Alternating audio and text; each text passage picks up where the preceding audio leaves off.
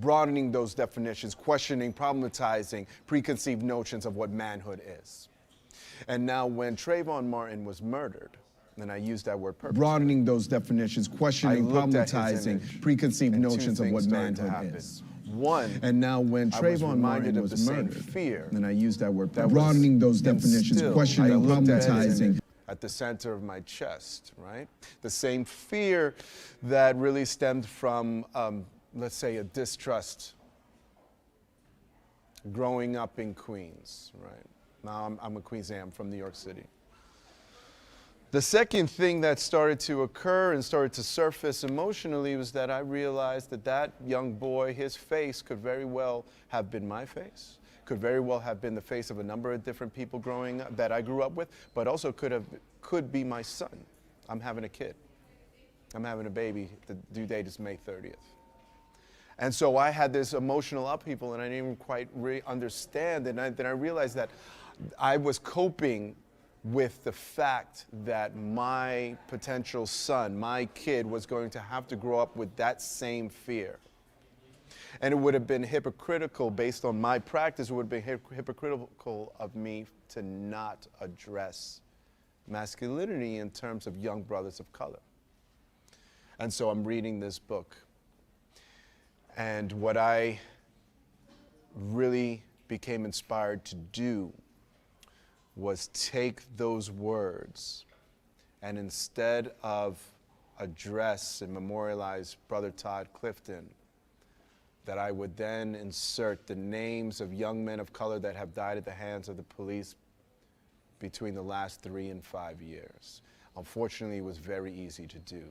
There was no lack of names. His name was... His name was... His name was...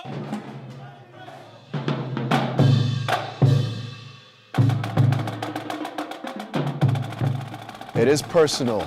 It is personal in the same way that anyone that witnesses those videos or experiences any level of aggression with authority, with power, that it might be personal for them. It is in our surroundings. You know, it is very much part of our reality.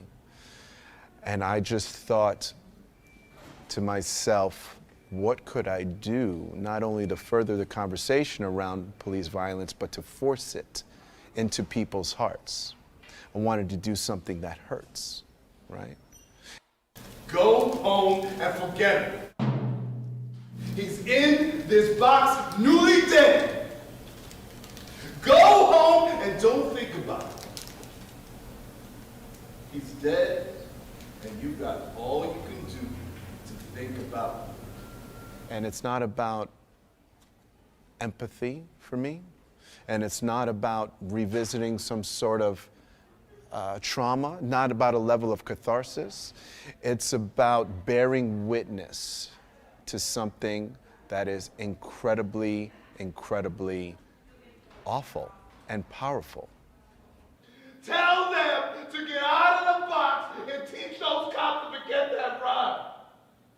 Tell them to teach those cops that when they call you nigga, make a rhyme the trigger that the guns backfire.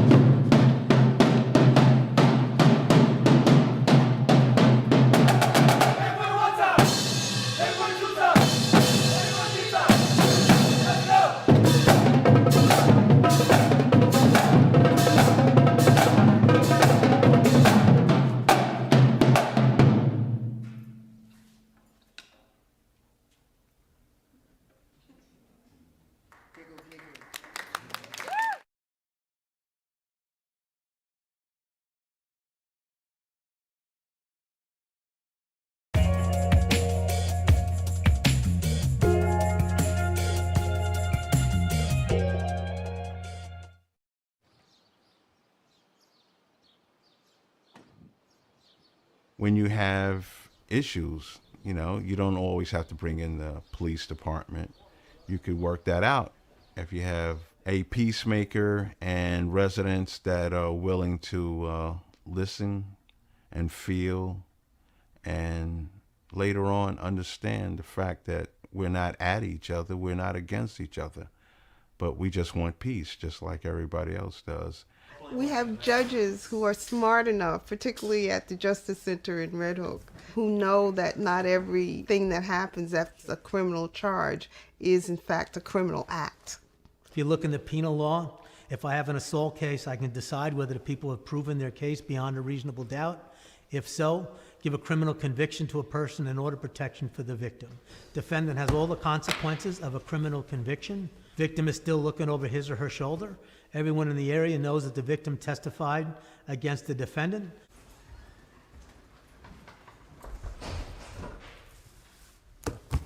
I want to send this case to peacemaking. I sent a case like that to peacemaking. My first case came back where the defendant was in court saying he knew that he had made some mistakes and he was sorry for the decisions he made. The victim decided to be there. The victim was there for the offender. They left arm in arm. The victim turned to the offender and said, "Do you need a ride home?" That's a result I could not deliver. That's a result that convinced me from day one of the power of peacemaking. First, I'd like to go over a little bit of quick ground rules. This is the talking piece, and this is what we use to pass around. When someone has a talking piece, they have the stage pretty much, and they command your attention to speak and say what they have to say. The talking piece will ultimately go around the circle, and everyone will have a chance to speak. I don't understand why you called the police on me. If he felt some type of way, he could have came to the party. I didn't tell him he couldn't come. You have anything to say? I didn't call the police on you. The only time I called the police on you was when we got into that physical altercation. I don't know what you're talking about. I got kids at home that need to sleep at a certain time. Now, come on. I understand the weekend, but you got to cut your party short now. I really don't have much to say. I'm just over the loud music and what's going on, and it just need to stop. The program was brought to the Red Hook Justice Center 4 years ago to help people that was having minor disputes, like somebody's playing their music too loud and they don't want to turn it down, so it becomes a court issue. Basically, I guess there's civil cases that we could show some civility and work these problems out with ourselves. The peacemaking program came about as a result of our relationships with Native American tribes. We had been traveling around to tribes all across the country and learning about their approaches to justice. We had the Native people, the Navajo, come in to train us in peacemaking, and we learned that peacemaking is an ancient way of problem solving, and we learned that peacemaking also has to do with storytelling, and that we have a commitment to each other, and we have a commitment to community. We have a commitment to tell our stories, and in telling those stories is how we solve these problems. That's one way of, kind of opening up the circle, and everybody has a story to tell. We're always accustomed to using microwave justice. We always want things solved right away. But with peacemaking, it doesn't happen like that. Sometimes a case could take 1 week to 2 months, on a weekly basis. I would like you guys to see how it goes, and we'll set up another date for him to come back. But I also want to know that just for you, how would he or she or his wife contact you if something arises? Think of what the advantages would be if small disputes of community members were not in the courts, that youngsters who made a dumb mistake by starting a fight in the schoolyard did not have to have charges pressed against them or go to a facility or be fingerprinted, etc. Think of what it does to help a young person figure out, I am powerful in this situation, I can help solve this, Those are the kinds of things that peacemaking does. Think of how it feels for the community to have a voice in how something gets settled or solved between a dispute with neighbors. So maybe we should do the cases first. Peacemaking is the most innovative and effective tool I've seen in the justice system in my over 35 years in criminal justice. It delivers better results for victims, for offenders, for community courts, and for police. So I would say this, as far as working out the issue with you, it's cool. Monday through Thursday, music be down 9.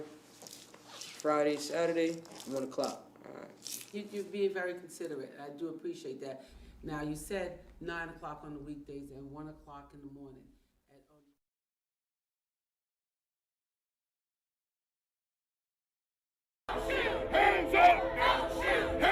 For a blink moment in time, people are aware of what they're feeling every day. If you're going to restore and sustain a democracy, there must be an informed and engaged citizenry. I spent 2 years in immigration detention. You know how much they spent to feed me for one whole day? How much? 75 cents. Immigrants as a whole, migration as a whole, is associated with lower rates of crime. Immigrants make our communities safer. What causes climate change, the selling and burning of fossil fuels, benefits most the power elite. And so they have a disincentive to address it, and they have an incentive to deny it. They're not going to funnel more money into our schools. They're not going to do it unless they have to, right? And the way they have to is by our participation, our organization, us taking accountability for our actions.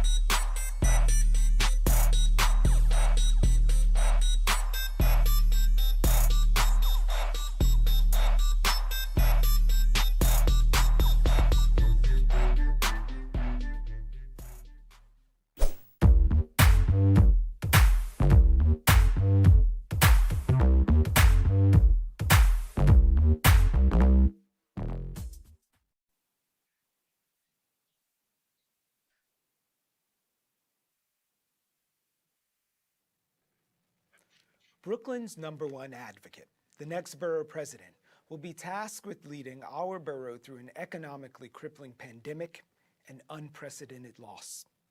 The BP's influence on land use, education, and capital investment is critical to Brooklyn's resilience and recovery. That's why this forum, presented by BRIC TV in partnership with the New York City Campaign Finance Board, is happening now. We intend to give Brooklynites the information they need to make their ranked choice on who will be working for us at Borough Hall. And we aren't taking this lightly, and we don't intend to waste any time. The candidates have agreed to a format and rules designed to make sure they all get the opportunity to be heard. There will be 30 seconds of introductory remarks, 1-minute responses to questions, but no rebuttals or interruptions. Any interruptions will actually result in forfeiting 30 seconds from the interrupter's next response.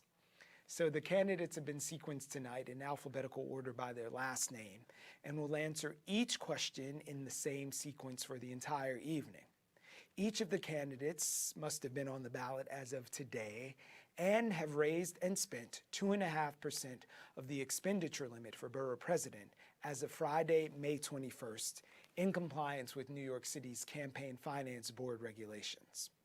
So that is the quick introduction, but I would love to bring everyone into the room right now to give you an idea of those vying for the opportunity to be Brooklyn's next borough president.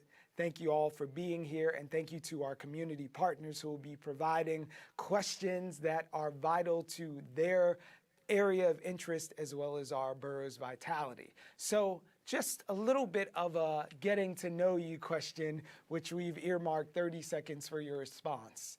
Eric Adams walked into the office virtually uncontested for 2 terms as borough president. Now all of a sudden we're faced with so many competent, passionate people, 7 in the room right now. So the question is, why borough president and why now in this very competitive year? And I'm going to ask that by way of introduction to our first candidate, Robert E. Cornegy Jr. Thank you, Brian. A great question. I chair the city's committee on housing and buildings currently, and I'm the past chair in the last legislative session of the city's committee on small business. And I think that those are the two real pivots and shifts on recovery and resiliency that are necessary. So I think I have a unique brand of leadership. I also think that I'm uniquely qualified to lead based on the chairmanships that I've held. I'm on finance, the budget negotiation team. I chair the Democratic Conference. I chair the MWBE Commission. All things that I believe that is your time, candidate Cornegy. We've got a 30-second timer down there, and you might have heard that ding, so we're going to keep things tight in the service of our voters being informed tonight, but we thank you for that answer. Now we're going to be turning to candidate counsel.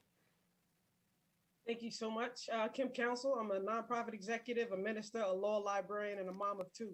Grew up in Bed-Stuy, the oldest of five with lots of love, but the struggle was real. Decades later, people in my neighborhood still face the same struggles. I've worked with community organizations to do the work that government wouldn't or can't, building over 1,000 units of affordable housing, helping small businesses to succeed, opening a health clinic when hospitals started shutting down, and creating violence interrupter programs to combat gun violence in my community. Wow. Well, 30 seconds is 30 seconds when that clock is running, isn't it? So thank you for that response. I'm looking now to candidate Carrie Edwards. Why borough president? Why now? Spent 20 plus years of my career in public service. I'm the only candidate with borough-wide experience working with two governors. I was the former vice president of Brookdale Hospital, the first VP of color in the history of a hospital. But that's where I decided to run because I was working next to union workers who had great pensions, great jobs, who were living in shelters or living in homeless or their cars because they couldn't afford to borrow. And I think it's really just time that we have somebody from on the ground who can really represent our community. So my name is Carrie Edwards, and thank you for having me. Thank you for your response, candidate Edwards. Now, as it's been before, the same question posed to candidate Anthony T. Jones. We're not going to start the clock until you unmute yourself. So this is the grace of the beginning of the debate forum. So the 30 seconds is yours, sir. Why borough president? Thank you. I'm sorry. I'm Anthony T. Jones. I'm the district leader from the 55th Assembly District. And it's not about just now. 2 years ago when I was running for my re-election for district leader, and I got 95% of the vote, never knocked on a door before, and that was based upon my passion. Even now today, as the person who has been chuckling and driving and moving forward to try to get where I am here today, I'm the last guy in the race for Brooklyn Borough President, but here I am now, started from the bottom. And now he's here, I imagine is what was coming. We're going to turn next for an answer to the question of why borough president and why now, and I guess specifically, why you, candidate Antonio Reynoso? Thank you so much. Brooklyn gave me everything, and I'm ready to give everything back to it. My name is Antonio Reynoso. I'm a current council member of the 34th District. I care deeply about building back better and making sure that we have an equitable Brooklyn. My job is to make sure that I put Brooklyn in the center of the universe, which is its rightful place. Thank you. All right, with 10 seconds to spare, I like where this is going. We're going to turn now to Joanne Simon. Why borough president? Why now, candidate Simon? Thank you. I'm Assemblymember Joanne Simon, and I just pulled up my folding chair because it's time for Brooklyn to have a woman borough president. I'm a former teacher of deaf children, a community activist, a disability civil rights lawyer, and I've been a solidly progressive and accessible legislator and coalition builder. I grew up in a large working class family. I'm the first in my family to go to college, putting myself to college, grad school, and law school. I'm excited to bring my passion, my skills, and my experience to work for all of Brooklyn. Thank you. Thank you. And for the final response to the question of why Brooklyn, why now, and why you specifically as borough president, I'm looking at Lamar Miller Whitehead. Thank you so much. And the question would be that, why not? I am the bishop of two churches, one in Brooklyn, one in Atlanta, Georgia, and I'm also the mentee of our current borough president, Eric L. Adams.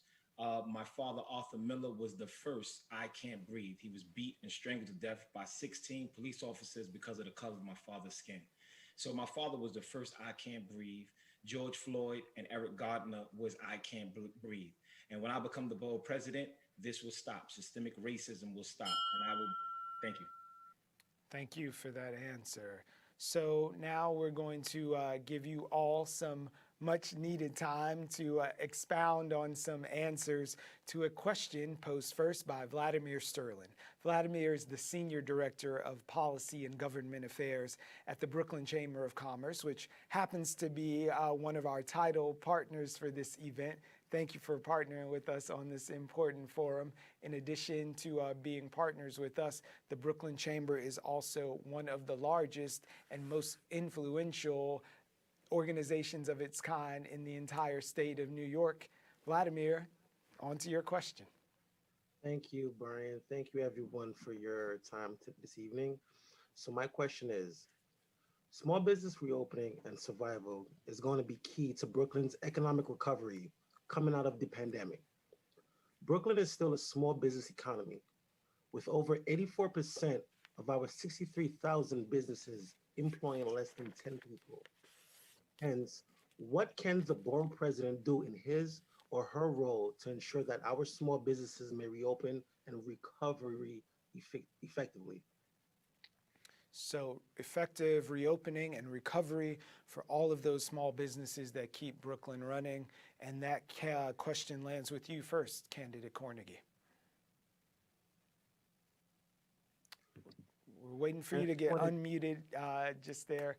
We'll start your time, your minute right now. Go for it. Thank you for that question. But the reality is that the Brooklyn Chamber and my office partnered to bring forward the Chamber on the Go program, which actually is a program that takes all of the city services and puts it in an RV fashion so that the city's businesses can have access to capital and technical assistance. In my first 100 days, we have a $10 million fund that's set up for small businesses, not low interest and no interest loans, but actual grants for small businesses to help them build capacity coming out of a pandemic. It has already been stated that 1/3 of our small businesses, especially minority and women-owned businesses, will not be able to return after the pandemic. The relief through access to capital is quintessential. I will have the first corporately funded through the banks $10 million fund access to our small businesses from the Borough President's office. I look forward to doing that in partnership with the Brooklyn Chamber. Thank you, Candidate Cornegie. Now we're going to turn to Candidate Kim Council. The question, just to reiterate, was what could you do as Borough President to ensure that our businesses reopen and recover effectively? Very good question. I'm currently the vice chair of the Local Development Corporation of East New York, and we work with a lot of small businesses to help them to get, microloans, financing, business plans, and things of that nature. So as Borough President, I plan on creating a small business resource center to help the small businesses navigate all of the services and the resources that are available to them. As we know, many of our small businesses were not able, they didn't have the capacity to get the PPP. By the time they got this stuff together, the money was gone.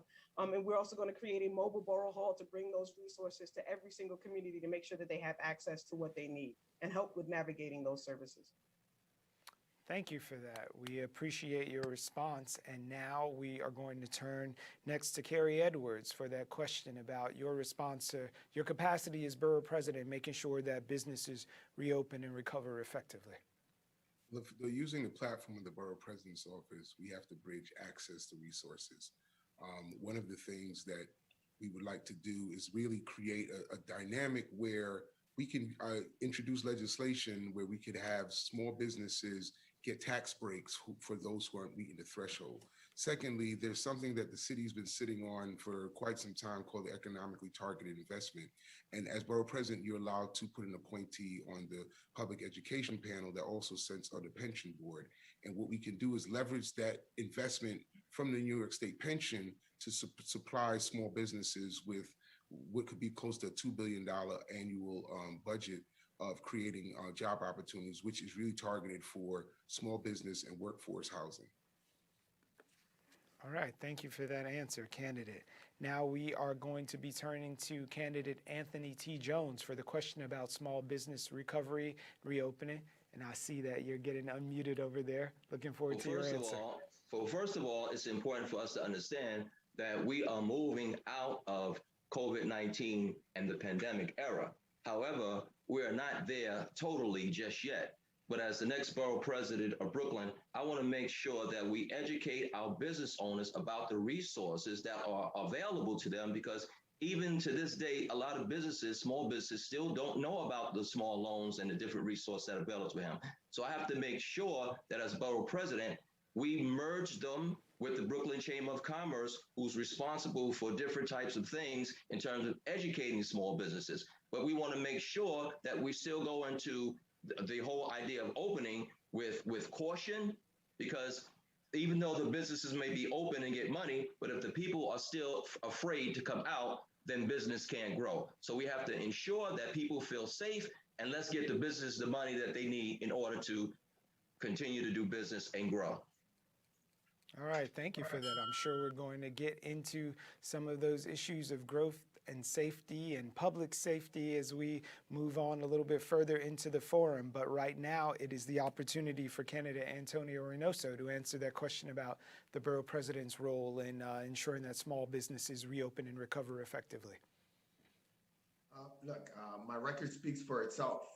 I'm not going to talk to you only about what I will do, but I'm going to talk to you about what I've already done. I was able to pass the outdoor dining legislation, which saved 100,000 jobs and countless businesses from Brooklyn.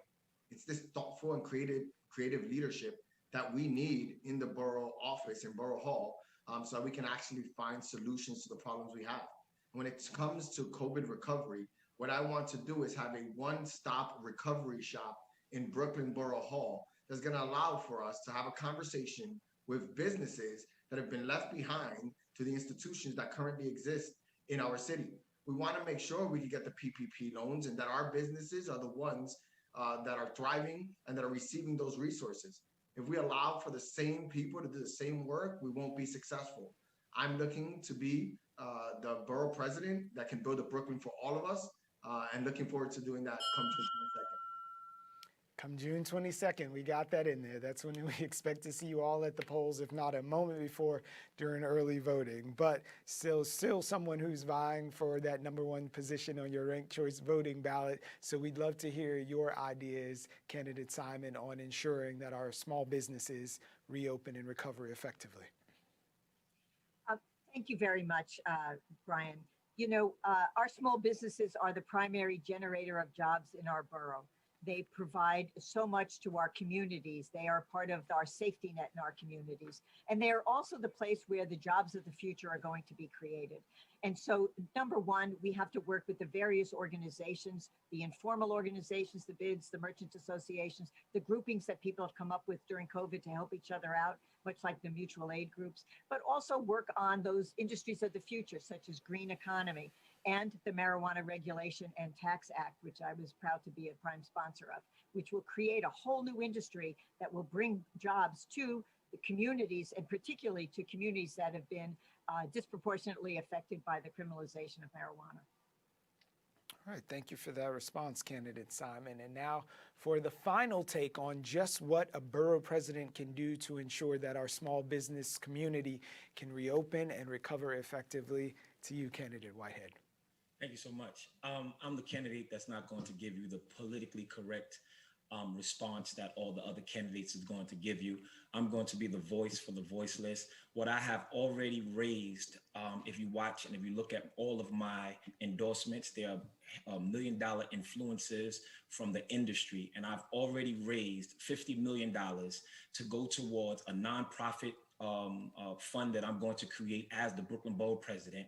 And I'm going to give this to small businesses, because at the end of the day, it's about cash in hand. We can definitely negotiate about the taxes, and we can talk about bringing the people out. But at the end of the day, we have to restore our community by bringing money into play. I'm not going to deal with banks with the grants, because small businesses get caught up with the debacle of going back and forth with the grants and the PPP. We're not doing none of that. I've already raised it, and all I have to do is create a structure.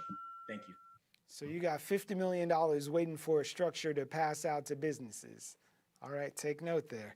So we are going to go into our second question of the night from a partner in the community, but we're actually talking to someone who's a partner right in the very building where I'm standing. Isabel Alcantara is an associate producer at BRIC TV, one of Brooklyn's leading, and dare I say, New York City and the world's cultural institutions. So Isabel, the floor is yours. What's your question? Thanks, Brian. My question is, to fortify and grow the creative sector and expand access to Brooklynites of all incomes and ethnicities, the borough must first and foremost treat the sector as the economic engine and resource that it is, and at the same time tackle the challenges of making the borough more secure and affordable for creative workers. What policies will you create and/or investments will you make that will reinforce the roles of arts and culture as core to Brooklyn economic vibrancy? So candidate Cornegie, we're going to you first, looking for a response to what investments you'd make or things that you would create to make sure that the arts and cultures are seen as the economic engine that they are and receive sufficient support. I will answer that like another candidate has answered that.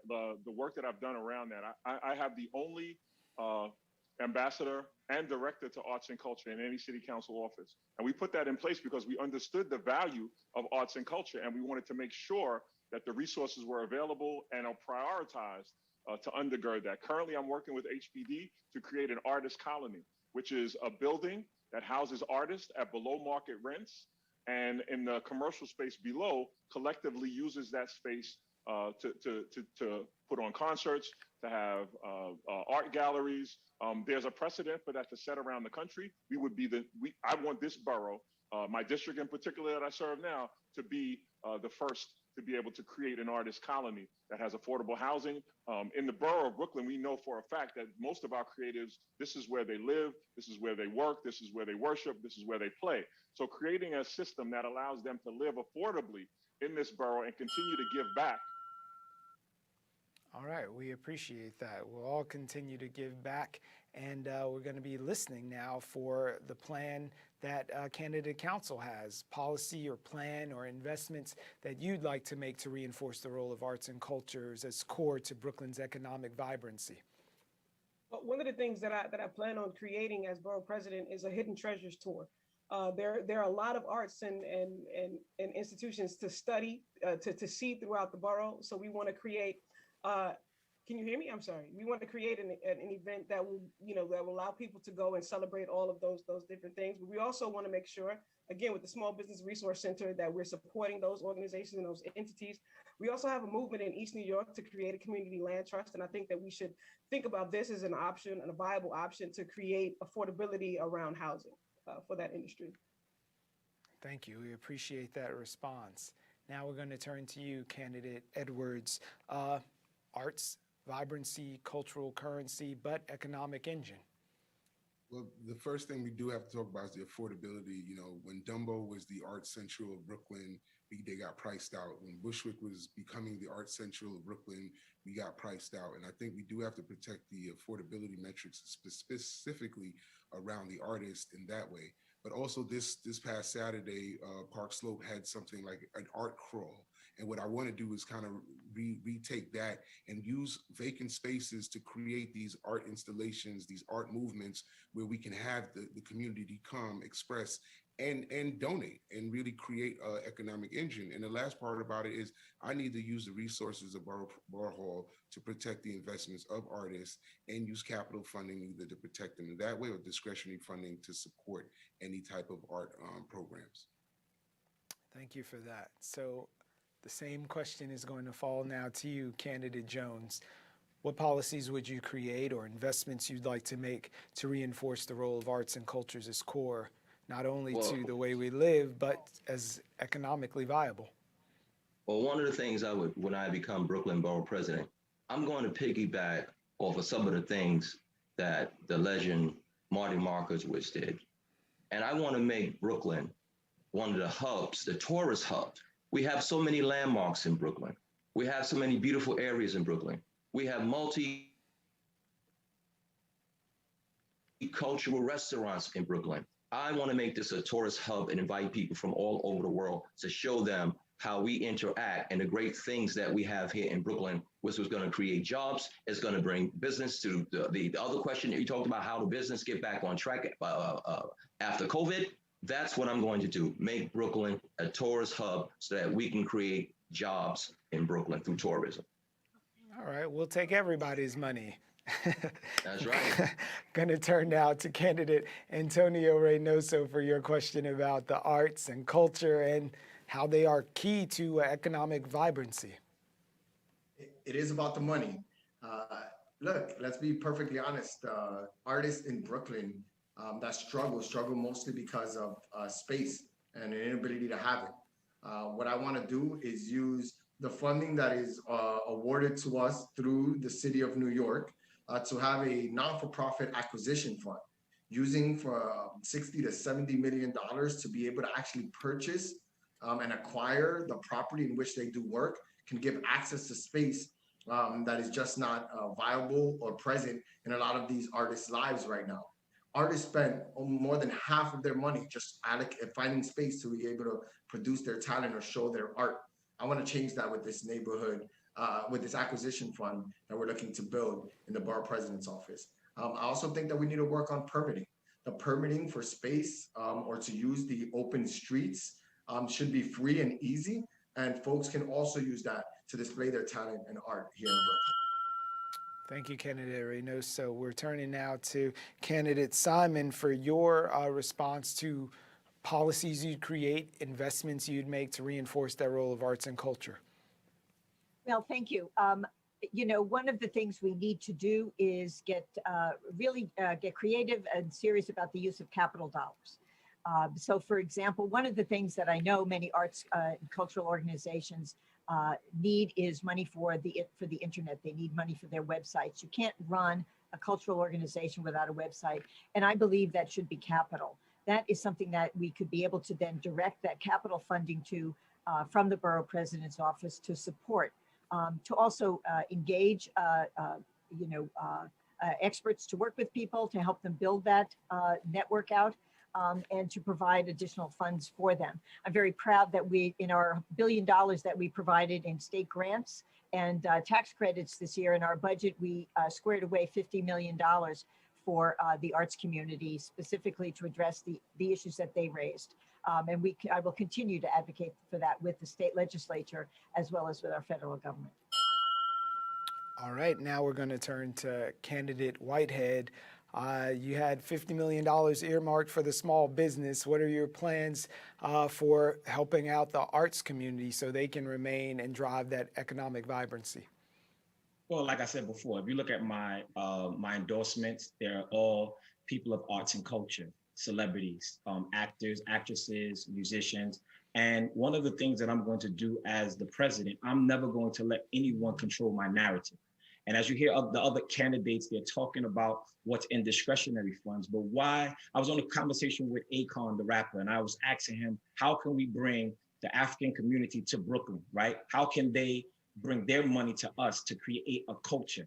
And one of the reasons why we failed doing arts and culture is because we left Brownsville, East New York, Crown Heights. We left the Black and brown communities out of the question. And I'm not going to be the borough president that's going to leave anybody behind.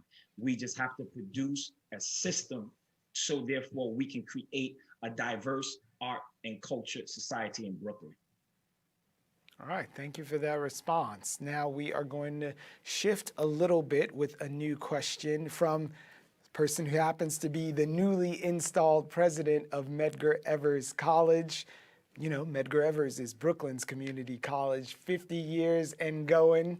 We're happy that you celebrated that 50 last year. Looking forward to so much more to come out of Brooklyn's community college.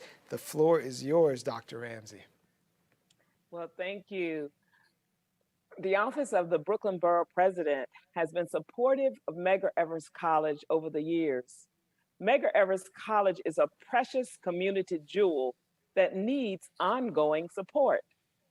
76% of Medgar Evers students are residents of the borough of Brooklyn.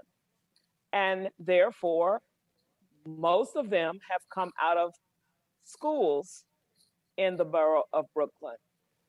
A number of these students are marginalized, resulting in homelessness, housing instability, and food insecurity. A number of marginalized students view a higher education degree as a stepping stone out of poverty.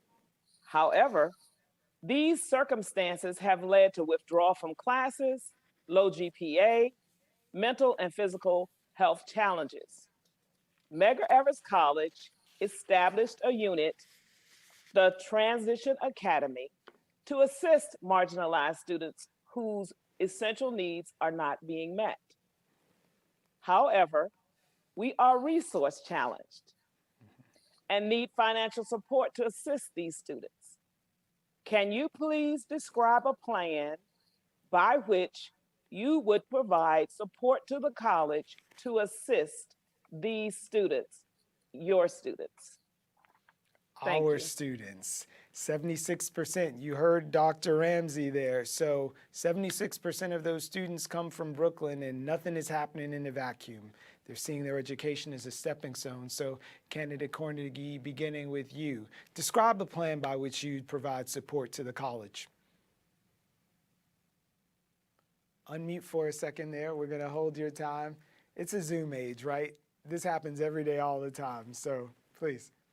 So first of all, we have the largest bully pulpit coupled with our capital and discretionary funding. I've been around long enough to have been in on a lot of the capital requests and asks from prior administrations, and have been very happy to support the moves of expanding the campus and making it and beautifying it. To me, Medgar Evers is our local HBCU, or historically Black college and university, and should be treated as such, as the gem that it is. So creating pipelines for discretionary and capital funding to grow that institution is a priority for me. That's my plan. It's been my plan. I've worked with the growth and development of Medgar. As beautiful as it is now, I remember when there were only a couple of buildings on that campus. I've been also responsible for the zoning and planning as a council member to the ancillary district to work forward to get it where it is. I think that just making sure that we commit those resources and funding in partnership with the local leaders. All right, thank you for that response. So I'm looking at candidate council right now to make sure that you can be heard on the subject of a plan. Support the Transition Academy. What are you gonna do? Well, I mean, I definitely agree with Councilmember Cornegie that we definitely need to allocate capital funds and discretionary funds for that.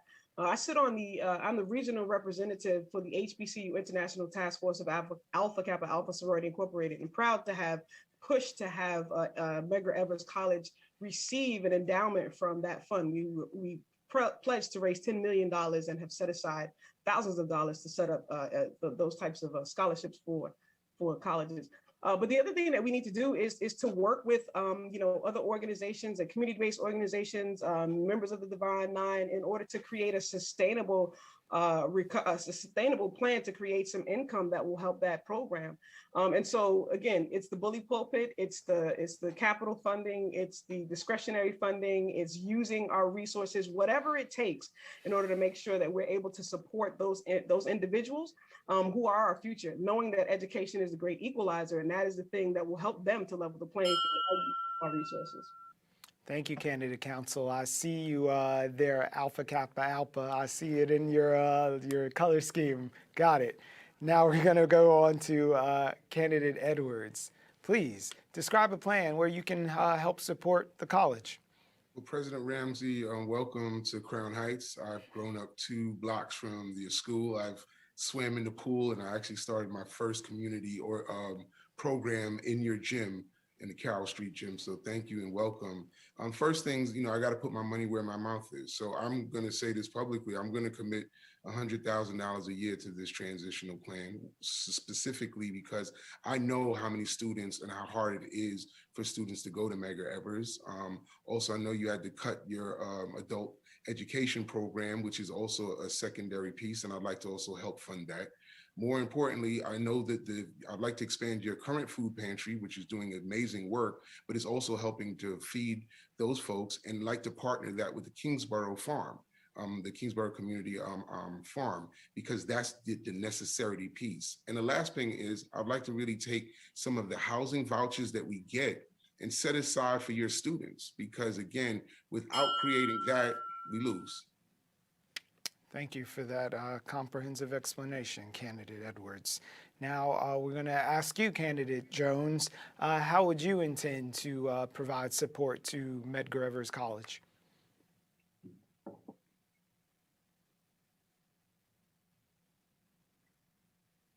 You're unmuted. It's on you. President Ramsey, I'm probably the only candidate who has actually graduated from Medgar Evers College, and I'm proud of that. When I was 14 years old, I lived on Cow Street at a boys group home for years. And I looked across the street and I said, one day I'm going to go to that college. And I did that. And I was involved in student government. So on day one, when I become Brooklyn Borough President, I'm not going to tell you what I'm going to do or how I'm going to do it.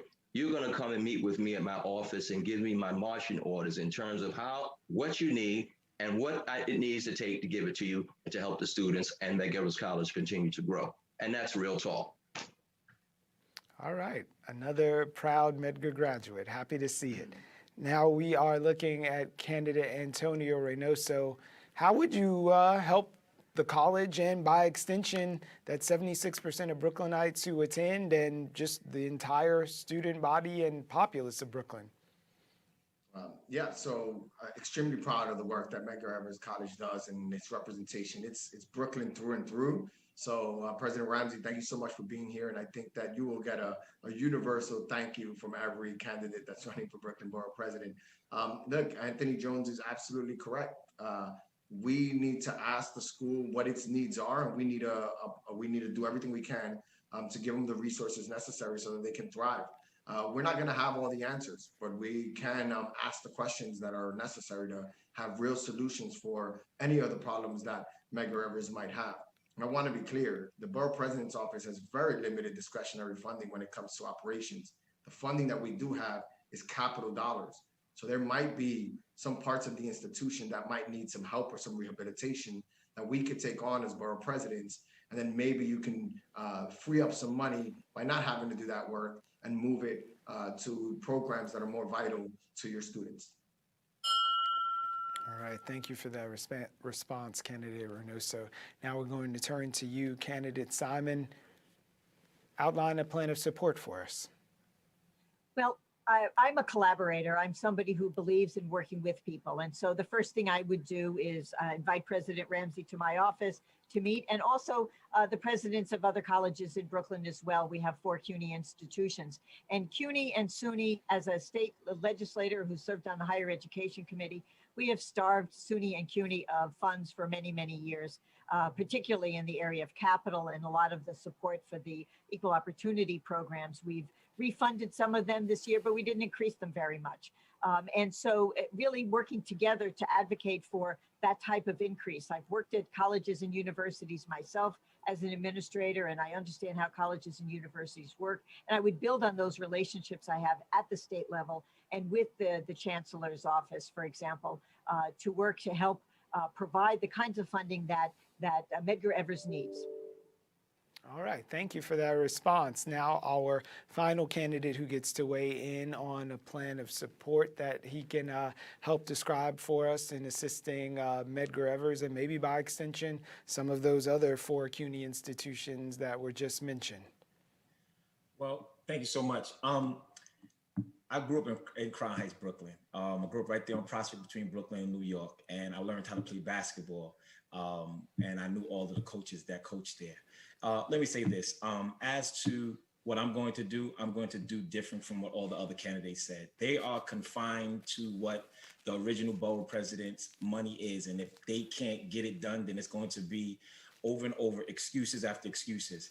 I'm going to be the president that goes out and get other money from philanthropists and philanthropy. And I'm going to be the one that makes business deals. So therefore, whatever I can give you guys from the office of the borough president is extra. I want to make sure that our children, our education, our college students have stipends, cash in hand.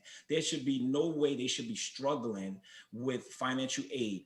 The borough of Brooklyn should be able to give some type of funds to to college students to better their lives and their careers. Thank you for that. So we are going to have our next community generated question, and it's going to come from Boris Santos, who is East New York Community Land Trust Board Treasurer. Boris is coming at us from East New York right now, and the land trust out there, just to make a little way of explanation, works to protect, stabilize, expand the stock of affordable homes and locally owned small businesses, as well as the green spaces in East New York and Brownsville. So Boris, the floor is yours. What do you want to know of our next borough president? Good evening, everyone. Thanks for being here. Glad for being here as well. So borough presidents, as has been the chatter so far, are allocated capital funding, right, to appropriate to eligible projects on a discretionary basis. As a member and treasurer of the Community Land Trust, specifically the East New York COT, I'm eager to know how you plan on using your non-city capital funding to help COTs advance their cause of acquiring land, developing on land, and providing affordable community ownership. Do you commit to using non-city capital for funding for COTs like ours in Brooklyn? If so, please elaborate as to how. Thanks. So that question is going to fall first, as it has for the remainder in the evening, to candidate Cornegie.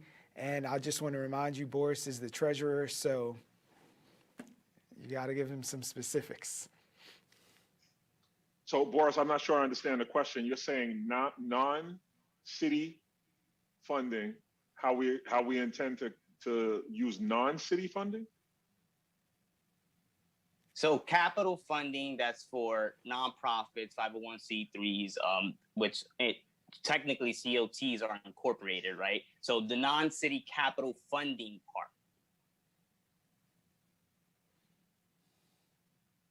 I'm sorry, Boris, I still don't understand your question. You're asking me about non-city capital funding? The capital funding that we have is used in a lot of different ways, but it's definitely used. You're saying for nonprofits? I'm saying the capital funding that doesn't go towards agencies, to parks, to public housing, right? That's considered technically, under the guise of the city, non-city capital funding. So how would you use that funding to propel and advance COTs and our movement? So because I still don't understand the question, I will tell you this. From the city council, I have stood behind and support CLTs. Like, so the legislation that's in front of me, I voted yes on. I believe that community land trusts are what protects us and our ability to grow not only our green spaces. So whatever funding that you're mentioning, I would leverage from the borough president's office to be able to help create and undergird and support CLTs. I mean, I don't know if that answers your question, but I'm certainly a staunch supporter of community land trusts. So whatever capital I would use to help support CLTs. I have done it from a discretionary and council standpoint. I would certainly carry that into the borough president's office. All right, thank you for that clarification and for that response. We're going to go to candidate counsel right now, and your response, please. Hey, Boris. I've actually attended a couple of the East New York Community Land Trust meetings and done some community cleanups with that organization. I think they're doing a fantastic job. And I think that what they're trying to do is a model that should be replicated, not just in Brooklyn, across the various neighborhoods and in other boroughs as well. So I would most definitely allocate funding to support that organization. I think we need to look at what the borough president can do, because I believe you have to be in the cycle to have received money from the city council for at least 2 cycles, but we're going to figure out some workarounds in order to make sure you guys get the funding that you need. But I also will be pushing my city council members and the mayor to survey the land that the city owns. We need to find out which agencies own which property. And then we need to begin to have the conversation about how we can get some of that property back into the hands of the community. We know for a fact that we're being priced out of our communities, that developers are coming in and they're building properties that we can't afford to live in, and we've got to do a better job of. Thank you, candidate counsel. I'm going to now turn to candidate Edwards to answer the question about committing to use those capital funds for CLTs like the one in East New York. I mean, if Boris, if I understand your question correctly, we're really just talking about how do you support non-city agencies or non-city entities, and really, it's really just identifying those communities, specifically like you guys, Community Land Trust, and invest in them. Also, when I spoke earlier about the public educational panel appointee that sits on the pension board, when we look at how we invest our pension money, we have to look at specifically economically targeted communities who need that support through housing, through community gardens. And like I said, that's an actually investment portfolio that we've ignored for almost 30 years. And that's something that I think we can push to have a great conversation and support you guys in the long term.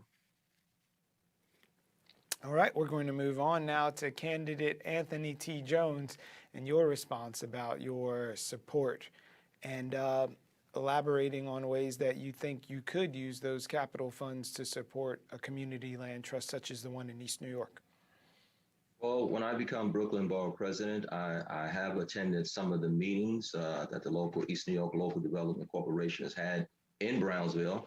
I've known Mr. Boris for quite some time. He's a very active young man, and he's always involved in positive things. So as the next Borough President, I would look to support those kind of programs and programs that are like that, because as long as those type of programs are going to educate the people of Brooklyn to prevent land from being taken away from developers, and we're preserving the history of our communities, I'm all for it. Let's make it happen. On day one, Boris, as I told President Ramsey, come on to Borough Hall, let's have a meeting, and let's get it done. And you educate me on how I can help so we can move forward to preserve our communities across Brooklyn. All right, you're going to have yourself a busy day one, sir, from like open to close. I imagine there's going to be a bunch of meetings. So I'm looking at you, candidate Antonio Reynoso. So what's your response to committing to use some of those capital funds for CLTs? Yeah.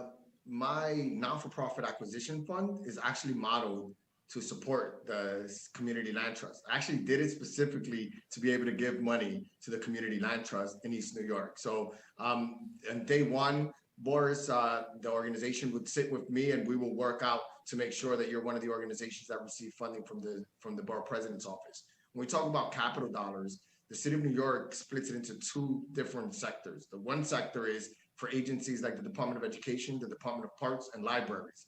But then there's other money called non-city capital that is used for non-for-profits that are not run by agencies. It's a much more arduous and complicated process that I hope to simplify in my office. And this neighborhood non-for-profit acquisition fund is going to be where not only Community Land Trust, but other non-for-profits could benefit from the city dollars that shouldn't only go exclusively to city agencies. It should go to the community as well. So yes, Boris, the CLT will receive funding under my presidency. All right, candidate Simon, a response from you about commitment to using non-city capital funds, as explained, to help folks like the East New York CLT. Well, thank you. You know, I would say that I agree with a number of my colleagues here tonight that we need to use that capital funding for community-based organizations that are going to, in fact, be like the community land trusts, for example, that will make acquisition more available. Part of the problem we have with development is that we're not actually making access to capital easy enough for community-based organizations, for not-for-profit developers. We really should be helping them get access to capital. And that capital may be by working with other organizations, other funding organizations, the CDFIs, for example. It may also be discretionary capital funds from the Borough President's office to help support that. Thank you. And we're going to turn now for the final response to this question about commitment to non-city capital for CLTs like the one in East New York. Share some of your ideas, candidate Whitehead. Thanks again. Boris, this is an amazing question. On May 14th, I did a press conference, and one of the things that I stated was the Community Land Trust. Once again, we hear politically answers. Some of the candidates didn't even know what you were talking about. But at the end of the day, I've been doing real estate over 20 years, right? And we have the city giving developers and people with institutions with money, giving developers city land for $1, right? I'm going to be able to put in place the Community Land Trust as a nonprofit to take over of these lands that I would trust the Community Land Trust to develop. What this would do is it will permanently have affordable housing. You guys will be able to police your own money. The rents that come in, you will be able to fund the community through your foundation, through the nonprofit. Yes, I'm going to give you discretionary funds, of course, but we need to make sure that's it. All right, thank you. I heard a commitment in there for discretionary funds, so we got that before the bell rang.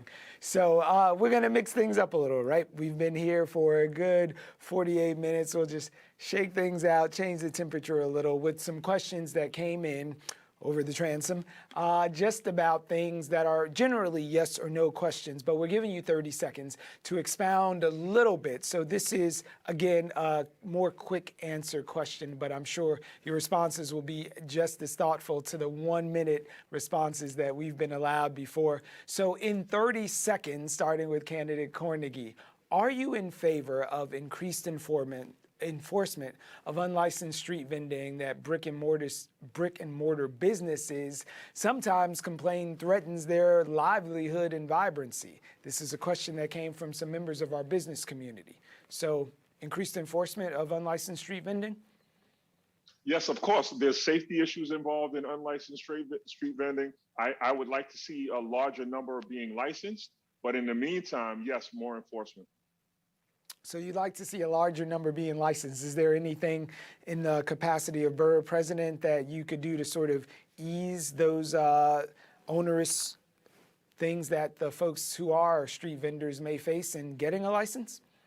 Yeah, absolutely. Working with our city council members to make sure that that's the will of the people, and helping produce legislation in conjunction with local members around increasing the capacity and the number of licensed street vendors is something I've always tried to do.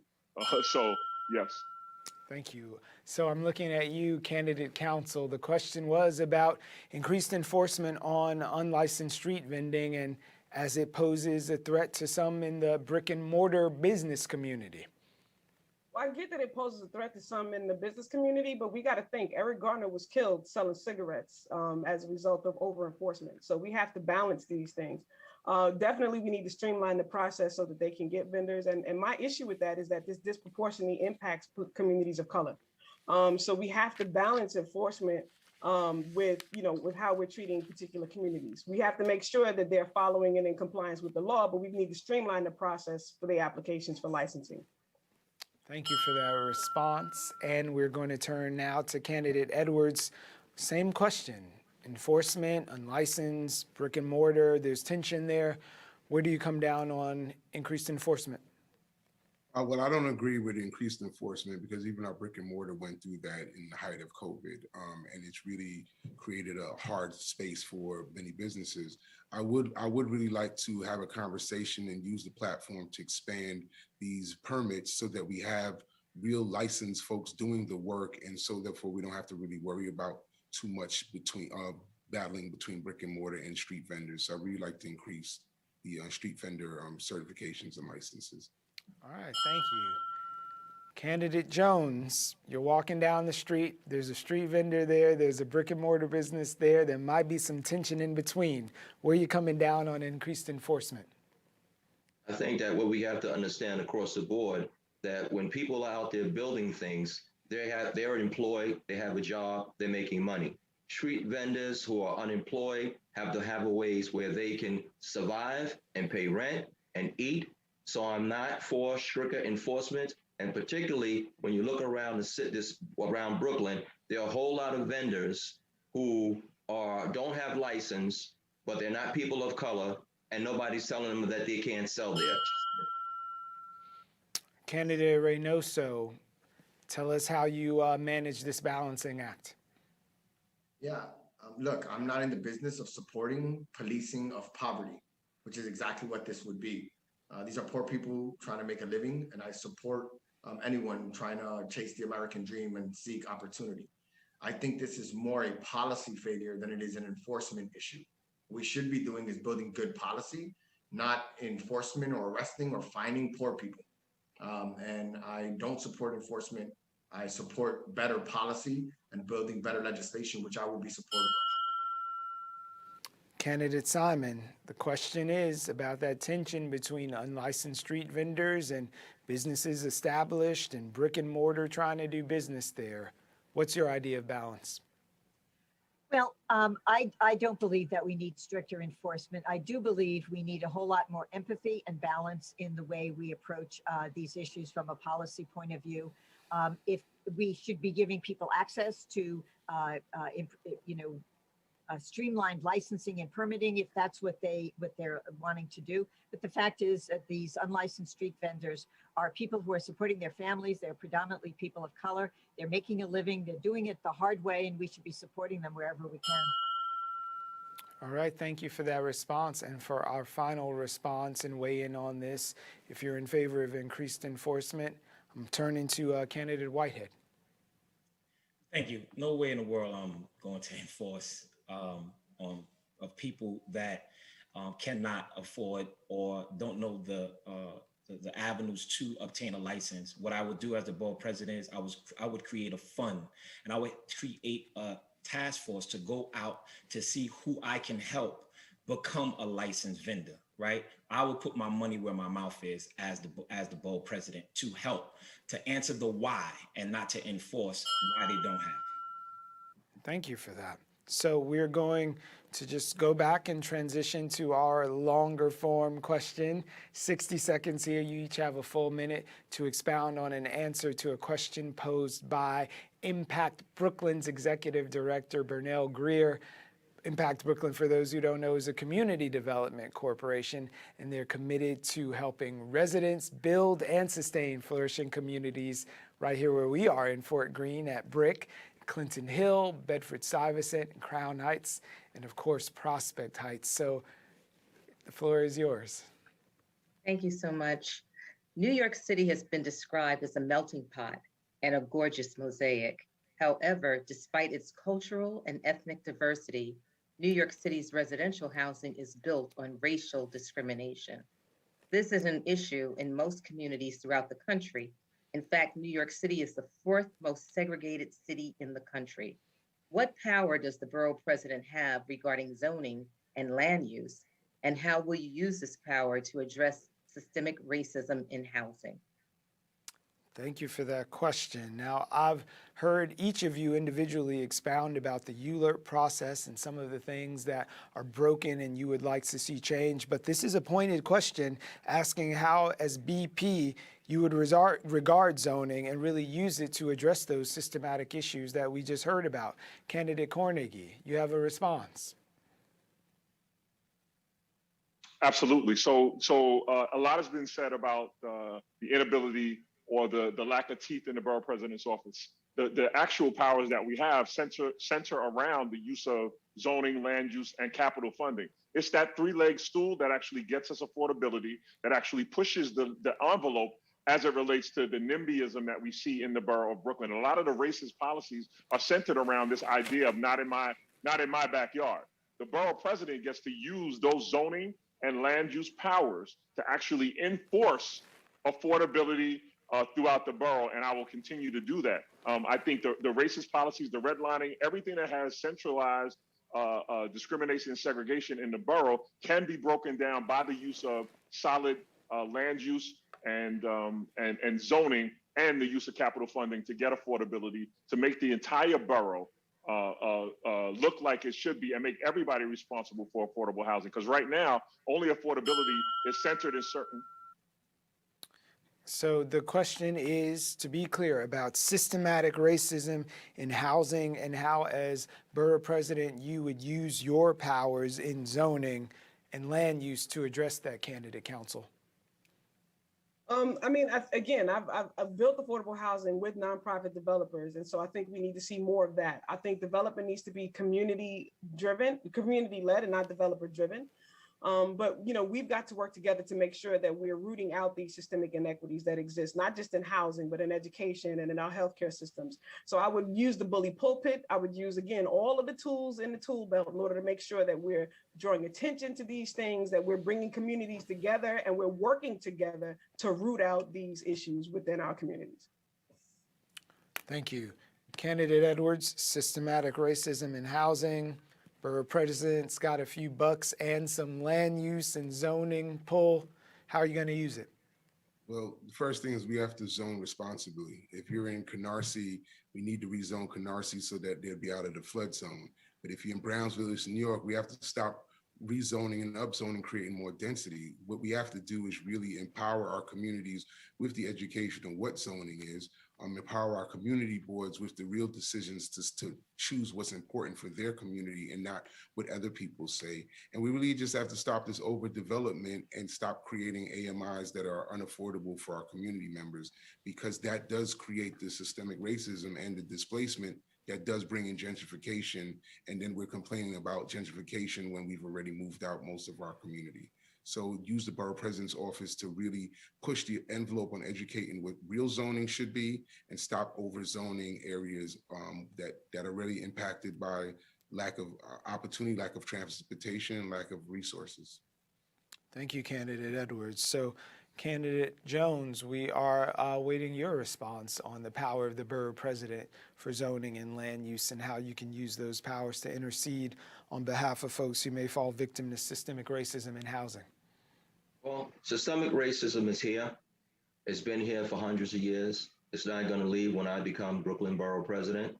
But as the Brooklyn Borough President, it's up to me and it's my responsibility to do the best I can to bring people from across Brooklyn together and try to help people get over their fears and their racism. I believe that every part of the district of community in Brooklyn Brownsville shouldn't look like a war zone, and then Clinton Hills and other parts of the Brooklyn looks like mansions. If we build affordable housing that looks decent in everybody's community, then we don't have to really push affordable housing in areas where people are racist. We don't have to do that, but we have to heal wounds, because racism is not going to go, and it's not going anywhere anytime soon. But we have to make sure that everybody works together. Thank you for that response. So Candidate Reynoso, the question was posited on the idea that New York City's residential housing landscape was, predicated on racism and segregation. So how are you using your powers as Borough President for zoning and land use going to address that? Ms. Greer is absolutely right. It is a racist system and a racist institution. The ULURP process allows for developers to dictate where they want to build, and they target mostly Black and brown poor communities. And in doing so, insert like mass displacement that is extremely concerning to our communities. What we need to do is empower the voices of the people. We need to give community boards more opportunity to be able to develop plans and dictate what they want their communities to look like. So long as we have a ULURP process that is developer driven, they're going to keep coming into our neighborhoods and target our neighborhoods for development. We need to move away from that and again, move to a community-led process. And we can do that by reforming the community boards and empowering them to tell us where they think growth can happen in a responsible way. Without that, we're going to continue to see the racist development that has existed for hundreds of years here in the city of New York. So Candidate Simon, as BP, you would be in the driver's seat. So where are you going to steer us to avoid the pitfalls of this systematic racism in housing? Well, I thank you for suggesting that the BP is in the driver's seat. The BP has an advisory role in the ULURP process. So here's what I think. Number one, zoning is not planning. What we need is planning. We need not-for-profit development. We need access to capital. And we need to work together to empower communities that are not-for-profit developers to build affordable housing and to build more affordable housing and more deeply affordable housing. Right now, a lot of what gets developed in our borough is as of right. There are no controls there, or it's being done by the state, such as at Atlantic Yard, which really put displacement on steroids in Community Board 6, Community Board 2, 3, and 8. So we need to work together. and address this in a fundamentally different way that is community driven, and where we all work together to understand each other's lives and to develop this housing. I live in a neighborhood that was redlined for many, many years. And the reality is the downtown Brooklyn plan and rezoning made my neighborhood much more white. Thank you for that answer. Now we are turning to Lamar Miller Whitehead for your answer about the BP's power. You got some zoning stuff and land use powers that you can use. How are you going to use it to address systemic racism in housing? Well, to be honest with you, I'm going to use it to bully developers. And that's how I'm going to use it. I'm going to be the voice for the voiceless. And once again, you hear so many political answers and everybody has an office. We got council, we have assembly, we have district leaders, we have all of this, but nothing has changed yet, right? Same old, same old. At the end of the day, how we strengthen and empower our community is simple. Stop lying. That's it. Right. And at the end of the day, we have to understand if the community board has power, we need to educate them in real estate. We need to educate them in finance. We have to build Brooklyn as people first before we build Brooklyn as a community. And that's where we fail. We have nothing but politicians that are sellouts, and we must stop lying. That's the true and only empowerment.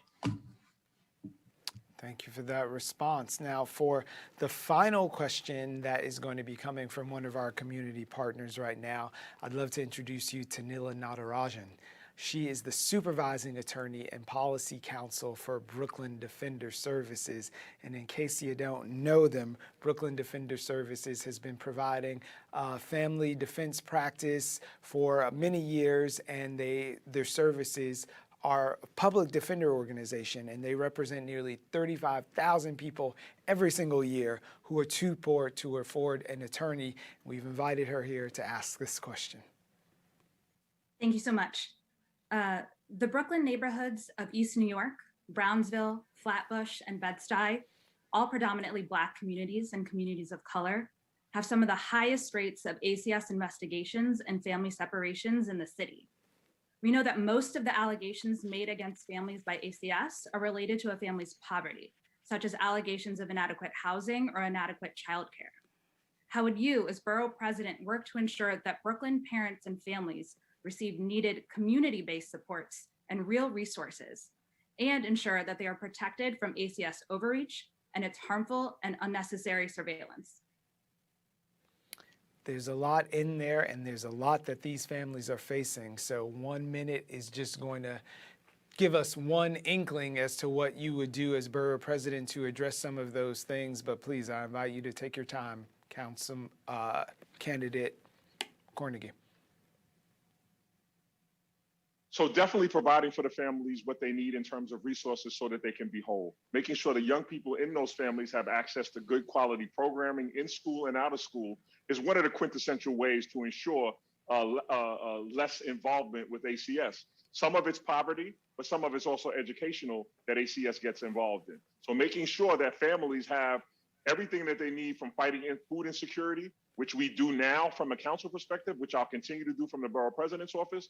We work off Maslow's hierarchy of needs, and self-actualization, which is really at the top of the pyramid, comes with love, insecurity, food, shelter, all of those kinds of things. So making sure that families are well-rounded in what their resource needs are is a way to reduce the amount of overreach that ACS is given. We've seen that they have failed miserably with families placing and displacing foster care. We know that some of our young people are in foster care right now.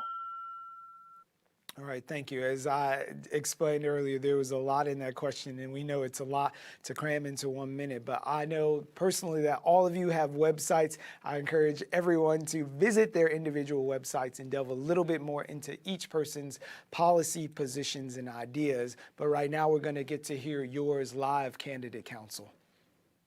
That is a very multi-layered question, and all of these questions have been very, very good. So thank you all for the thought that you've been care that you put into asking these questions. So here's the thing: we treat these things like they exist in a silo, but they're all interconnected. And the reality is that a lot of the policies that are in place right now are creating this system that feeds into other systems. We continue to put money into programs that help people not to survive and thrive, but that there's an over enforcement, there's over policing, there's all of these different things that are happening in our communities. And then we look at them like, why is it that they're acting out?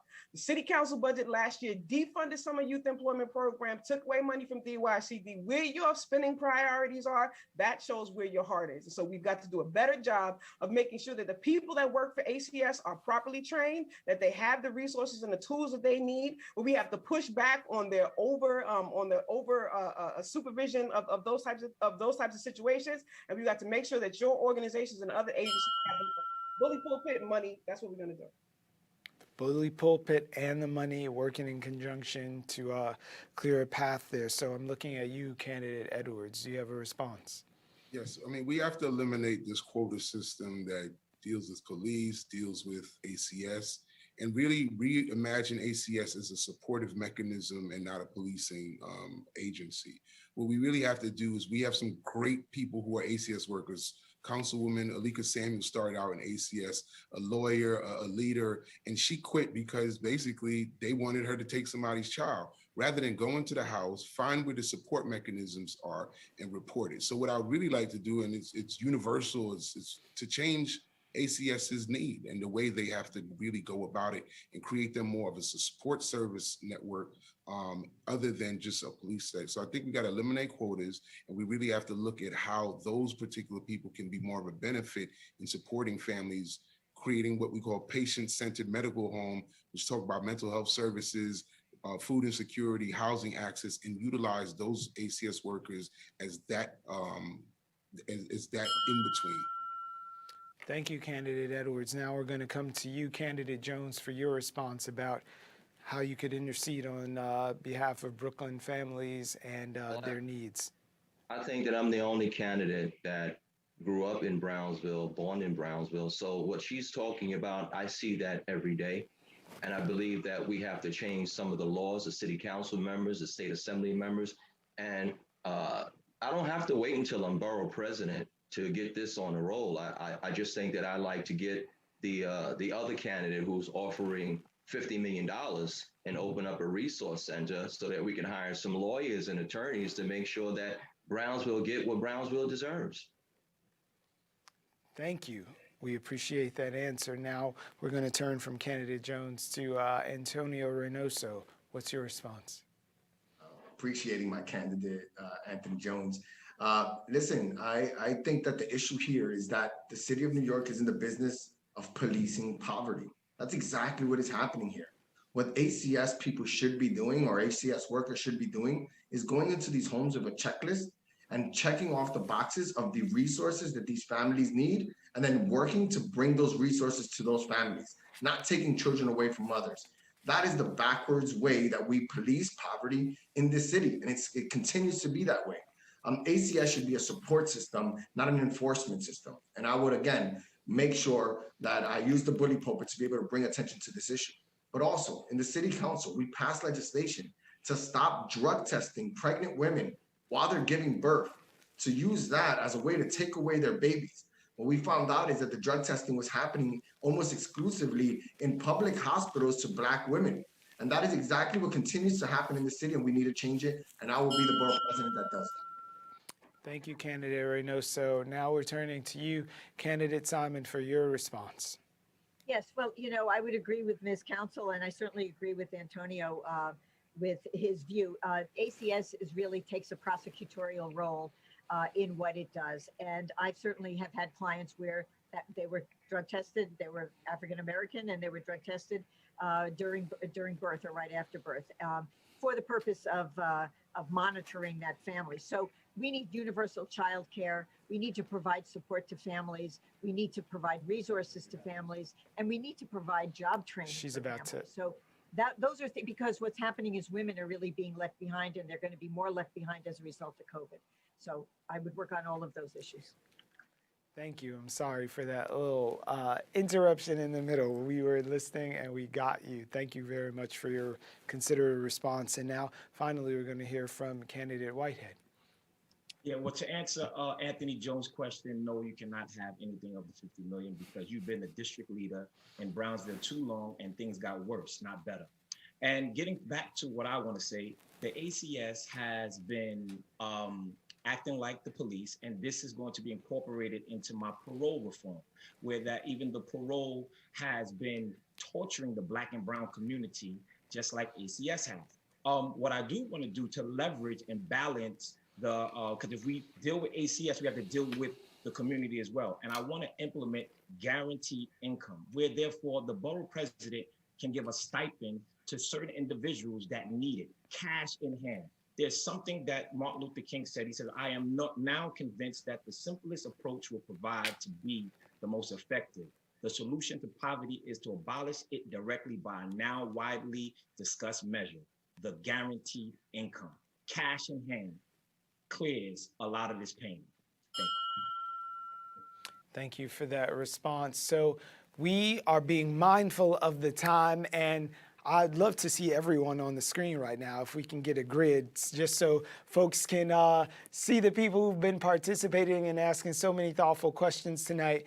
This may very well be the final question. We're going to give each of you a minute to answer this. So I'm just personally interested in knowing, on a scale from Marty to Eric Adams, which has been the most recent serving borough presidents, where do you put yourself? What is going to be your management style should you get to occupy Borough Hall for the next 4 years? And furthermore, just to hone in on that question, the question you've all been getting, who's going to occupy the second position in your ranked choice ballot? So, candidate Cornegie, what's going to be your management style in Borough Hall, and who's going to occupy that second spot? You got to unmute. This is where it gets good. Yeah, unmute and tell me. Listen, my style is going to be very, very much like it's always been, to be a solutions-oriented and solutions-driven legislator. Imitation is the highest form of flattery, and there are in every single one of our former borough presidents, there are great things to glean from and expound upon. Most recently, our current borough president has been focused on healthcare and health issues. I'm going to expound on that, keep the healthcare, but also incorporate mental health as a part of my platform. So thank you. You've got 30 seconds to tell us who's going to occupy that spot on your ballot for not number one, which I suspect might be your name, but who's going to go in the number 2 line? I'm not certain yet. When you're going to know? I got 20 seconds to harass you about it. I won't know until I know, but thank you for asking. And we won't know a moment until then. Thank you. We're going to move on to candidate counsel, who may actually give me a name of a person who might occupy the line below hers on the ranked choice ballot. But first, what's your management style going to be? Well, I mean, I think, I don't want to compare myself to either Marty or to Eric. I think they've done an excellent job, but I think it's time for a woman's touch in Borough Hall.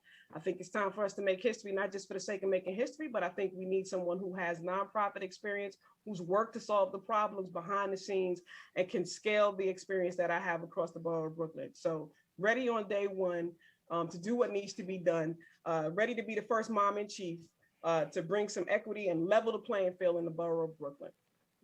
Now, who is going to be my number 2? I don't kiss and tell. But I think you ain't got to kiss him. You just got to fill in the bubble in the number 2 position. Eeny, meeny, miny, I don't know. All right. I have a lot of respect for everybody that's running. Let me say that. Yeah. A lot of respect. I have relationships with Kyrie, Antonio, and I have a lot of respect for Joanne Simon and all that she's done. I've known Rob for ever. So who my number 2 is? I'm still not going to tell you. All right. It's just a big old love fest in the Zoom room tonight. But, it's a serious question being posed, and it's a serious decision as we march into ranked choice voting for the first time. So we're asking all of you to lead by example. And even if you're not going to disclose, at least think about what that ballot is going to look like when you step in. But to the point, what is your management style going to be? Borough president in waiting, perhaps? Edwards? A listener and a facilitator, being a non-elected and really having to tour the entire borough and really have open conversation and open communications with every different community, you really understand that you're not alone in this process. And in order to really affect change, you have to be part of something greater. So I really, I'm going to look at listening to all of the issues like I have during my campaign, and really facilitate the needs of the folks in Brooklyn. I mean, you talk about East New York to Brownsville to Bed-Stuy to Bushwick to Bensonhurst. There's so many people that have stuff to say and need someone to lead them. And so that'll be my style. My number two, you know what? I mean, I guess since everybody else is not jumping out the window and saying it, I guess I got no choice too, because if I'm in Joanne's district, she's my number two. If I'm in Kim's district, she's my number two. Antonio, so that's the way I got to run it, because that's the way to run a good campaign. Be the number two in somebody else's backyard. You got a little bit of strategizing there. That was an insight into inside baseball and ranked choice voting provided to you by candidate Kari Edwards. So we're going to move on to Anthony T. Jones. You're a straight shooter. You've been giving it to us all night. So what's your management style going to be, listen, sir? I like Eric Adams, but I just like the way Marty just came out to, and how he interacted with people. And he happens to be an Aquarius like me. So I like Marty Markowitz. When it comes to my second choice, people want us to be straightforward. They want us to be direct. They don't want, us guessing and jumping around. So I'd probably take Antonio Reynoso or Kim Council. Thank you. His name is Anthony T. Jones, and he's a Aquarius? I'm Aquarius, brother. All right, moving on. You have candidate Antonio Reynoso, who's the first name mentioned to occupy the second line in a ranked choice ballot by another candidate. But more seriously, what do you envision your management style to be in the office, and who would occupy that spot for your vote? So I want a little bit of the Marty Markowitz is always good. You want to cheerlead for Brooklyn and make sure people know that we are the center of the universe. And it's important that people know that Brooklyn is the best place in the world. So I want to do a little bit of that, but I also want to do like an Elizabeth Warren style plan for that. I'm a big nerd. I like plans. So that's the type of management style that I'm looking to do, is just use my wonkiness and my energy to really big up Brooklyn, which is the work that I want to do. And look, for my second choice, I would say this: I'm going to reciprocate. The Anthony Jones did a really good job today. I'm really proud of him. So I'm gonna show him some love. But there are 4 candidates on this screen that are gonna be in my top 5. That's for sure. They're all on the screen. Oh, all will be revealed on election day. Thank you for that answer. And now we're gonna turn to candidate Simon. Give us some insight into your management style and that other question. So I think that everybody will bring to it their skills and their experience and their personalities and their interests. I would take a page from at least 3 of the predecessors in this office. Howard Golden, who worked very collaboratively and with stakeholders in many ways, and was a real visionary in terms of the development of Brooklyn in the world, and really developing the beginnings of the commercial core. I would also, Marty Markowitz had a great way with people, and that is something that, I'm a very accessible legislator, and I think we have to cheerlead for our borough. It's the greatest place in the world. And Eric has done remarkable work when it comes to health. But the reality is that I will bring my substantial experience in the community, legal, and legislative areas. I am running to be Brooklyn's first woman borough president, but not just because I'm a woman, because I have the experience to do the job, and I'm looking forward to doing that. Thank you. And you've definitely managed to not answer the question about who's going to occupy the second spot, but I'm sure you'll tweet about it as soon as this is over. I'm going to move on right now to candidate Lamar Miller Whitehead. What is your management style, sir? And the other question. Well, my management style is to bring the people together. I think the Black and brown community, the Asian community, the Russian community, the Jewish community, we have all been separated. And I've shown and proven that I have a voice for the streets. I'm the only candidate that has brought the streets together with community. I know how to bridge the gap. And I want to bring my expertise of love and forgiveness. I will be the youngest borough president, and I take after Eric Adams. I'm his mentee. My father, Arthur Miller, was his mentor, and I'm going to be an Eric Adams on steroids, right? I've been with him 8 years, and I've seen what can be done, what he can do, and I'm not trying to fill his shoes because I have my own shoes. So Marty was cool, but Eric Adams was a boss. Eric Adams did what he needed to do for Brooklyn and opened the door for a young African-American man like myself. Now, as to my second, I'm going to tell you straight up, it's Whitehead only. Okay, it's Whitehead and Whitehead only, the beginning and the end. So I would love to see everybody again if we can make that happen, because I think I got one more time, if my overlords will permit me, to ask you all a question. This is something that's been churning and churning. It's getting hot outside, the summer is here, the masks are coming down and we're wearing them responsibly, we're moving around. But the question goes to quality of life. What are you, as borough president, prepared to do about the nighttime fireworks that we experienced last year? It's an explosive question. Is it going to happen again? What are you going to do to make sure that Brooklyn sleeps? First of all, clearly there was a pipeline of very expensive fireworks that we need to trace where it came from. Those fireworks that when we did the, Eric Adams and I had a big press conference about those fireworks and the expense that it takes. So we know that those weren't purchased by the communities that they were exploding in. We need to do a thorough investigation to find out how they got here, where they came from, who supplied them, so that we can cut that off in the past. I don't want to enforce on the people who actually were firing them, because we know that they came from somewhere else. All right. There's some question about origin, but the question is, candidate council, how are we going to get some sleep? No, I got to say, I agree with Councilmember Cornegie on this one, because it wasn't just Brooklyn and New York. There were Maryland people, there were people all over the Eastern Seaboard that were complaining about these fireworks. So we definitely have to find out where they came from. But again, we have to engage our young people. We gutted summer youth employment. We gutted all of these things. We have to find a way to keep our young people busy and occupied and have the hard conversations. Like, this is a quality of life issue, and we have to make sure that we're talking to them about Candidate Edwards, is it going to be a sleepless summer? No, I mean, and the thing is, we have to give our kids something to do. You know, the kids didn't have to light the fireworks if we kept them occupied during the day, or really give them an opportunity to express themselves in other ways. And I think the fireworks are just an example of frustration through COVID, through George Floyd. And what we really have to do is educate our kids and give them an opportunity to put their energy other places. All right, we're going to turn to you now, Candidate Jones.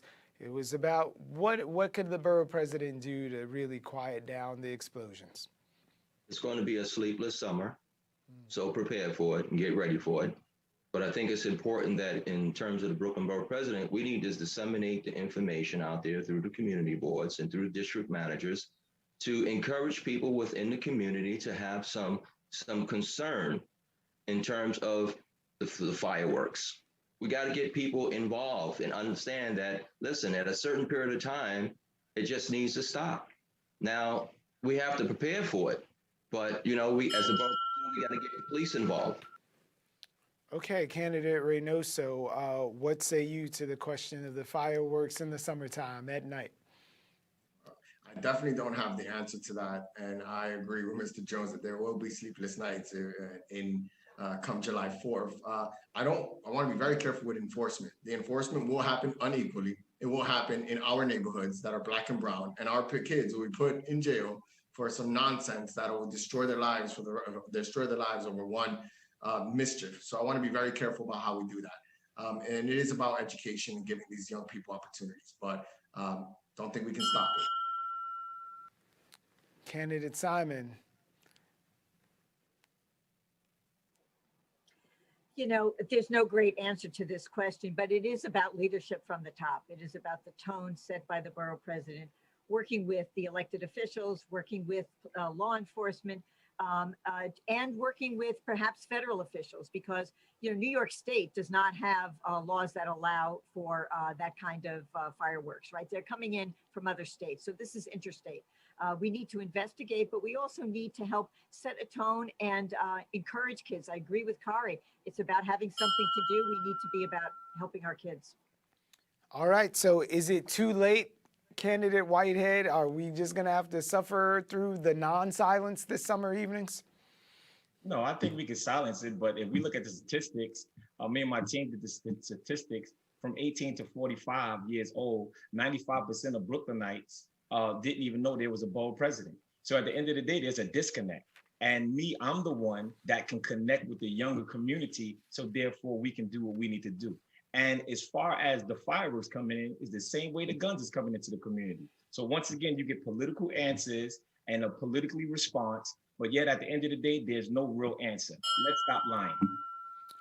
Well, thank you all for being here this evening. We've run right up into our time, so I want to use the remaining few seconds we have to remind everyone that Friday, May 28th is the last day in New York to register to vote before the upcoming elections. Early voting begins June 12th, and the general primary is going to happen June 22nd. So we'll see you at the polls June 22nd, if not a moment before in June 12th. Register to vote. We'll see you at the polls. Good night.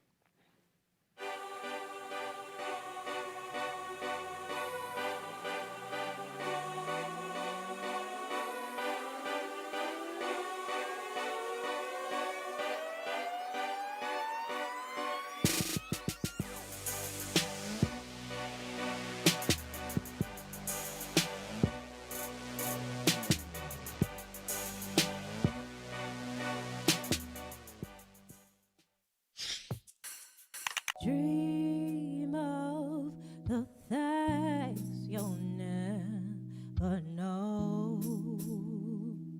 Oh,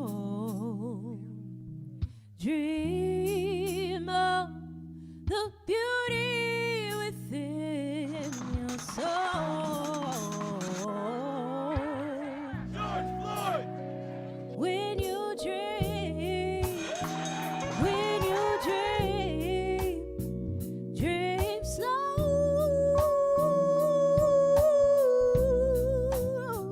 Take the time to let dreams grow.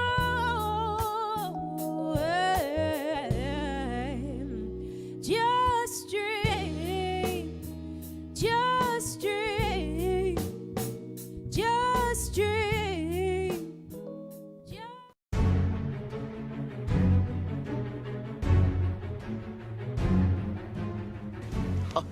And then Sheldon goes, "Bazinga!"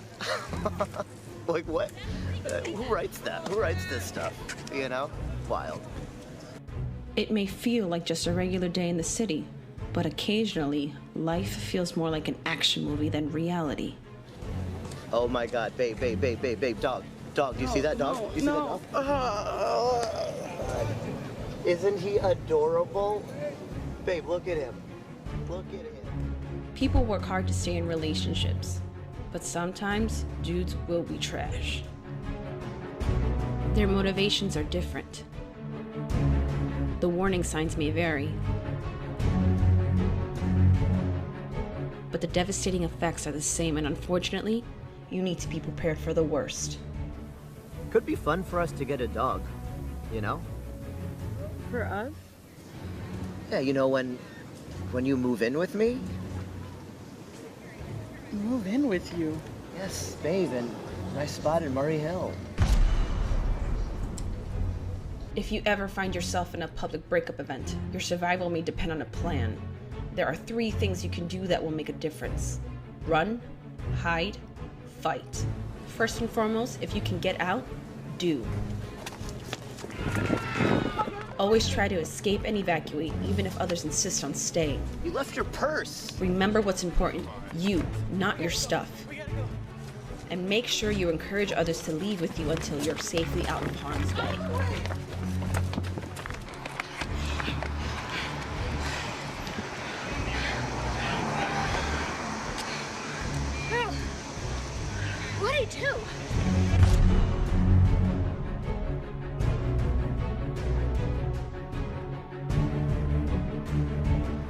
Yeah, you know when you move in with me? Move in with you? Yes, babe, in my spot in Murray Hill. My spot in Murray Hill. In my spot in Murray Hill. If you can't get out safely, you need to find a place to hide.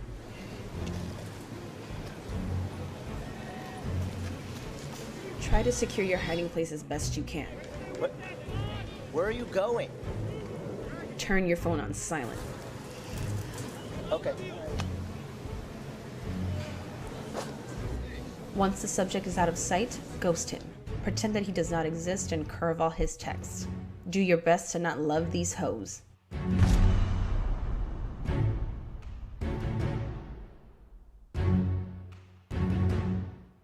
Move in with you?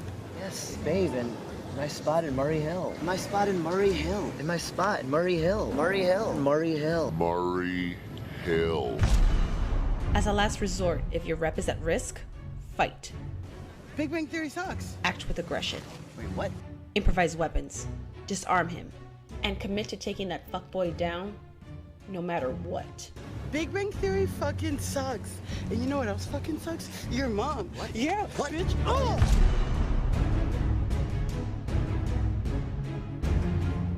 Try to be aware of your environment and always have an exit plan. If you find yourself in a trash relationship, there are 3 things you need to remember to survive.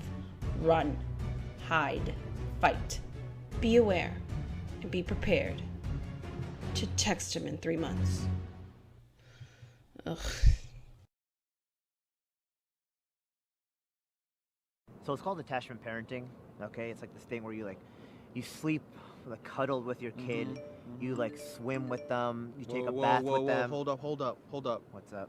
Yo, I gotta go. What? No, you can't go, dude. We have 2 tickets. Booty Millionaire tonight. AMC, dog. No, dude, I gotta leave right now. I gotta go. Okay, why? What could be so important? Go. Go before it's too late.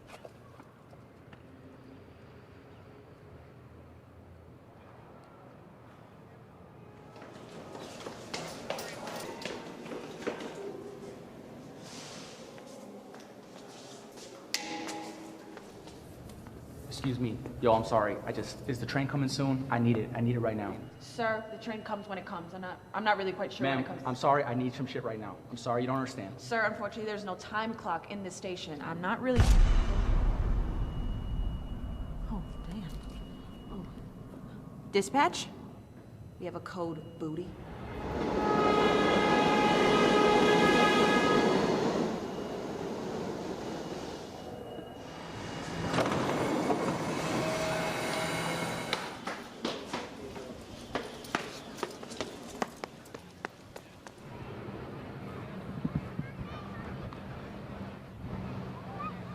Little help. Ball, please.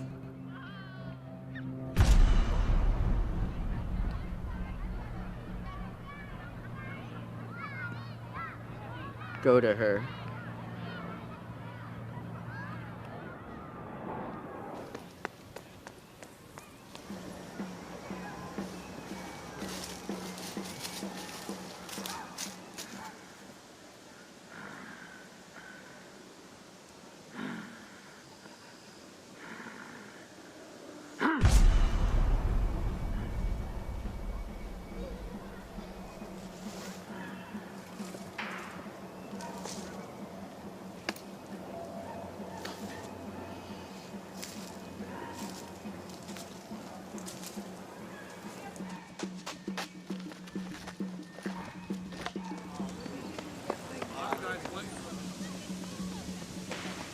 What the heck? That fuckboy. That little fuck boy. That fuckboy is now a fuck man.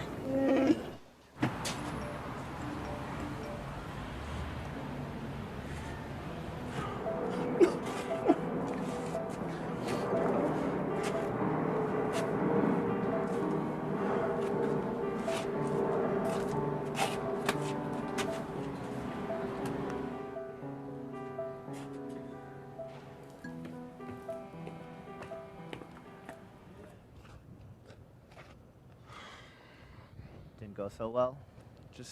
What were you talking about? So attachment parenting, dude, is like this newfound school of thought which like tries to promote a connection between mother and infant, Right. not just through like maternal empathy and emotion, but just by like physical touch and like getting bodies close. Intimacy, you know. And it's like there's a lot of controversy because like mothers and infants Oh shit, get dude, it, but dude, the movie started like 10 minutes ago. Let's go.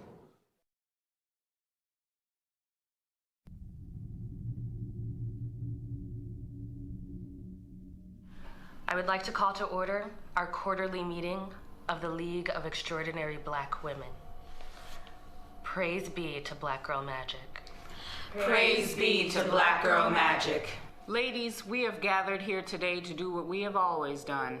Save everyone's ass. Sister P, would you mind reading the minutes from our last gathering? Last meeting, we all agreed we missed the Obamas. Black lives still matter. And white people still got us fucked up. Same as every meeting. Thank you, Sister P. Sister X, what is on the agenda for tonight? We'll be tackling the issue of income inequality in the Black community. But first, would anybody like to add anything to the docket? Yes, I would like to propose a movement to protect Maxine Waters at all costs. Your word, she is the only one out there doing shit. You know, I really wish our entire government was run by a bunch of old Black aunties who've seen some shit, because you know they'd be hard as hell. I'd like to propose a national holiday to celebrate Black Girl Magic. We've been fighting for everyone's rights, taking care of people, all the while staying fly for years. Yeah, it would be nice to just have one day without the Kardashians and blackface. Just one. Yeah, we can disconnect from everything and everyone and just listen to Solange, Beyonce, and Cardi B all day. Praise be to Black Girl Magic. I'd like to propose we find out who this is. Praise be to Black Girl Stop. Magic. Everyone, this is Heather, our liaison to the whites. You know, we keep trying for unity and making the world a better place and all that. Anyways, back to business. I'd like to outline my plan for closing the wage gap while simultaneously reducing carbon emission, all the while bringing jobs back Can I just say that everyone's hair looks on fleek? Hannah, just say what you came to say. Well, up top, of course, is the wage gap. I mean, did you guys know we're making 77 cents to every man's dollar? I mean, what? This bitch, girl. 77 cents? You out here fighting over 77 cents? Our wage gap is like 63 cents. And Latinas are out here dealing with some 54 cent on the dollar bullshit. Relax, we got this. Oh, okay. My bad, guys. I've just been so tense since we elected Trump. We? Who is we? We speaking French now? Who is we? Look, Helen, we did not do anything.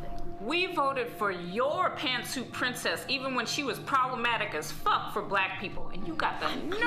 I'm sorry. We need to come together now, okay? We need unity and solidarity. Can I just get petty for 1 second? All in favor of adding a petty moment to the agenda? Hey! Pause for pettiness. You may proceed. Where is this amazing kumbaya-ass spirit for Black issues? This is bigger than that. This is for all women.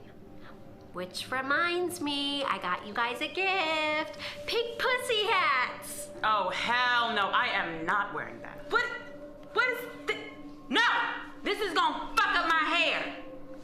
To wear it as a purse. No, this bitch. Ladies, we're getting off course. Let's continue the meeting. Yes, let's get back to business. Heather, thank you for your gift, but no thank you. We're trying to fight for some real change for everyone, not just y'all in the Starbucks line. Where are we on the agenda? Looks like we're at the part where we quote Nina Simone and say amen. And to quote Nina Simone, I tell you what freedom is to me. No fear. Amen. Is it lunch break yet? Yes, girl. Because I need me some Thai food. I need me some pad Thai, a wonton, shit, something. Okay. Great meeting, everyone. Are we in Brooklyn or are we in Harlem? Are there cabs here?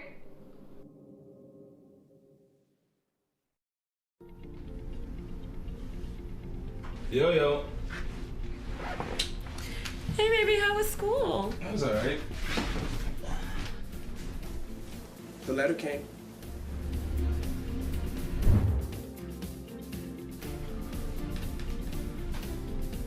There it is. Come on, just open it for me. You sure, honey? Just get it over with. When did it even arrive? It came today by carrier pigeon.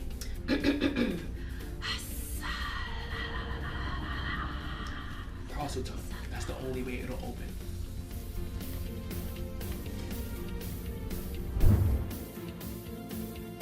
Here, honey, your Latin's better than mine. Let me see what I can do. I'm a bit rusty. Just read it, guys. Come on.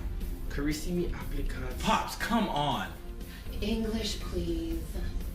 Dear applicant, we are pleased to announce that you've been accepted to the Illuminati for the fall semester. I can't believe this. You're gonna be an Illuminati man just like your father. Just like your old man. Join the ranks of influential alumni such as Jay and Beyonce, Barack Obama, Jaden Smith, and Ed Sheeran. And look at this. The official badge. We are so proud of you. I better tell Harvard I'm not coming.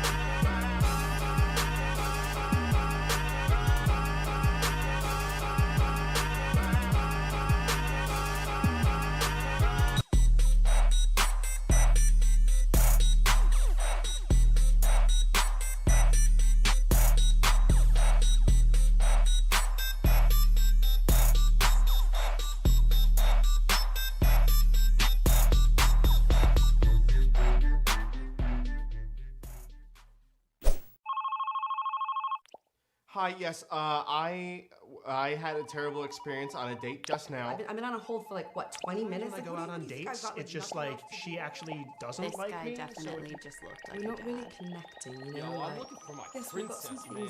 Are you there to help me or are you not there to help me? I'm very lonely. Sometimes when I'm riding the subway and a couple gets into an argument, I pretend I'm one of them. I used to go to this donut shop, but the girl who used to give me free donuts, she got married. So she's not there anymore.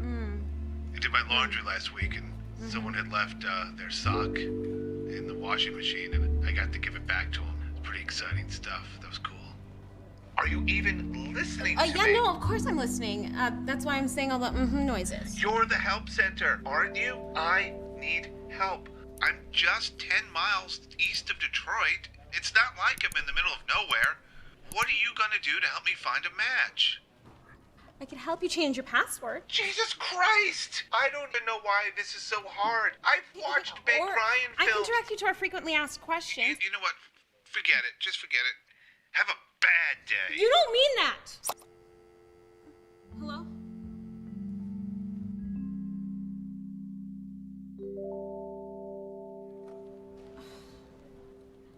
Ooh, sound like a rough one. Can you blame him? He's just lonely. All he wants is to find love, and we're doing nothing for him. What are you talking about? We're a dating app. That's all we're doing. If our dating app is so good at finding love, then how come all the guys who wrote it are virgin nerds? I don't know. Caleb said he went on a few dates with Naomi Campbell. Caleb said that? I think he was lying. Yeah, he's lying. He's probably lying. Look, the point is, Faceplug409 will be fine. That's his name. That's why. If he can't find love, I put that soundly in the category of not our fault. Don't say that. Faceplug409 deserves love. Okay, calm down. Think you're getting way too emotionally invested in these calls. People sign up for Smoocher because they need our help. It's just that this algorithm, it's... Falling in love is not a rational, algorithmic thing. It's messy, it's magic, it's human. I know that I can match people better than these machines. Cool. Just make sure nobody else hears you saying that, because if Alan hears it... Emily, can I talk to you for a second? You know, of course, Alan. Good. Have a seat, please.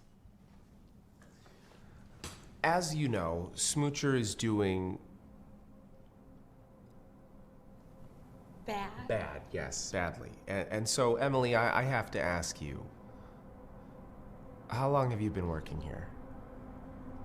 Are you firing me? Oh, what? No! Alan, when a boss asks how long you've been working here, it means that they're about to fire you. I just want to know. Well, then you ask HR. Okay, fine. I can ask HR. Yes, I know to ask HR. I know how to run a company.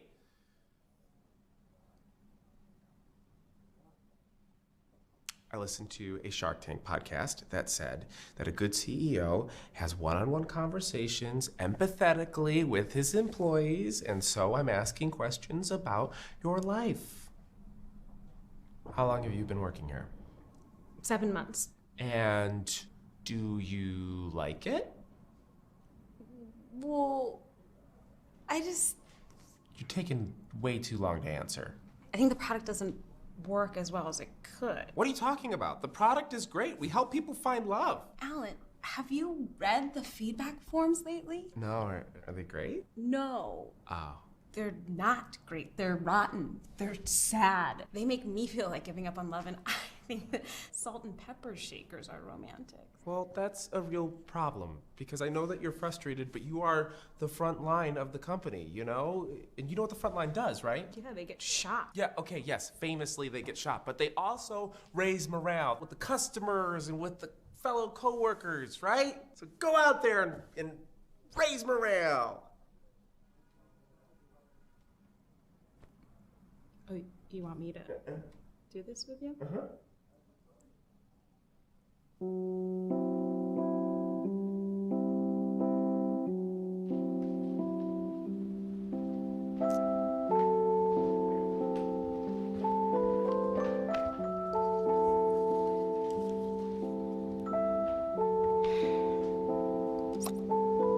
Thank you for calling Smoocher. How can we help you?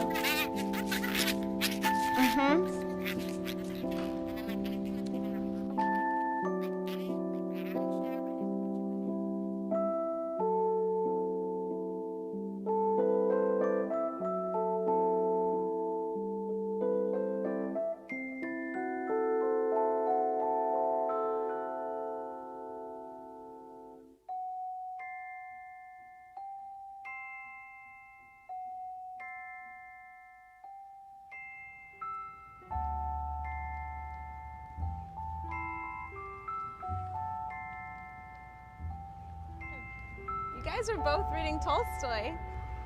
Talking to I you? wasn't talking to you either. You're reading? I don't understand people in the city. I just want to yip yap. Some people here. It's amazing. I'm Susan. Victor. Okay, guys, let's quiet down. Let's quiet down. I have a few announcements. First, I've decided that for us to be better advocates for our platform, we all have to become active users. So starting this week, we are going to require that everyone go on at least 3 Smoocher dates a week. You can't do that. Sexual harassment? Yeah, that is illegal. Illegal? Yes, you will go to jail. You don't Jail. You don't want to do this. Okay, hey, that announcement is canceled. Unannounced, all right? Moving on to the next announcement, and this is the important one. This one's really big. Now, as you know, we have been trying to find ways to raise our retention numbers, or at the very least, keep them from going down so much. Okay, it did not have to go that far down. Who made that graphic? Colin? Why? Why make it go so low? This feels personal. Okay. We've always said that the algorithm is the best way to match people up. But as customer service knows, we've been getting a lot of complaints. So I think we've figured out a change. A big change that is going to make you and your team very, very happy. We're getting rid of the feedback forms. Yes! They're fucking gone. Alan, if the feedback form is consistently full of unhappy people, shouldn't we try a different way to set up matches? No. Any other questions? Cool. Get out! If I die, I want someone to be there to find the body. I'm sorry, Darla. We're working as hard as we can. Well, it ain't working. You think I'm gonna start paying for a damn thing that ain't working once my trial period ends? $5 a month for a whole lot of nothing. It's $20. What? If you can't get me a match for free, I'm not gonna pay for the damn thing. I'm just 5 miles east of Detroit. It's not like I'm in the desert here. I understand it. Wait, Darla, can you hold on a sec? Fine.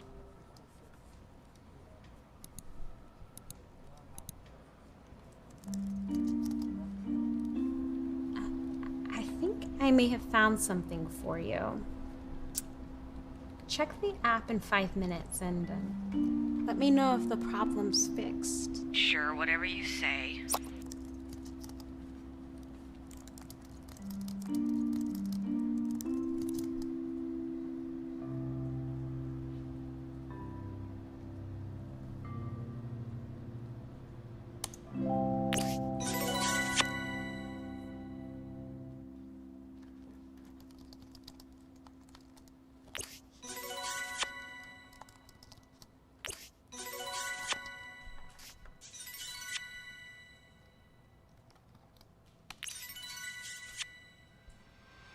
Emily, burning the midnight oil. I like what I see. I wasn't doing anything. I know. But this is great. I wanted to check in with you after the meeting, like a good CEO does. You know, Steve Jobs never checked in with his employees. Look what happened to him. He died? Yeah, he died. Anyway, I hope you're okay with the feedback form thing. I know it's not what you wanted to hear, but we can't take personal responsibility for matching people up, especially after, you know, what happened at Cupid with the Ho-Hocus incident. Wait, what? Oh, you don't know about Cupid? It was an app. They took the word cute and put it where Cupe was in Cupid. No, I know, I get that part. What's the Ho-Hocus incident? Oh, it was terrible. One day, a matchmaker from Cupid tried to match up a couple from Ho-Hocus, New Jersey. It felt like a slam dunk at first because they were both in the clouds. I mean, how many people are in the clouds? But it turns out one of them was in the clouds in a very John Wayne Gacy kind of way. She ate him. What? All of them. From the feet up. No. You'd know if someone was gonna eat a person, right? No, you can't tell who the cannibals among us are. They could look like anybody. Did you know that when someone is murdered, more often than not, the person who did it was their spouse? That or somebody they met on a blind date? It's a very dangerous game we play. Derp. Anyway, happy Friday. I'll see you on Monday.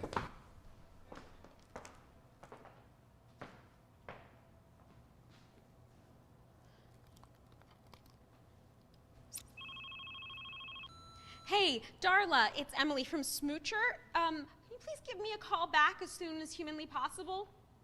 Everything's fine. Saving all the kisses for Victory Day, for when you walk back through that door. I'll be your missus when the company dismisses and you're done with your last tour. Smile, darling, you're on the Victory Mile, darling. Nearly there, baby, wrap it up, bring the flag home flying. Think of the home range, think of the knot we'll be tying. Come home, darling, and walk me down the aisle, darling. Are you thinking of me frequently? 'Cause I've been good and true. I've been saving all my loving, promise that I'll do all that I can just to make you happy and never be blue.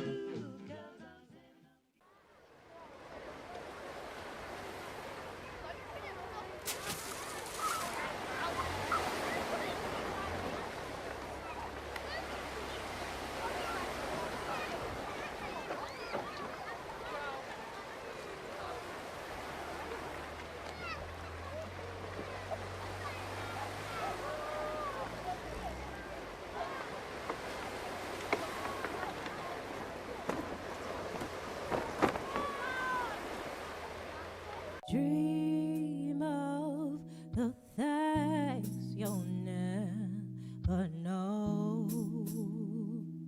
Oh, dream of the beauty within your soul. George Floyd! When you dream, when you dream, dream slow.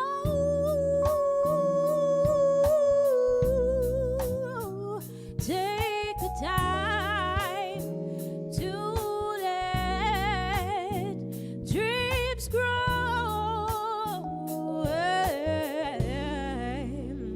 Just dream, just dream, just dream.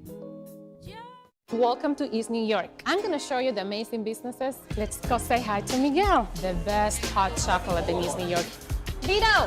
Is it not like a customer, it's like a family to me now. Day You Travel came to the community with only one little desk, and now he owns the whole building. This is a community of opportunities. Hello! The health of the neighborhood is also places like the Cypress Hill Senior Center. We have a little bit of everything here, and everyone feels like family here. East New York is family to me now. As per U.S. law, any child bought or sold into the sex trade is a victim of human trafficking. Why is the first time I'm hearing about this? On the same websites where you sell a couch, there are sections to buy people. Really? And up to half of these victims are boys. There is no such thing as a child prostitute, only a victim of exploitation. And it could be anyone. She's talking about me. Should I say something?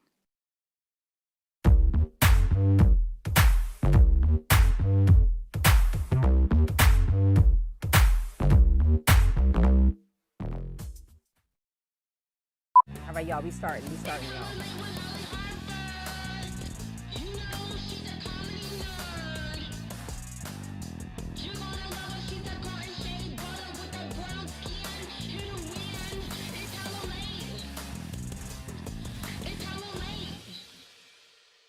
Hello, everybody. Hey. Oh, thank you.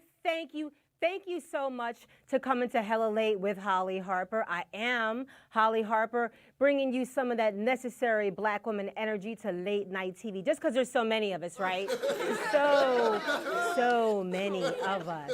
I have a great episode in store for you guys. It's called Rock Comedy, because I've lived several lives, but a very big chunk of my life was waiting tables in music venues, and I got to soak up a lot of rock star energy. And the thing about rock stars is that they just have a kind of heat that draws you to them.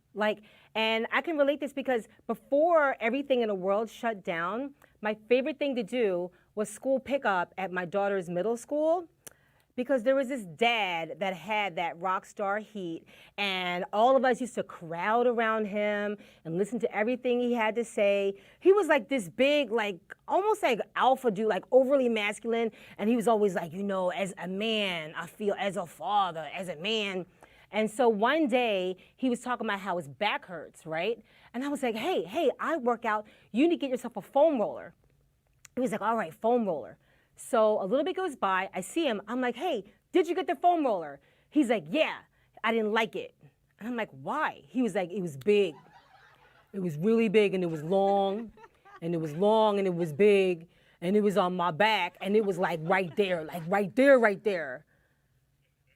I was like, are you afraid the foam roller is gonna get you from behind? And he was like, no, it's not like that. It's just, it was big, it was like real big, and it touched me. It touched me like right there, and it felt bad. And I was like, okay, pretend my hand is you. Show me where the foam roller bad touched you. And he's like, you know, I don't even want to talk about it anymore. You're making me feel self-conscious. And then I doubled down. I was like, look, you know you want this big, long foam roller. You know you want this big, long, and big foam roller. Just get down to the ground. You could have been done by now. Why you being a tease? And then he called 911, and he blew his rape whistle because I was saying some rapey shit, okay? So I saw him about a week later, and he was pissed. He was like, look, I didn't appreciate how you treated me last time. I felt disrespected, and I felt victimized. I was like, oh, okay, I'm sorry.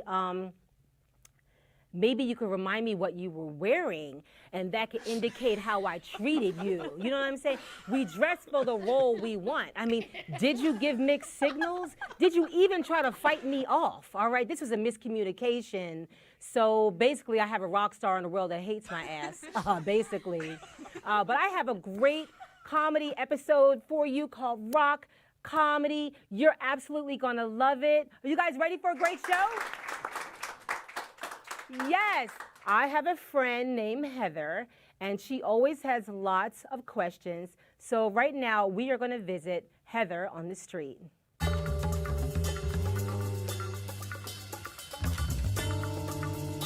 Hello, I am Heather Michelle Harper. Heather on the street for Hello Late with Holly Harper. Now, Heather has questions, and the good people of Brooklyn have answers.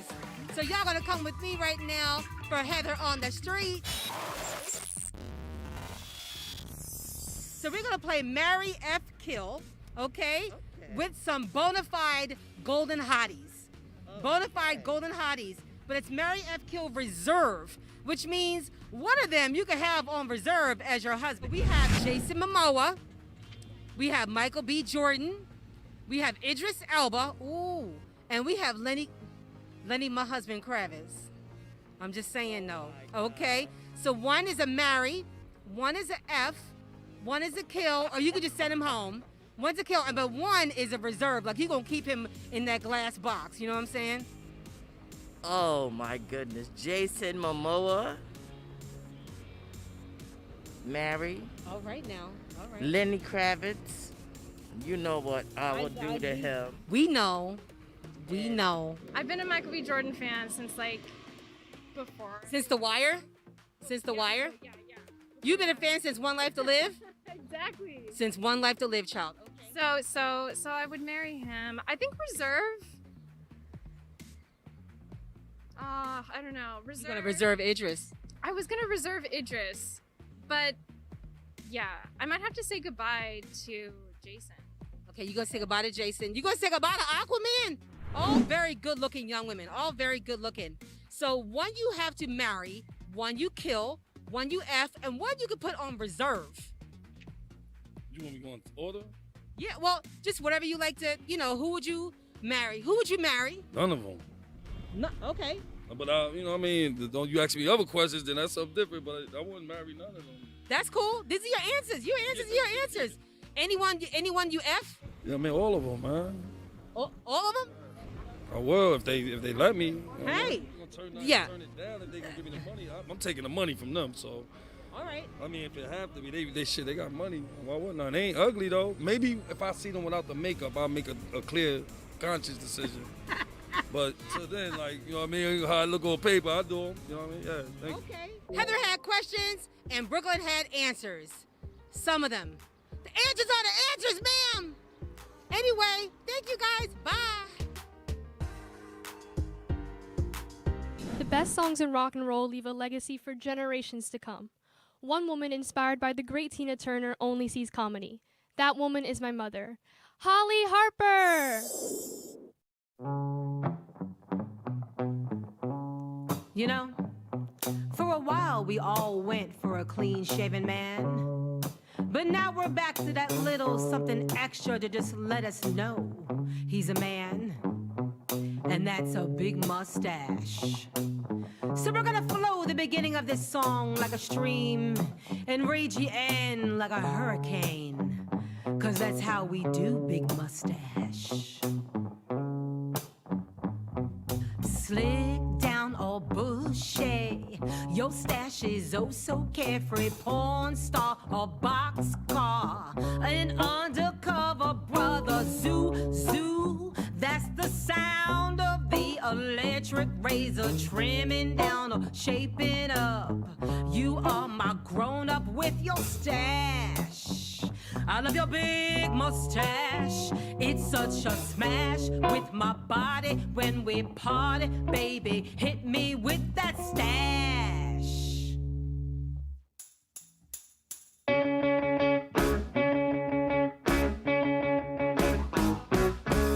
Skin tight pants with the Belgium here to France. You are rocking my world with your big mustache. Blown afro with a leather coat you go. You be holding it down with your big mustache. I love your stash, your big mustache. Honey, coming right to me like 73, and we can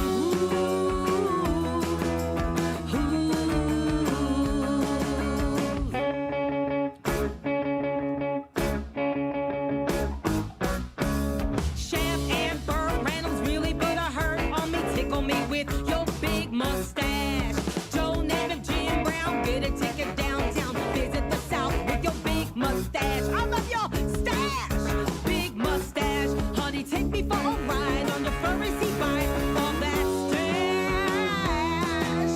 Handlebars that really got me. Wake me up like Kawasaki.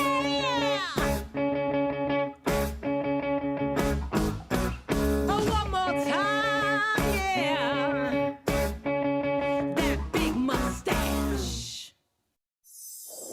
Sometimes in life, you meet a person whose talent and warmth is so undeniable, you just want to be a part of it. Please put your hands together for our comedian, Dave Lester. Hey, I'm so happy to be up so late. This is not my normal thing. I'm in bed by 9:30, so I hope they play this earlier on. I can enjoy it as well. I was married. I got fired from that. Look, every job ain't for everybody. Listen. I didn't like the hours. I didn't like the people I worked with, and my boss was a bitch. So I left that job, and now I temp and consult because let's face it, temping ain't easy. I wouldn't call myself a feminist. I just believe that women should have things that they want. And as soon as y'all figure out what the hell that is, you let me know so I can assist you. I'm older now. I'm 47. I'm 47 black man. I'm a 47-year-old black dude, which makes me 65 white man years old. It's different. I'm spiritually 87, because that's also how black people age. Just turned 40. For my birthday, I wanted to be a white man for 7 minutes. I wanted to be a white man. Yeah, I said it. I said it in 2021. I want to be a white man for 7 minutes in Midtown Manhattan, ordering something near Bryant Park on a Wednesday afternoon and not getting what I want. I have a very specific white wish, to be honest with you. And I don't want to be like a regular white dude. Nah, John Mayer, nah. I want to be an old white man. You know, those older white dudes, powdered wig, Ben Franklin, founding father face looking motherfuckers. Like, those are the kind of white dudes I want to be. Because those white dudes get to do something I would never live through. They get to cuss out police officers and live. Have you ever seen an older white man cuss out a white cop? That shit is beautiful. That shit is art. To me, that's my NBA. You know how people watch the NBA and goes, what an amazing athlete. I wish I could do that. I look at old white men cussing out white cops and go, I wish I could do that and live. Look how he's cussing that guy out and telling him exactly how he feels about things. Oh my God, what a fantastic athlete. Look how high his disrespect is off the ground. He's amazing. I want some of that. What kind of sneakers was he wearing? He was wearing their privileges. Oh, I like those. I like those. I'm going to get me a pair of those. You can't get a pair of those? And why not? Because they only come in white. Oh, tell me I can't get a pair of those. Those people are made in this country. I'm telling you, I can't have a pair of those. Okay. It feels unnatural for me to even be doing that. Day bless you guys. Have a great night. I had a great time here on Late Night. I hope you guys did too. Day bless you. Goodbye. Ow! Now, one thing that defines me is my love of asking questions. And if you're someone with enough heat to warm the whole solar system, well, I'm just in heaven. Please enjoy 20 to 1.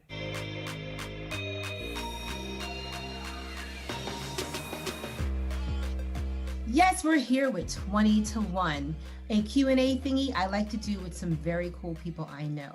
Okay, so basically, we're gonna chop it up, and then I'm gonna ask a series of 20 questions and get answers in a minute or two. I don't like to rush people. Here we go. Hey everybody, we have Hisham Tawfiq with us. Hey Tawfiq, how are you? Hey, what's going on, Holly? Hey, I'm great. You look like you are out somewhere sunny and nice. I'm so jealous. Look at you. Yeah, a nice day. You got to take advantage of it. But listen, everybody, Hisham Tawfiq, if you don't know who he is, such a freaking star. He plays Dembe on NBC's The Blacklist, and he's led actually a very, very interesting life. You studied with the Negro Ensemble Company, right? Absolutely. That's kind of where, I won't say that's where I got my start from, but it was in the genesis of me pursuing acting. You've been on some really cool Law and Order spin-offs, like Special Victims Unit and Criminal Intent. So like, you know, that's like the bona fide. That's like bona fides of like so many actors. That's where all the New York actors go to get some jobs. Absolutely, absolutely. But listen, I want to play this fun game of 20 to 1 with you, where I ask you some of nothing crazy, just like some fun questions. And usually 20 to 1, we'll try to get it in a minute, but it never goes that way. It always goes a little over, like 2 minutes. I like to give people time. Don't rush anybody in the Panini pandemic. Don't do that. So here we go. Ding on the clock. Who was your best friend when you were 10? When I was 10 years old, my best friend was a guy named Ibrahim. What year did you have the most fun in your life? I think that had to be my last year of high school when I was a senior. So that had to be 1989. Me too, holla. Hey, that was a good year. 89 was a very good year. I think this is going to answer itself. Have you ever helped someone in danger? That's kind of been my life calling. Yes, it has been. Have you ever peed yourself in public? No. Nobody's willing to come. I mean, now that I'm getting older, I might have to get some kids, but I haven't done it yet. Okay, would you rather break your leg or have an STD?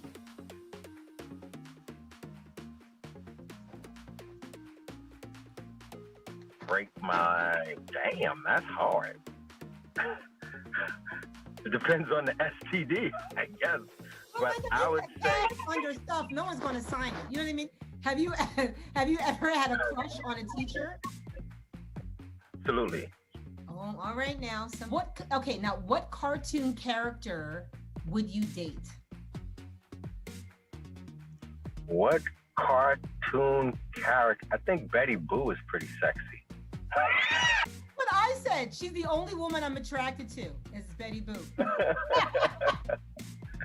Oh my God. Well, listen, thank you for playing 20 to 1 with me. I appreciate it. Thank you. Listen, what's up next for you? What's going on in your life? What's going on in your life? Like, what's up? What's going on next? Either personal, life, social, whatever. I'm expecting a baby April 16th. What? You didn't tell me when I saw you a few months ago. That's wonderful. And I'm just so happy. You're so wonderful. Like all the work you've done. Thank you. We all just love watching you. We think you're awesome. And thank you so much for being hella late. I really appreciate it. Some moms love to make snacks and always bake cookies, and some moms don't. Please meet a perfect mom.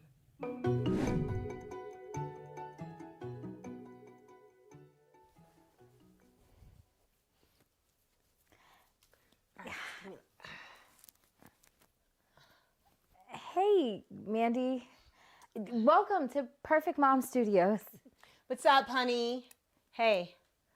Whoops. I dropped something.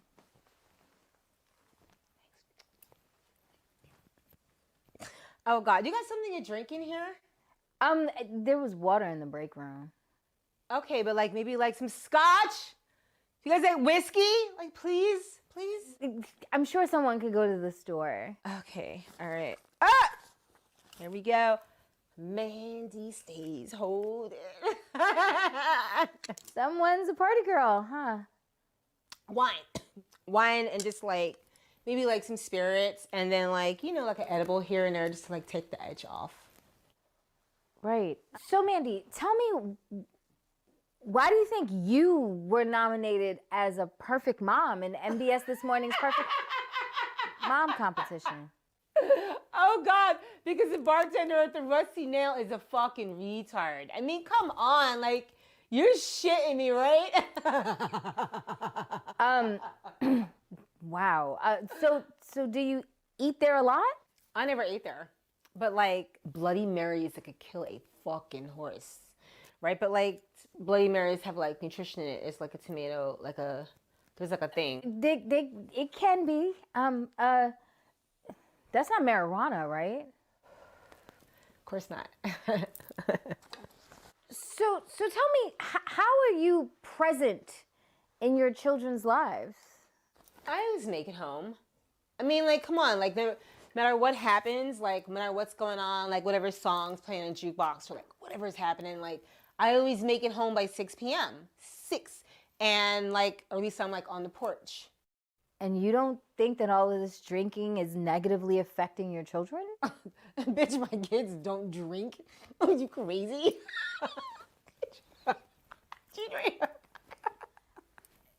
No, you're drinking negatively affecting them. Oh, negatively. Oh, God. Come on. Like, what are you, child services?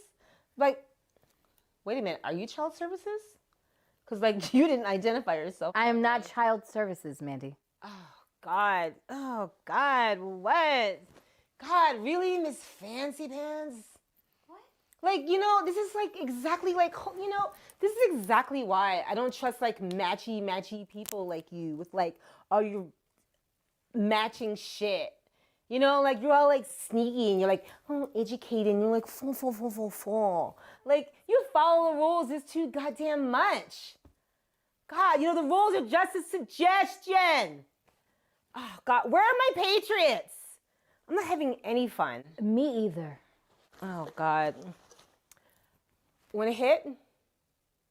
Oh, hold on, I'm so rude. You want some? Come on.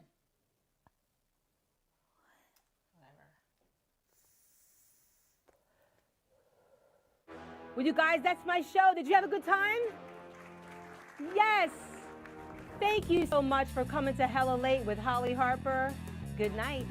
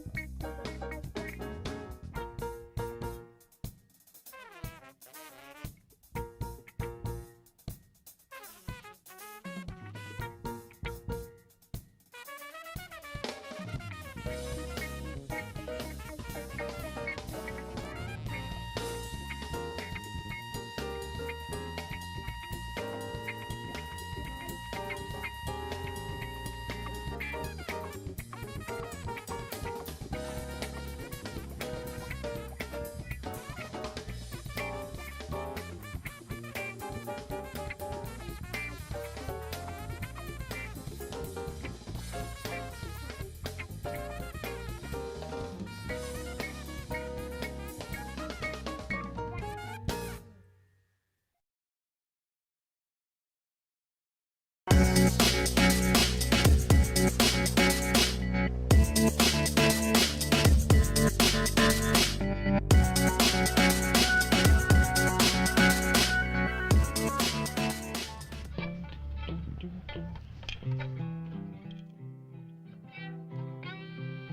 was a teenager and I would sleep with my guitar in my bed. I had a lofted bed at college. I had one of those dreams where you're dancing. And it was a ballroom dancing experience. And I threw a leg out and I kicked my guitar out of the loft. And woke me up by hitting the floor. And then it had a giant crack in it.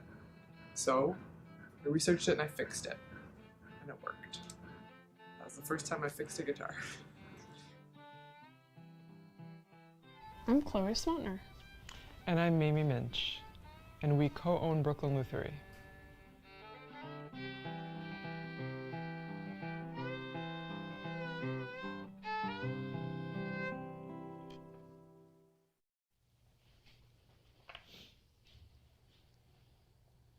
It's been really empowering to own our own business. And we can kind of write the book. We can do things that we really want. Yeah, I found it really pleasurable and fun and cool to do it with my friend Chloe. We decide how we want to have our days be, how we want the space to be.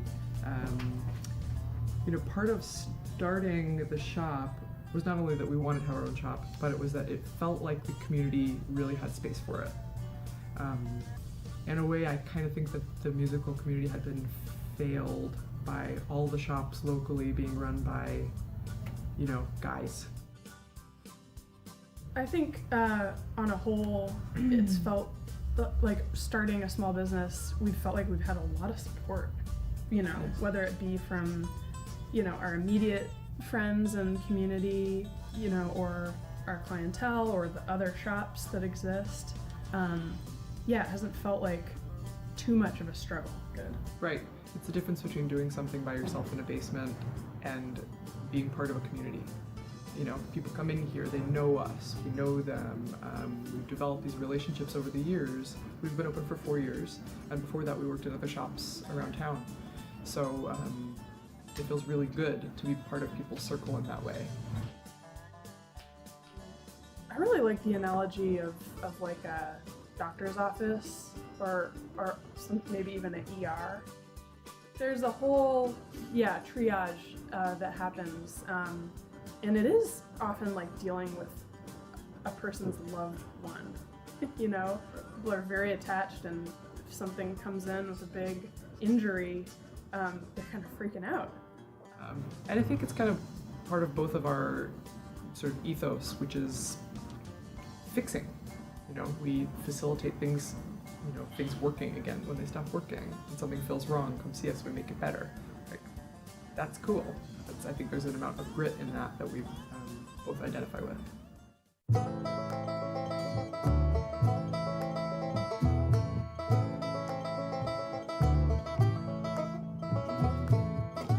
I think of craftsmanship and the kind of craftsmanship that we would like to do here as being something that you develop.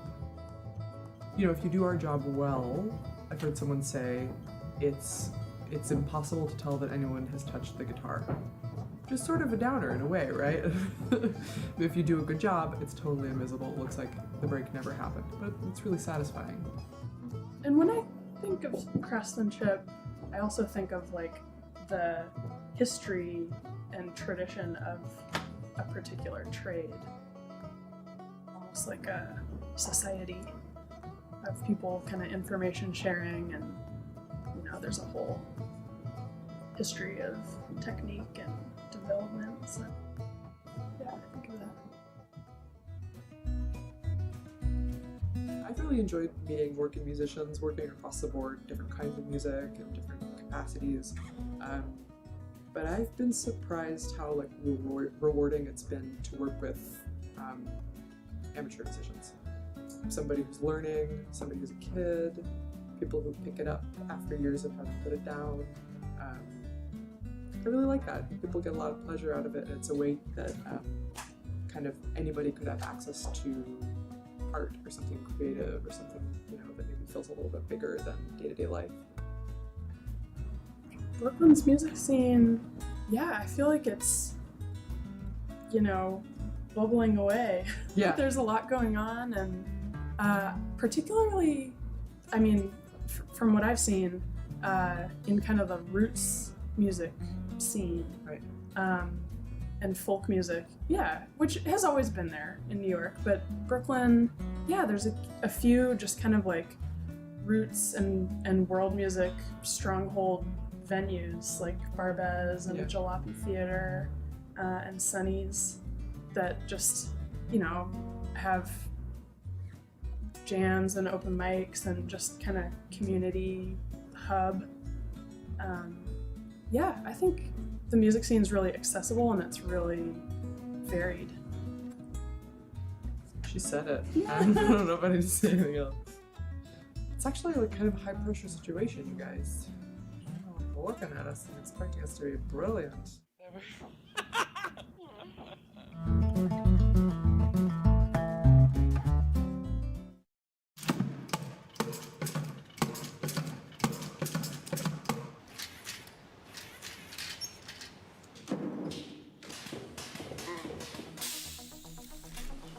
We are at the Amorphic Robot Works studio in Red Hook. It's also known as the Robotic Church.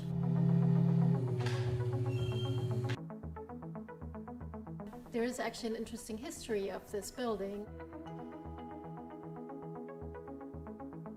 This place, in 1880, there was a whole crew of Norwegians that were building this church, and they were fishermen that worked out here. They labored intensely, and then they started bringing together all these beams, and they built this church. The labor of building this church by those individuals is amazing. The mission of Amorphic Robot Works is to create large-scale robotic sculpture. Studying traditional art, I was always drawn to dance and movement too. That was a kind of a natural evolution that from performing with my body, I abandoned my body and I began to animate the skin that I would wear in my performances. The mission was to find an expression in these robotic machines that is close to communication. How would they communicate with each other?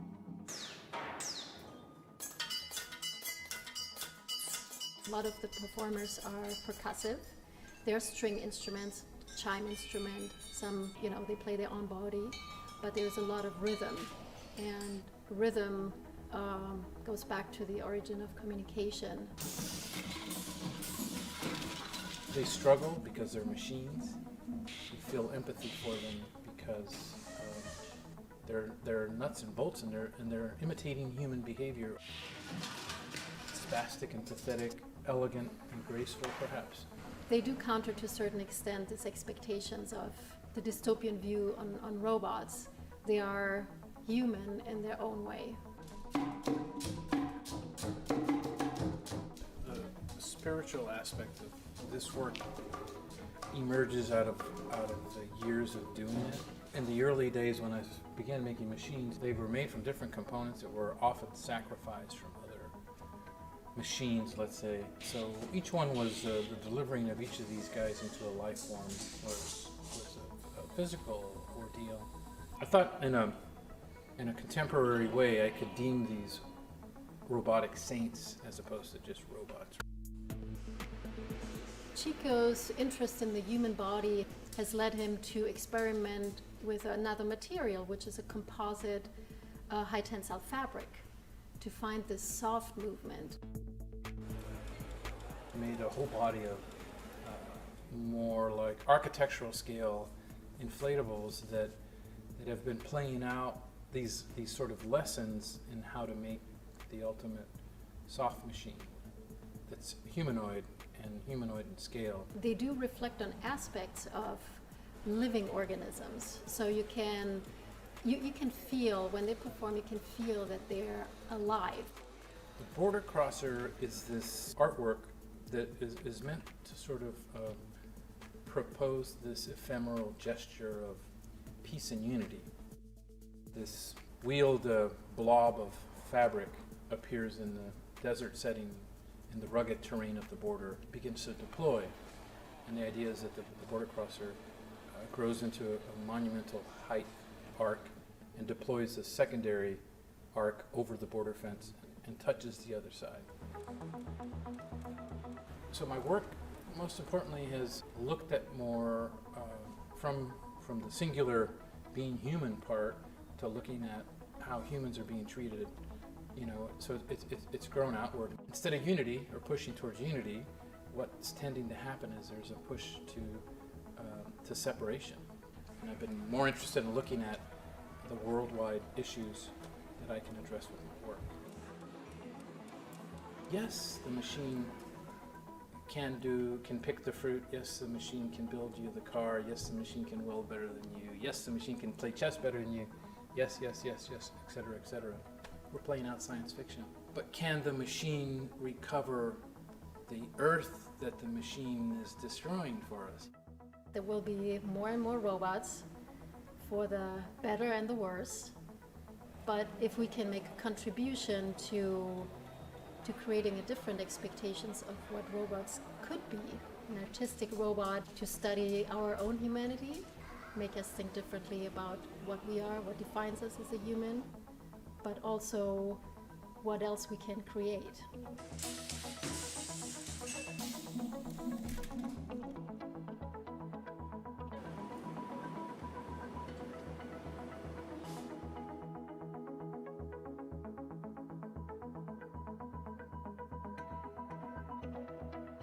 When you make art, we cannot do it to please others. We have to do it to make them think. And some people are going to love it, some people are going to hate it, but at least you're making them think. And that's really what I want. My name is Grimanesa Moros. I'm a multimedia artist. I was born in Peru, and now I live and work here in New York City.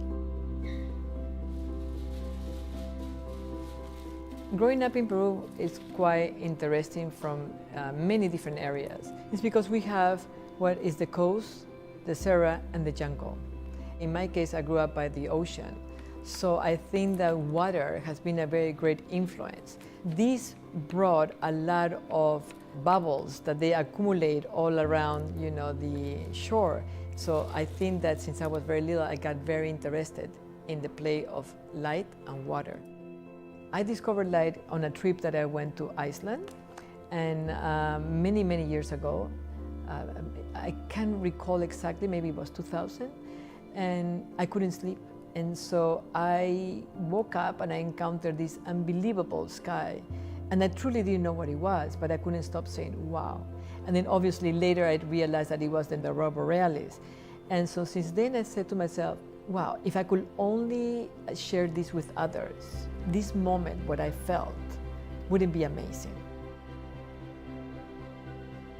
The project and the fee, for example, in the case of Hedera, has been thought about the community. You know, the park itself and the architecture, how the piece was going to be responding to the environment and with the people.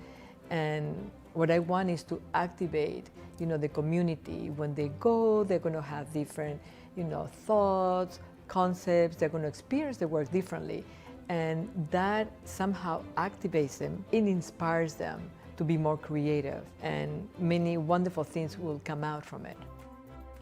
To build a piece like that, it requires a lot of collaborative team effort. Building the piece there, being on the field for 3 weeks, that's an amazing, magical experience as well, to see how from nothing gets built. How many, you know, tubings I'm going to be using, how many domes, because that requires about the amount of LED lines and electrical hardware, power supplies, and all the goodies that it goes with it. I truly have to know what I want, because each lines are 240 feet, some of them more, and so it requires a lot of manpower to hold them. You know, some of them are thick, they're heavy. So I cannot improvise that much, because to put each tube takes maybe 3 hours, sometimes more, depends, right? So imagine if I have to, okay, I'm sorry, I don't like it now, it goes down. So it is pressure for me to perform. You require confidence to truly know what you want. And I think in my case, I have got it through time. Hedera is a 360 all around. So you constantly have to build the piece, having that in consideration, that it has to make sense, to me from all these different angles. But obviously, my intention is truly to grab my viewer. So if I'm able to take you into the piece for seconds, then I think that I have been successful.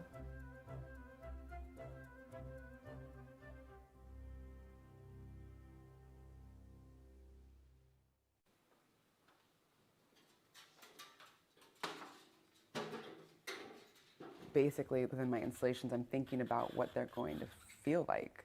And I think in abstract work, one thing that people don't realize is it's all about what's happening inside of you as a responder and as a viewer.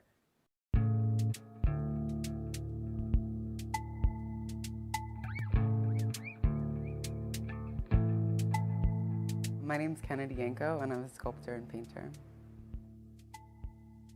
I feel as an artist, like my biggest struggles that come up are just always getting over the hump to the next step. Like it's kind of like creating a new project. There's a cyclical nature to like what you're doing. There's the beginning where you're like conceiving it and thinking about it, and there's a lot of blocks there. And then there's the building of it, not knowing like what's going to happen next, and there's the blocks there. And then there's this kind of the climactic moment of when it's installed and it's ready to go and you get to share it. And I think that frustrating part in between of not really knowing what's going on is definitely challenging for me.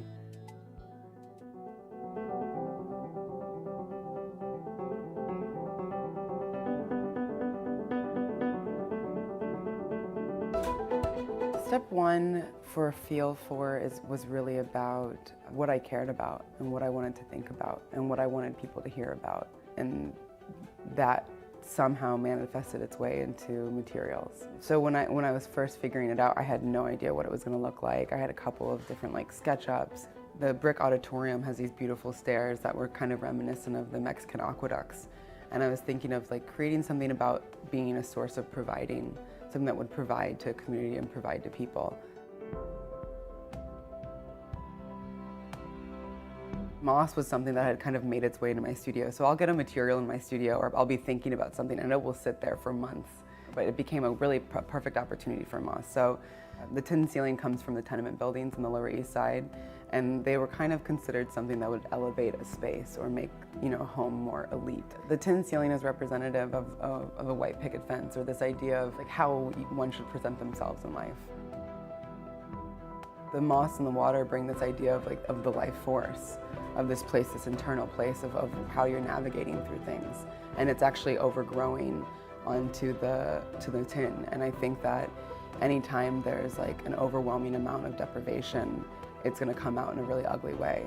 So the moss is kind of just working its way through that, because it's going to come out sooner or later, and it might not be so pretty. The structure is about eliminating the structure.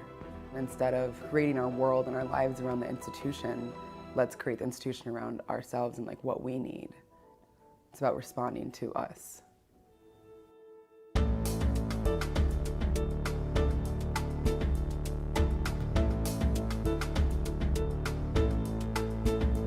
I certainly feel that there's a signature that weaves its way through all my pieces. Even if there's not a skin on it, or if there's not a particular shape that it takes on, I think every artist has their own flavor. If you take two artists that are doing something really similar, they're still going to taste completely different.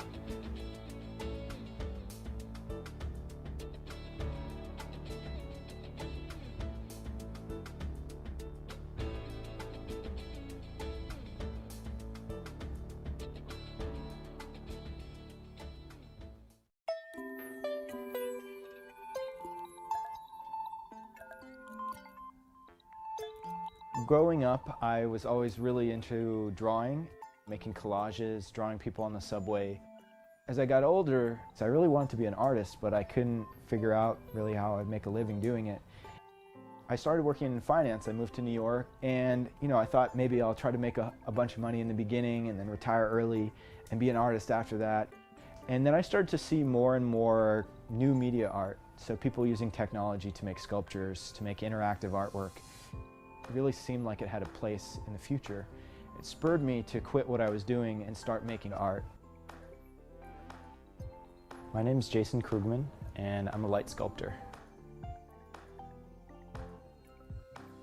I call myself a light sculptor because I primarily work with LEDs, and it's almost like weaving with electricity, and then I sculpt with it. This sculpture is called Basket.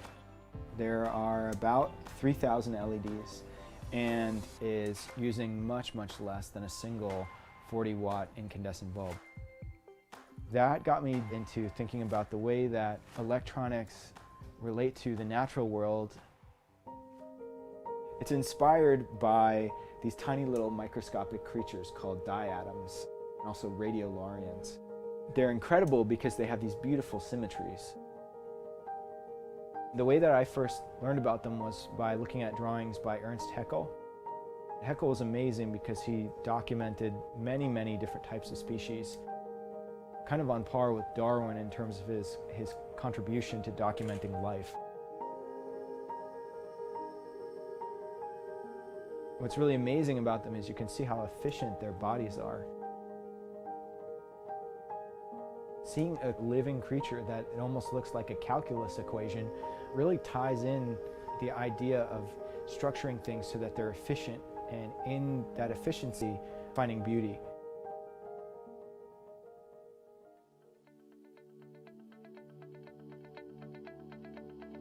Right now I'm sitting in my studio, which is housed at New Lab in the Brooklyn Navy Yard. New Lab is a platform for scaling frontier technologies and champions the world's most forward-thinking entrepreneurs. We recently expanded into a new fabrication workshop here, where we will build huge sculptures that weigh thousands of pounds. So this is the new fab space. We're building 20 light sculptures here in about 2 months. And we're going to start cutting, gluing leaves now. We were lucky enough to find a great warehouse space across the street at the Cumberland Packing Corp, where they used to pack all of the sweet and low and sugar in the raw packets that people like to put in their coffee. It was a great space, a little weird because sometimes when someone would sweep the floor or move something, you could get a very faint taste of a sweet and low. It was pretty gross.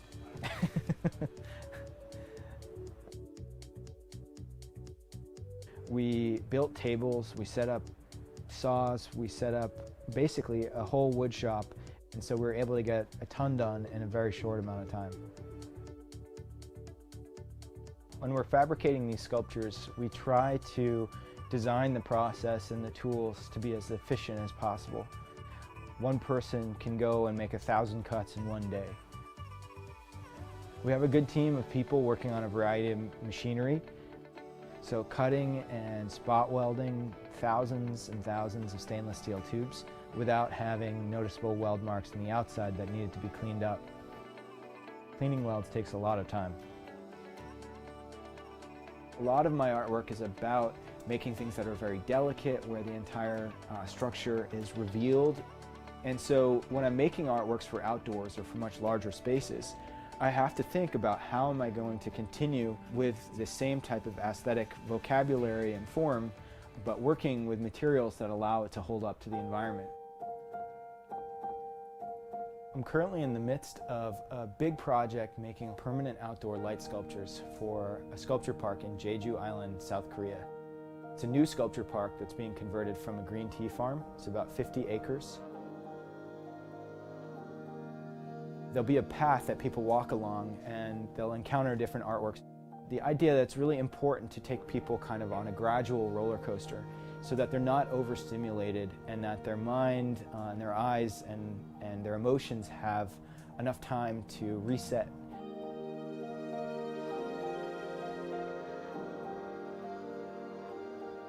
One of the sculptures that I'm most excited to see, it's a light sculpture, but it's entirely based on reflected light, which I think is a really elegant way of making light artwork that lasts really well outdoors.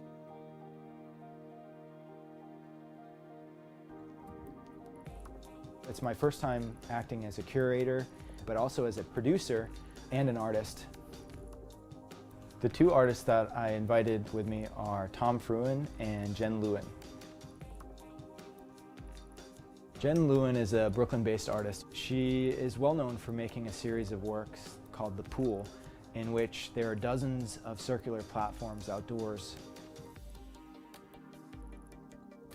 People are invited to play and dance to create an interactive playground that's both an artwork and an activity.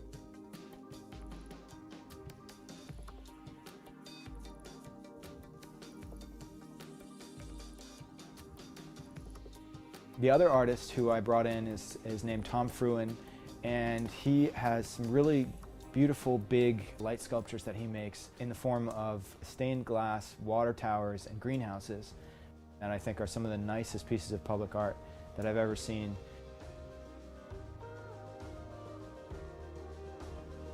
At night, it's going to be absolutely stunning.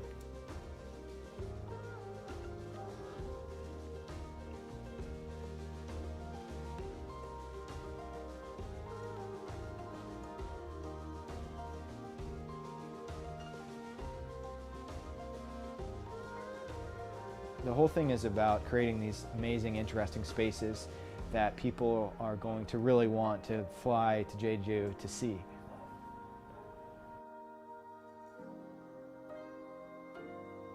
You're looking down over this rolling hills with green tea, and you see the ocean in the distance.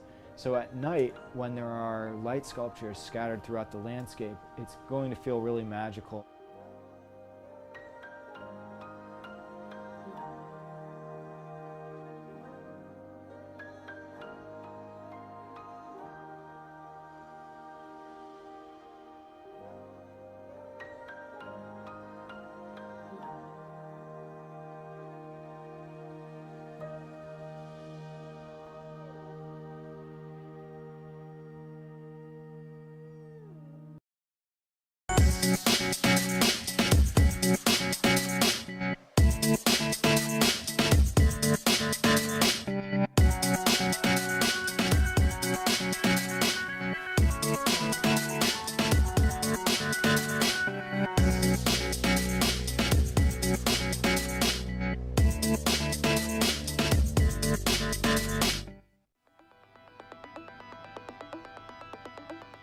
This is all I know, but it's in my heart. I've been here all my life. Without this kind of barrier in the middle. This is in my blood, man. You know, my thing is more about the image. It brings joy to my life.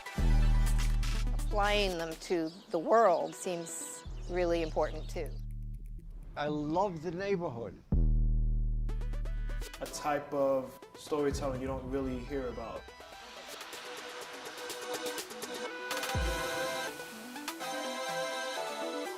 Taking some of those creative ideas and getting together with a community, which is the central core of our work.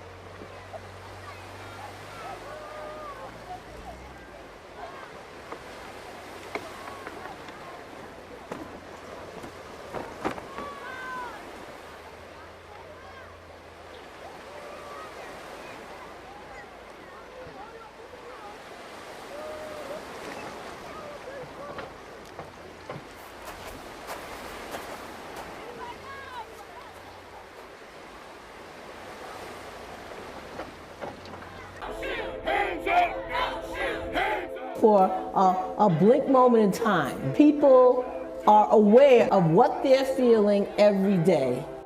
If you're going to restore and sustain a democracy, there must be an informed and engaged citizenry. I spent 2 years in immigration detention. You know how much they spent to feed me for one whole day? How much? 75 cents. Immigrants as a whole, migration as a whole, is associated with lower rates of crime. Immigrants make our communities safer. what causes climate change, the selling and burning of fossil fuels, benefits most the power elite. And so they have a disincentive to address it, and they have an incentive to deny it. They're not going to funnel more money into our schools. They're not going to do it unless they have to, right? And the way they have to is by our participation, our organization, us taking accountability for our actions.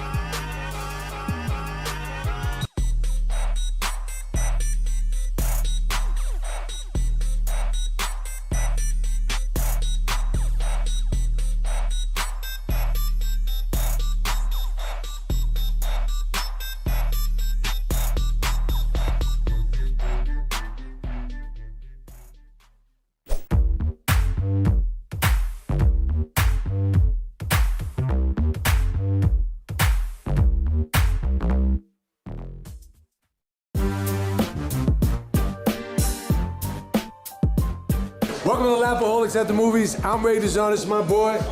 Talent in the building, baby. New York King. You know what it is, we bring the best comedians from around the country right here to the Alamo Drafthouse Cinema, brought to you by BRIC TV. When you come out, it's very simple. You bring your good mood, your good sense of humor, and oh yeah, you abide by that one main rule. Don't take none of this stuff you hear personal. It's just comedy, baby. It's just comedy. We're gonna bring the laughs. We got comedians from Philly, New York, Detroit, the whole nine, all across the country. We're bringing the laughs at the Alamo Drafthouse Cinema. This is Lapaholics at the Movies.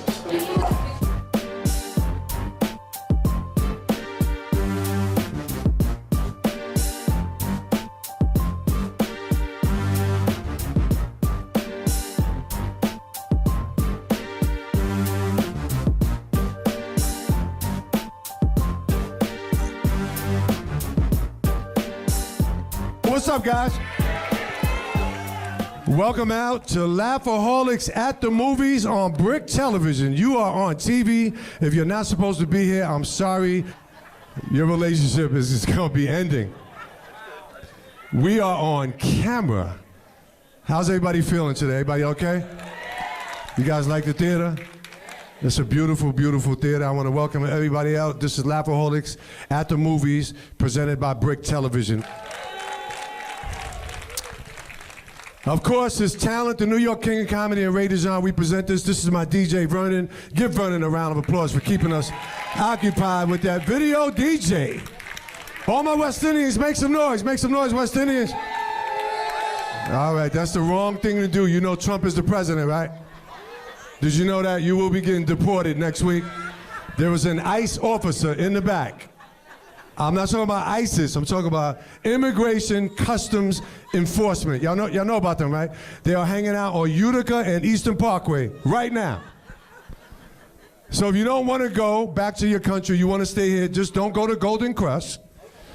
Don't take a dollar van, and stay away from Eastern Parkway on Labor Day. Because that's where they're going to have dollar van, Greyhounds. ICE is going to be out there waiting for all of y'all. How you doing, sister? You just gonna walk right in front of me. Cause you got your hair done, you think you the shit?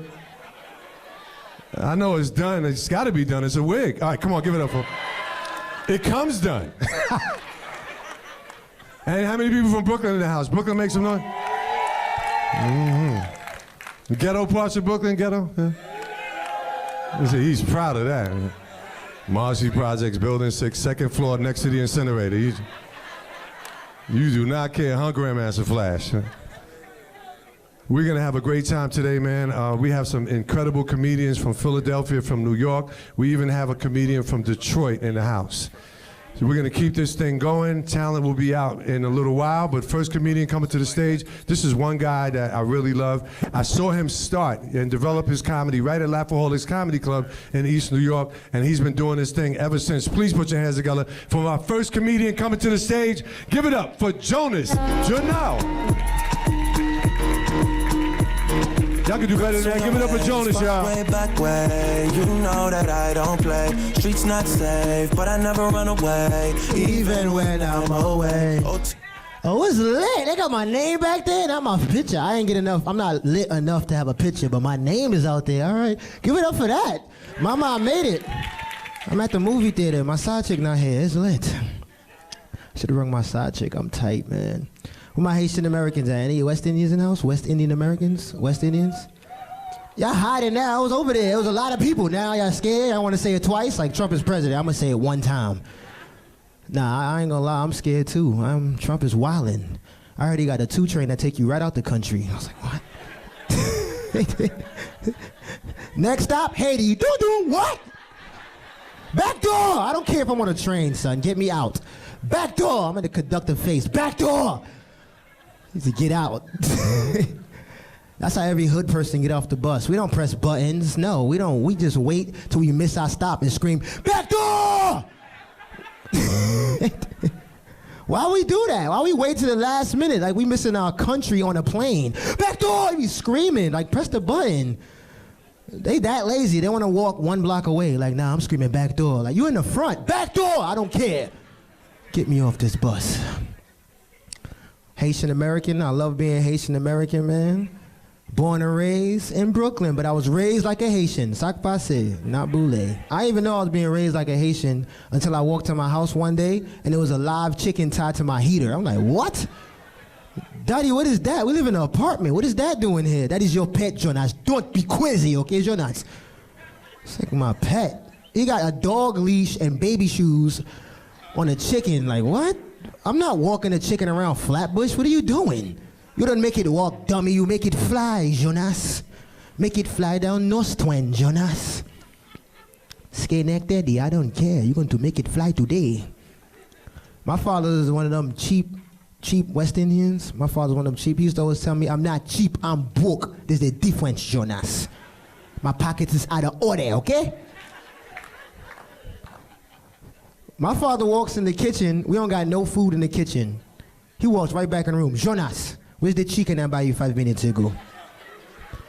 I don't even know who he's talking about at this point. I'm like, I done took the time and named the nigga Timmy. His name is Timmy. I'm cleaning his sneakers and everything. What you need Timmy for? Bring Timmy to me. We're going to eat Timmy tonight. Yes. I'm like, no. Hey, be a man for your father and your family, Jonas. People are starving in the other room, okay, Jonas? Bring Timmy to me. I'm going to buy the hot water in a big pot. My father's one of them West Indians. He don't got no compassion for his kid. Like, I'm crying at the dinner table. He's mad because I don't want to say grace over our food. You have to pray over your food. That's not food, that's Timmy. I don't care, Jonas. If family had pray together, stay together, okay? Now bow your heads.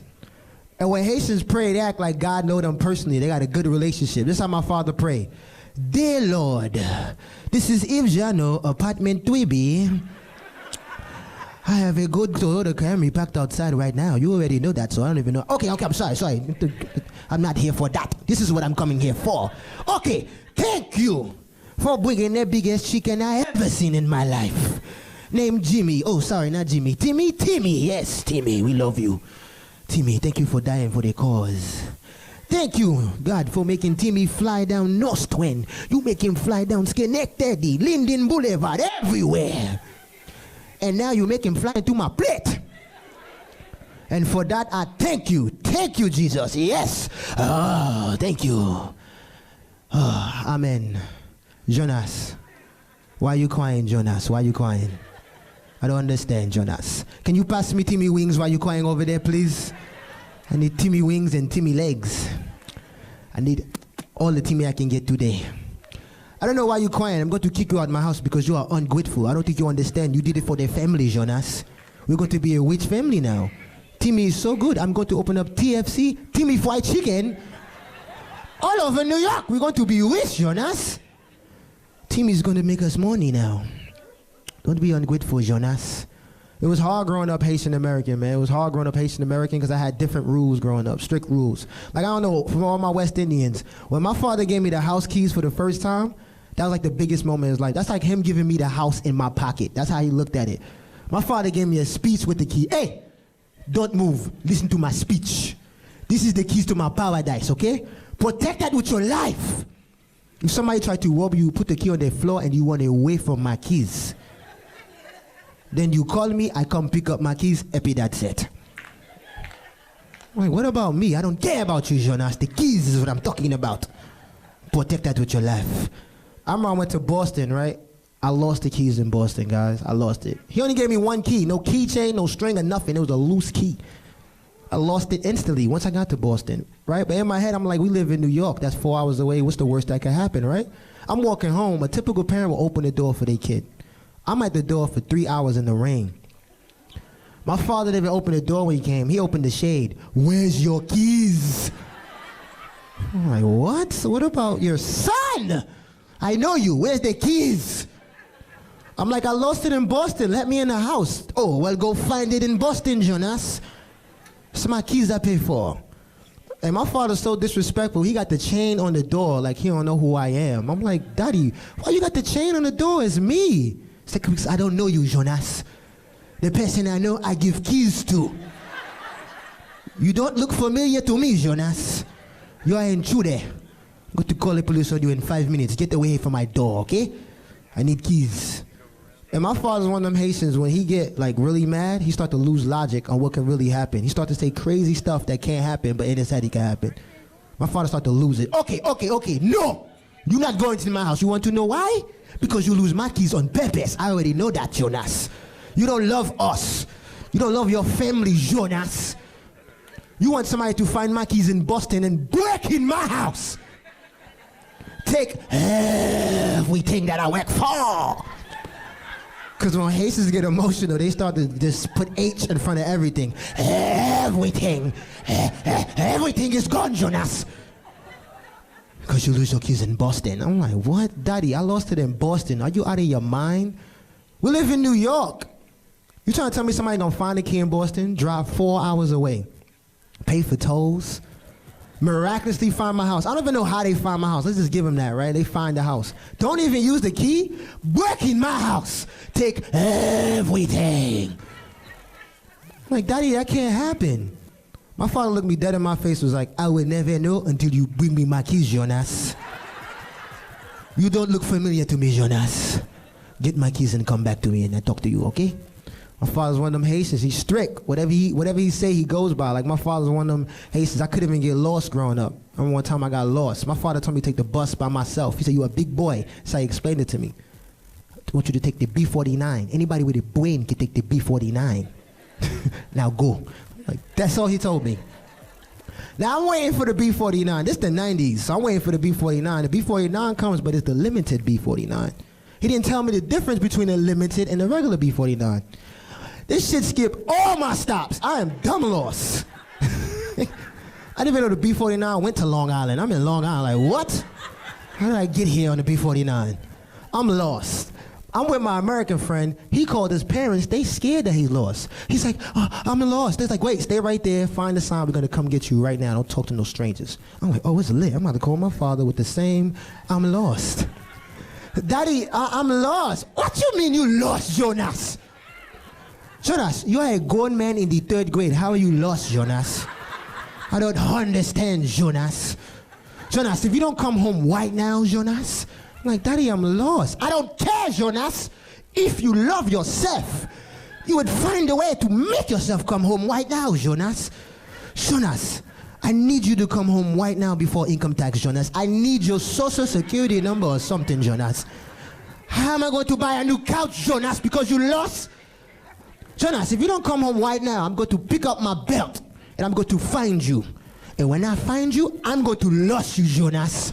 I'm going to lose you like you lost your keys in Boston. Hey, yo, that's my time, John Chanel. Thank you, guys. Give it up for Jonas. You guys all right so far?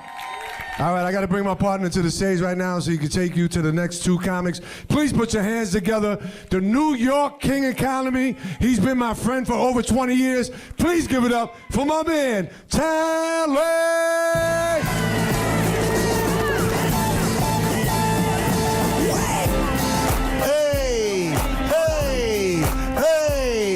Hey, give it up for Ray. Clap it up for Ray DeJean. Show him some love. Give it for Ray DeJean. Put the party in a frenzy. Bring it down, bring it down. Give it up for DJ Vern. Clap it up for DJ Vern. Giving him a reason to get all that equipment out of his bedroom at the house. He old school. Remember old school? You had two big speakers, some woofers. Had that net hanging from the top with the teddy bears. Red light Mac Daddy room. Welcome to the show. Front row, what's up, VIP? How y'all doing? The only people in the sold out show on time. Look at this shit. This is the worst cookout ever. the VIP, and he don't know how to act. Look at, you can tell his furniture fucked up at the house. Every time he take a chicken wing, he lay back. How long we gonna be here? We need to stay here all week. This is crazy. Welcome to the show, people. Have a good time. One more round of applause for the first comic, Jonas, in the building, representing Philly. Met the young boy, making it happen. Funny as hell. All the people that's happy that the sun is shining outside, say yeah. Say hell yeah. All my people with a job that had to get here after work today. It is Tuesday. Make some noise. All the working people, clap your hands. Part-time, stop clapping. Join in with the full-time people. You ever hear part-time people talk like they got a full-time job? This job is killing me. Like, what happened? They gonna call me to do a 2 to 4. If you don't get your ass in there and do those 2 hours, you lousy bastard. 2 hours is disrupting your whole world. You better have fun. You better enjoy yourself, people. Life is too short. The weather done broke too. I can't wait. Go get me a little Hawaiian short set or something, you know what I mean? The weather done got nice. You know the kind of winters you get in New York, you don't mess around. We get real blizzards. This ain't Atlanta. Atlanta get 1 inch of snow. As soon as they know it's coming, close the schools. It's a blizzard. I'm like, you gotta be kidding me. 2 inches? That ain't no damn blizzard. This New York, you walk to the corner store in flip-flops in 2 inches. I gotta get that bread. These kids is putting the pressure on me. They hungry. We don't care until it's a real blizzard. You know a real blizzard because the news guy looked different, right? His eyes all big. You hear him. You're like, damn. He looked different. You know it's a real blizzard. 18 to 22 inches. That's real. You know it's a real blizzard because he looked different. They always say the same thing. If you don't have to go out, don't. Nobody be outside. That's how you know crackheads are superheroes. They said don't go out, but the crackhead at your door, ding dong. I'm like, who is out? This ain't even a joke, sir. This is a true story. I'm like, who the hell is out? Open the door, crackhead look at me eye to eye. I'm like, what the hell? He like, you want me to mow your lawn? I said, mow the lawn? It's a blizzard. I see that. I'm gonna move the blizzard. Then I'm gonna mow your lawn. I'm like, you crazy crackhead. But how much though? He was like $5. I was like, do you? Let's get this shit done. We ain't got time for that, man. You know a real blizzard, 18 to 22, 24 inches, you dealing with real snow. You know what killed me about a blizzard? You know, they tell you don't go out. Oh, they hype it up, scare the hell out of you. You can die. Don't go out. If you don't have to go out, don't. You can die. But there's always one dude freezing on location. You ever see that? You can die. But Mike is right in the middle of it. Mike is out there like, it's crazy. Back to you, Bob. They be messing with Mike. Hold up, Mike, is it really that treacherous? I'll murder you. Back to you, Bob. You got time for that. Weather is everything, people. Weather dictate my whole life, how I'm gonna do comedy and everything. June 1st to September 1st, I don't even mess with my black crowds and black friends. White crowds only. Because it's summertime. It ain't a black or white thing, it's an AC thing. I know how to keep it real. You know like I know, right? You know like I know in the summertime, white people, you guaranteed AC over their house. Black people, 50-50. Take a chance, right? We try to hang in there, we cheap. Black people try not to buy AC. They try to be cheap and not spend that $500-600. Say shit like, I don't think it's gonna get that hot this year. Like, it always gets that hot. It's called summer. No, I don't think it's gonna happen. White people guaranteed AC. Get it hooked up early, February, March. Yeah, they done went down to Home Depot, February, March. They know the model number. You got the blower in my ass 2000? You do put 2 in the truck. It's gonna be a scorcher. Not black people. Black people, when do we get AC? If we do get one, we wait till it's too late. We wait till that hot day. You wait till you can't take it no more. You bleeding with sweat, cut off shorts, flip-flops. I need an AC. You ain't getting it's August 38th. What the hell was you waiting for? Now you want an AC. White people do the summer right. That's why my rules are June 1st to September 1st, white crowds only. Little shit in the summertime, little stuff. Like a cookout. White people cook out so good, they don't even call it a cookout. White people barbecue. It's a whole different ballgame. A barbecue, upper echelon. You know what's different, they got the gas grill. We still messing with charcoal and dangerous ass lighter fluid. You done burn down 3 apartments. They don't play around. You know it's official. First of all, the invite lets you know it's official. White people invite you ahead of time. Way ahead of time. Too much for black people. Black people, we don't know what the hell we're doing next week. A white friend at the job, Tom at the job, like, what are you doing on the 28th of next month? You're like, 28th? Nothing. What's up? Barbecue at the house, bring the family. You're like, all right, cool.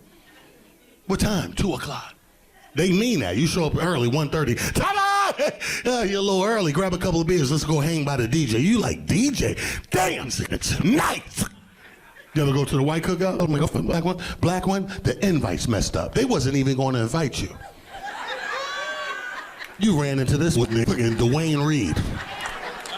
Yo, it's good. What you doing tonight?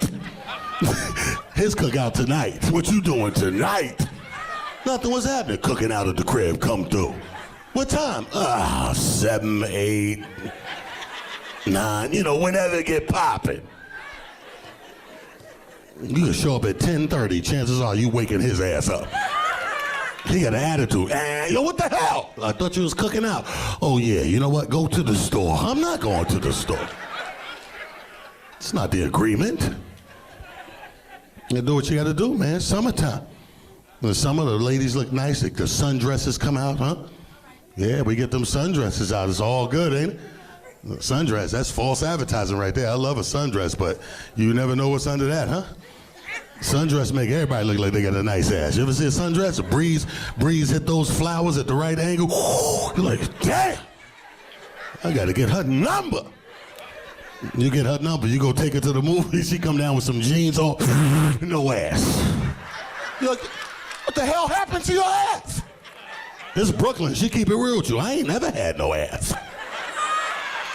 You must have got caught up in the flowers. You're like, I did get caught up in the flowers. Just telling you, my white friends know how to do the summer, baby. They don't play around. Little stuff, people, like a babysitter. Little stuff like a babysitter. You knew this show was coming. You bought your tickets weeks ago. Sold out show, black crowd. White people, if this was a white crowd, everybody, official babysitter at the house. Somebody they called a few weeks ago. Hey, Marcy, can you watch the kids? God bless you, Marcy. Be home around 9, 10. Thank you so much. Official babysitter. Look at all these black parents in here. You know, babysit at your house. Kids just loose around Brooklyn. Joe Bell Flick Flatbush up right now. If you got a babysitter at your house, it ain't official. Who's our babysitter? We make the oldest watch the youngest. The oldest ain't but 6 months old. You don't care. Watch your brother. I'll be back shortly. Designated driver. This is something they invented. I call them geniuses. Somebody don't drink, make sure everybody get home safe. Nobody execute this better than a group of white party chicks. Them girls got it down pat. 5 or 6 in the group, they rotate weeks. They party every week. They rotate weeks. One bitch keep track. It's your week, bitch. It's my week. It's your week. Pissed off. This is mad. So in the club, you see her fit. She got a bottle of water. Miserable. It's only 8 o'clock. Y'all ready to go? No, bitch. It's your week. Pissed off because she's sober.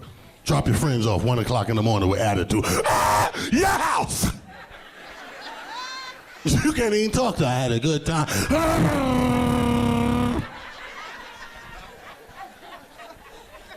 Designated driver. Everybody safe though. Look at all these black people in here drinking, eating. We got a designated driver. We just don't know who it is till we get to the car. How many times? We all been drinking. How many times you do this shit? I'm fucked up. Yeah, me too. Hold up, me too. Hold up. How many you had? I had 10. 10. Well, you driving then. And 14 of these iced teas. Once again, welcome to the Alamo People BRIC TV. Y'all ready to have more fun? Say yeah. Nah, this is Brooklyn. Y'all ready? Say hell yeah. Let's keep it going Philly style right now. Coming to the stage is my main man from Philly, one of the best that ever did it. Y'all give it to him. He's a wild boy, hence the name, Buck Wild. Give it to him, y'all. Can't understand how I last so long. I must have the superpowers. Last 223,000 hours and it's What's up, y'all? Like your boy from Con. What's up, Brooke? What's up, baby? Everybody looking good in the front row. Give yourselves a round of applause. Looking good. Damn, y'all don't believe in yourself. Give yourselves a round of applause. Y'all looking good. I ain't want to come out here and get on first and shit. You know, I was in the bathroom. That's right. I was eating at McDonald's. You know that McDonald's run right through you. How many of y'all ever take a shit in a handicapped bathroom before? Tell the truth or shame the devil. Tell the truth. You took a shit. You look like you took a shit in a handicapped bathroom before. What about your husband? You ever shit in a handicapped bathroom before? Is it me or the handicapped bathrooms are so spacious? You get in there, you sit down, it's like you had a ride of Great Adventures. Your feet never touch the ground.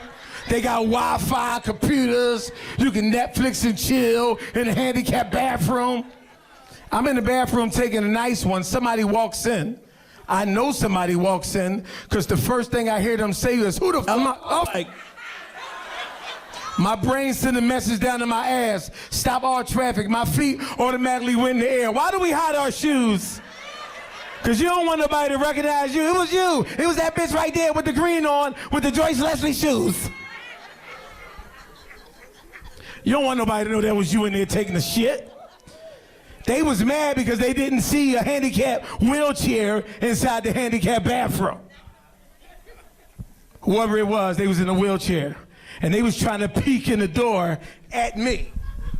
So they peeking in the crack of the door at me, because I ain't got no wheelchair. I'm in there holding my breath. I'm going in and out of consciousness. I said, Jesus, take the wheel. Please don't let these.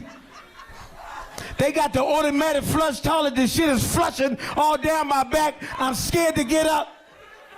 I just got mad because she was putting pressure on me. First of all, I didn't know I was in the female's bathroom. And the lady in the wheelchair was putting pressure on me, so I got down and looked at her through the crack. She looking at me, I'm looking at her. She talking about, who you? I said, it's you. I said, bitch, you better roll out, roll out. Soon as she left, you know what I did? I took that toilet paper and I camouflaged myself. Come on, y'all know y'all did that. Tell the truth and shame the devil. You ain't never taken shit in the bathroom and camouflage yourself with the toilet paper. And then I realized after 15 more minutes, I had no toilet paper to wipe my ass with.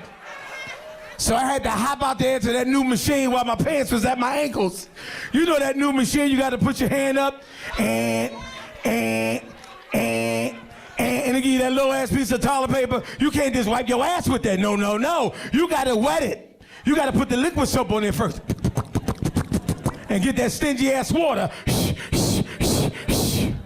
And then what happened? You wipe your ass and what? Your fingers slip through that crack. Now you trying to feed your girl buffalo fingers. She like, your hands smell like shit. You like, bitch, I farted, I kill you.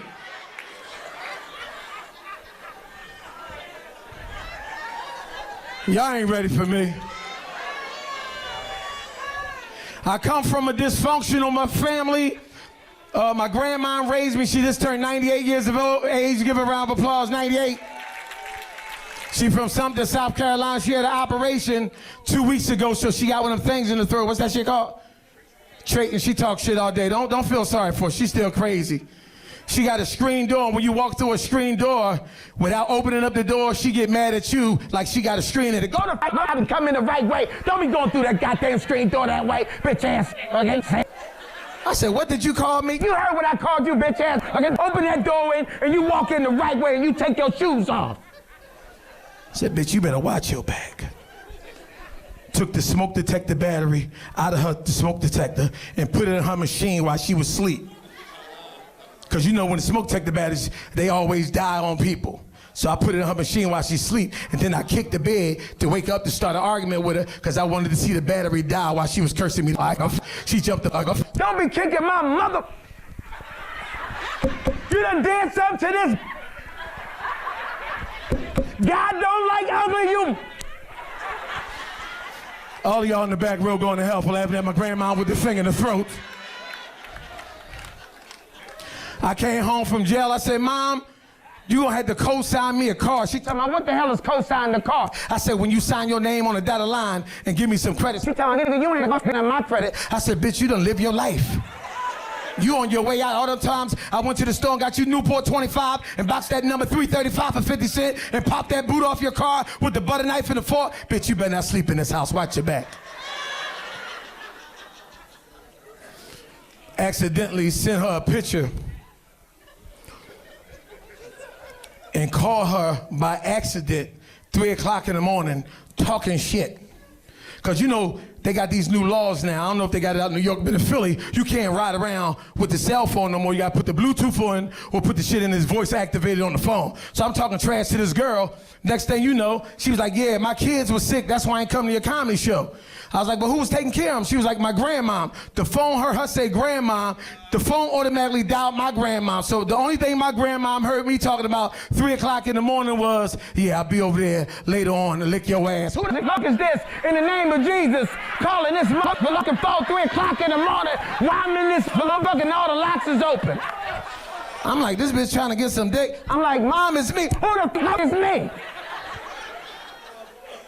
So, you know, on the Bluetooth, you really can't hear. So I hung the phone up and I called her back. She never picked up the phone. So the next day, I go down North Philly. I knock on the door. I said, Mom, why your phone off the hook? My grandma real animated. She told me, first of all, Buck, these niggas keep calling my house 2, 3 in the morning, talking about they want to get with me. They want a real bitch in their life. I said, Mom, that was me. I called you by accident. What else? You got a real bitch in here all hot and bothered, butt naked, and the bottom lock was unlocked. Something wrong with you. I said, something wrong with you. Jail changed you. Jail changed you. I raised you better than that. I raised you in a Christian home. I said, Mom, you're right. You did. But I'm Muslim now. Oh, so what? Muslims ride around 2, 3 in the morning, salam alaikum, licking bitches' asses? My grandma, old school. She don't play that shit. My cousin Leroy came out the closet, 1983. You know how I remember the year? Because that was the year Motown 25, Michael Jackson did the moonwalk. Because I stole my grandma's church clubs. I went to school the next day to the art class, stuck my hand in the glitter, and moonwalk up and down that hallway. I got my ass whipped for 3 months because I used the church gloves. But listen, I love Michael Jackson. He came out the closet on his birthday. My grandma said, Buck, you make sure Leroy don't drink out of none of my good dishes. I said, what? He's a dick sucker. Get them Dixie cups out there I brought for him. Make sure that they can drink out the Dixie cups. And when you cook his sausage, make sure you cut his sausage up individually. I said, what? Cut the sausage up individually. Leroy got mad. Called everybody downstairs to eat. Everybody had good silverware in front of them. Except Leroy. He had a red cup, a red fork, and a red paper towel. He pushed the table over and left. He was gone for 2 months. I miss my cousin Leroy. He ain't never tried to have sex with me. He taught me how to braid hair, put makeup on faces, play with Barbies. He was my role model. He knocked on the door 1 week after my grandma was gone. Opened up the door. I said, what's up? He said, let me in and get my shit. I said, no. He said, why? I said, Mom said you a dick sucker not to let you come in. He's like, Buck, I still will whoop your ass. I was like, Slama like, Ma, come on in here, get your shit right here on the side of this. Help you put your shit. He said, you want to go to the carnival with me? I'm 12 years old. I've never been to the carnival in my life. I'm like, yeah. He's like, this can't tell grandmom I'm taking you with me. I said, no problem. I go with you. Come to find out, it wasn't a fucking carnival. It was Gay Pride Weekend in Philadelphia on South Street, but I had the time of my life. I had a red bandana, no shirt on, I had Leroy on my chest. I'm on the neck like Leroy, Leroy. This my cousin Leroy, Leroy. He had the Village Boys performing the YMCA. He had the real Leroy from Fame in the front, leading the band. When he wiped my face off and took me home and said, don't tell Mom you was with me. When he knocked on the door, my grandma opened up the fucking door. Where the fuck you was at? I said, what? She said, nigga, you seen that street light come on? You know when the street light come on, you gotta have your ass in this house. And when I start crying, she seen a piece of glitter on my eye. She was like, get your dick sucking ass up them fucking steps and watch your face. You wasn't in that door, Leroy. 20 minutes later, she called me downstairs.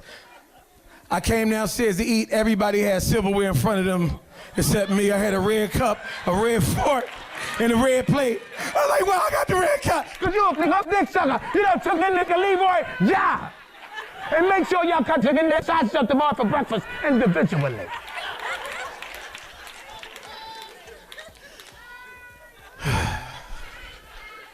Get in trouble from the stupidest shit in the world.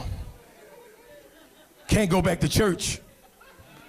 Can't go back to church no more. Used to go to the church with my grandmom. They don't like me no more. I accidentally sent the pastor a picture of my dick by accident. Let me explain. Let me explain what happened. A friend of mine got the iPhone 5. She was like, I'm gonna send you a picture of my titties. I just got my titties done. You know how the young girls is. Everybody on Instagram. And I was like, damn, them some nice titties. She's like, send me a picture of your dick because ain't nothing but gay people out here in LA and I ain't been around the rig in a long time. So you know I volunteered, took a picture of my dick, and it didn't look convincing enough. So I took my father's phone, which is like iPhone 16, and I blew it up. Put the filter on it. You know what the filter is? You know you put the filter on there, put the stars, the moon, the little glitter, and I sent it from my father's phone to my phone. Now when I sent it from my phone, I sent it out to her, but I sent it to everybody in my phone under the letter K. So the pastor of my grandma's church called me, Buck, in the name of God, what's your... I said, who this? He said, nigga, what do you who this is? This is Pastor Kevin. I said, I'm sorry, Pastor Kevin, what you talking about? He said, you just sent me a picture of your dick. I said, no, I didn't. He said, I'm looking at it right now, and it got all the filters in it. It got all the stars and the moons and the glitter. I said, Pastor, that ain't my dick. He said, oh, you got other dicks in your phone now? You down with your cousin Leroy? How many people in here married? Married people? Nobody here married? Does everybody going to go? Oh, you old nigga officer? Ain't nobody married. Ain't nobody saved, dipped in the blood? Nobody? Every woman in here got 3 boyfriends, rather she know it or not. She got boyfriend number 1, her husband, to death do us part. I do, I love you, I love you. When he get back up, you get somebody new. You get boyfriend number 2. Now boyfriend number 2 don't get the pussy. He's just a motivational speaker. He know about all the daytime television shows coming on. Has the world turned? So, all the soap operas, Desperate Housewives of Hollywood. He know about all that shit. That's just the she go out with when she wants something to eat. Every girlfriend got that, and there's a lot of niggas in here ain't laughing right now, because y'all just figured out if you here right now with your significant other, then you boyfriend number 2. Your real name is John, but she got you under Mark. Mark stands for Mark ass nigga. And then you got boyfriend number 3. Boyfriend number 3 is in the leader extraordinary gentleman. Boyfriend number 3 is known as a sponsor. But this 2017, all the women got the smartphones, so y'all got to be smart about it. So you don't put them in there under no name, like Mark, John, Malik, Mr. Bruce. No. Y'all smarter than that. Y'all put the niggas in there under bank names. Bank of America, Wachovia, TD Bank, Wells Fargo, Citizen, Credit Union. Big girl in the back talking about Citizens. Citizens. I caught my grandmom having sex with my grandfather. Fucked me up for life. I was looking for the remote control to the TV. And I kicked the door and looking for the remote control. He was having sex with her in her throat. And she was trying to tell him to stop.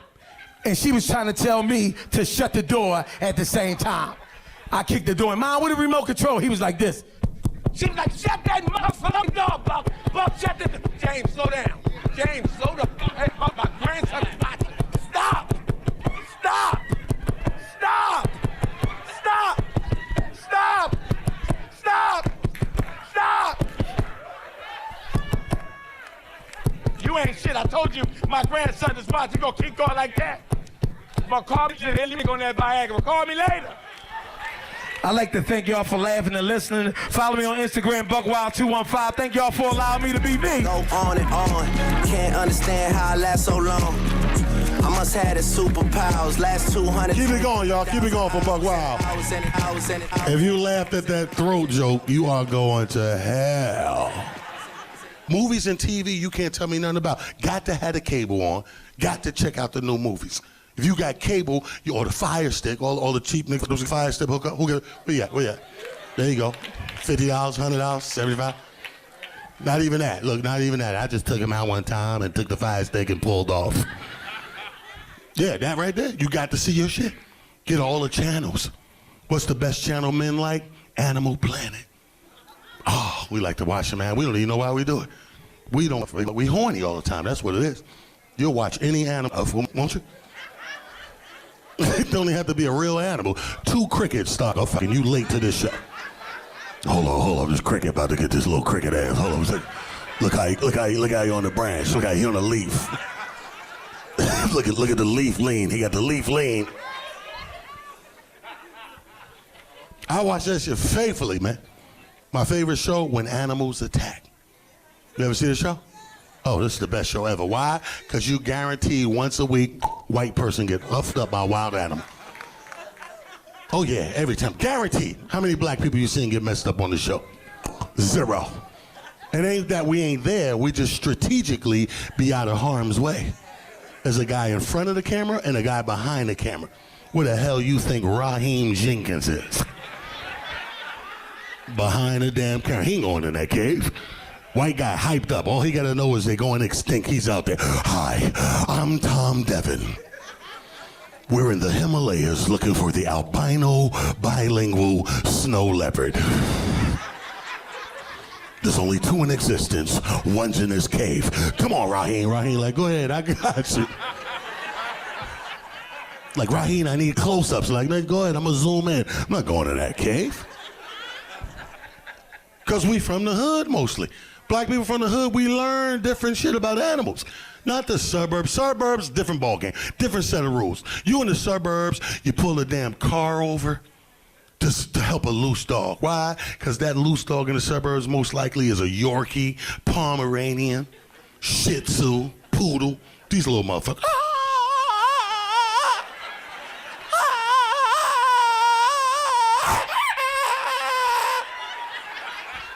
Pull over! Somebody's talking, somebody Yorkie, pull over. Ah! Oh my God, somebody come over. Well, they call this number, 718, call this number. Not in the hood. You see a loose dog in the hood, that's a whole different situation. Probably a gas station dog. You ever see a gas station dog, sir? Oh, this is some scary shit. He don't even look like a dog. You ever see a guy, ain't no name tag. He don't even look like a dog. He got deer antlers, rabbit feet. He mixed with 5 different animals. Dragon wings, pit bull ass. You get bit by a gas station dog, you can't fill out a police report. Cops go, woo, calm down, sir. What, was it a pit bull? Not quite, officer. So like a Rottweiler? No, not exactly. Calm down, sir. Well, tell us what happened. Well, first he flew a little bit. Write that down. He flew a little bit. Mosquito terrier. Write that down. Gas station dog, a loose dog, and I speak for most fellas in here. A loose dog will pull a bitch out your ass. I don't give a damn how big you are. I don't care how big you are. You get 6'6", 2'6", it don't even matter. A loose dog will pull a bitch out your ass, because ain't no loose dog move. Ain't but 3 things pull a bitch out of any man's ass in here. A gun, A mouse? Don't laugh, don't. Every show, dudes trying to laugh it off. No, they'll play. You ain't, they ain't gonna never admit to it. We scared of mice. You ain't never seen a brother come in the living room holding a mouse. Is this him? Ain't gonna happen. Women, you need to know that from here on out. Public service announcement. Stop calling us when you see a mouse. Bitch, we scared too. Don't even put me in that position. Ah! Get in here. Ah! Close the door. It's behind the dresser. I'm like, bitch, what's behind the dresser? What is it exactly? Was it a possum? That loose dog pulled the pressure out your ass. Why? Because there's no loose dog move. You just look crazy. Every man in here been in that uncomfortable situation. Park your car 2 blocks from the club because you don't want to pay valet. Get out the car, walk into the club, and every man do it. Talk to themselves, right? You talking shit, I'm kill him with this shirt. It's a new shirt, kill him in the club. Look up, see a loose dog, your whole swagger change. Everybody say the same shit when they see a loose dog. Whose dog is this? Who the fuck dog is? Cross the street, cross. You ever cross the street and the dog crosses the street? This is a setup. Dog get too close, you under pressure. You got a wall behind you, ain't nowhere to go left or right. You start sweating, you're like, oh shit, how fucking dog is this? You're a grown-ass man, dog. Me and you both. Dog get too close, this is the best shit we got. We grown-ass men. 40-something years old. This all we got. Get out of here. Get out of here. Get the fuck out of here. You're not even saying real words. Sometimes that shit works. Sometimes it don't work. Get up. Ah! You ever jump on a van or a car? Whose dog is this? Dog just stand. I ain't nobody's dog. I'm gonna get your bitch ass when you get off the van. Ah! Start clapping. We still in Philadelphia, y'all. Start clapping. Coming to the stage. One of the hardest, fastest rising stars out of Philly. Give it up for my man. He's in the building. Ski Carter! Drop top, smoking, no cooking, the hot pot. Cooking on your bitch, yeah, that. Cooking up in the crock pot. We came from nothing to something. Hey! I don't trust nobody. Oh shit, I see you dancing. This is my song right here. Cut it off before they start stripping. Look at all the older ladies in here. Took her back right there. She was like, look at them bad and bougie. Hey, that's my damn song right there, man. Give it up for yourself tonight. Give it up for yourself. It's crazy, man. I like the music now, but it don't make no sense to me because I listen to the words in that song. I like the beat, but the words don't make no damn sense. I know y'all heard it. They would first come on and say, cooking up dope in a crock pot. Look at the lady. She said, I ain't the smartest man in the world, but drug dealers are in the game to make fast money. Don't shit get done fast in a crock pot, right? It take 4 to 6 hours to make anything in a goddamn crock pot. Look at her. You know how to use a crock pot. You wake up in the morning, you put the food in it, you go to work, you come back, the shit still ain't done. You know how it work. And your husband like, what the fuck you put it in the crock pot for? You could have put it in the oven for 4 and put it on 450 or something. Like, look at, he know how that shit go. Can't stand that crock pot. How you supposed to be selling drugs? It take you 4 to 6 hours to make a meal up in the crock pot. That don't make no sense. I had to think about it. When you close that crock pot, no matter what you put in there, the food come out delicious. Am I right? I don't know. When you close that top, I don't know who in there cooking it. That shit come out magically delicious, okay? So if you cooking dope up in it, you know the crackhead's gonna wanna know who is responsible for this delicious ass crack. They gonna come back to the block. Excuse me, Mr. Drug Dealer.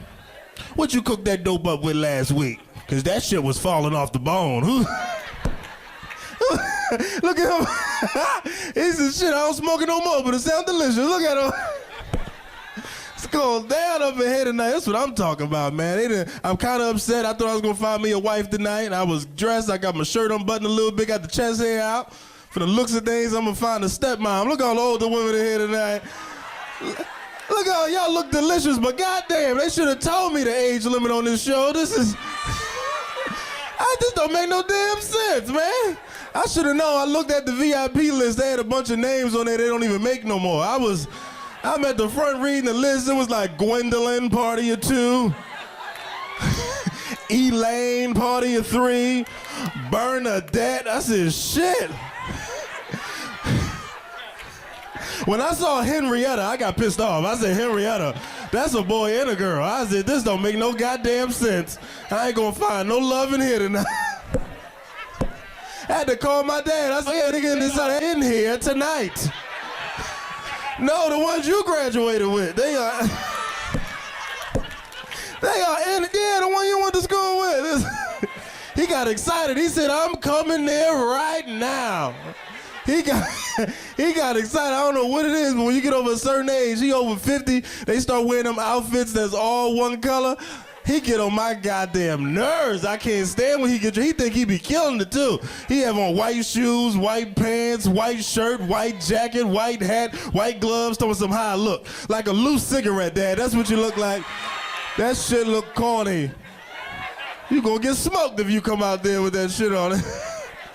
You know, you can't sit down nowhere with all white on. So get him stand up all day at the party. Hey, what's going on? How y'all doing? Can't stand. You know when they put their outfit on, they change. They walk different. They put that shit on, they come in there like, what's going on, player?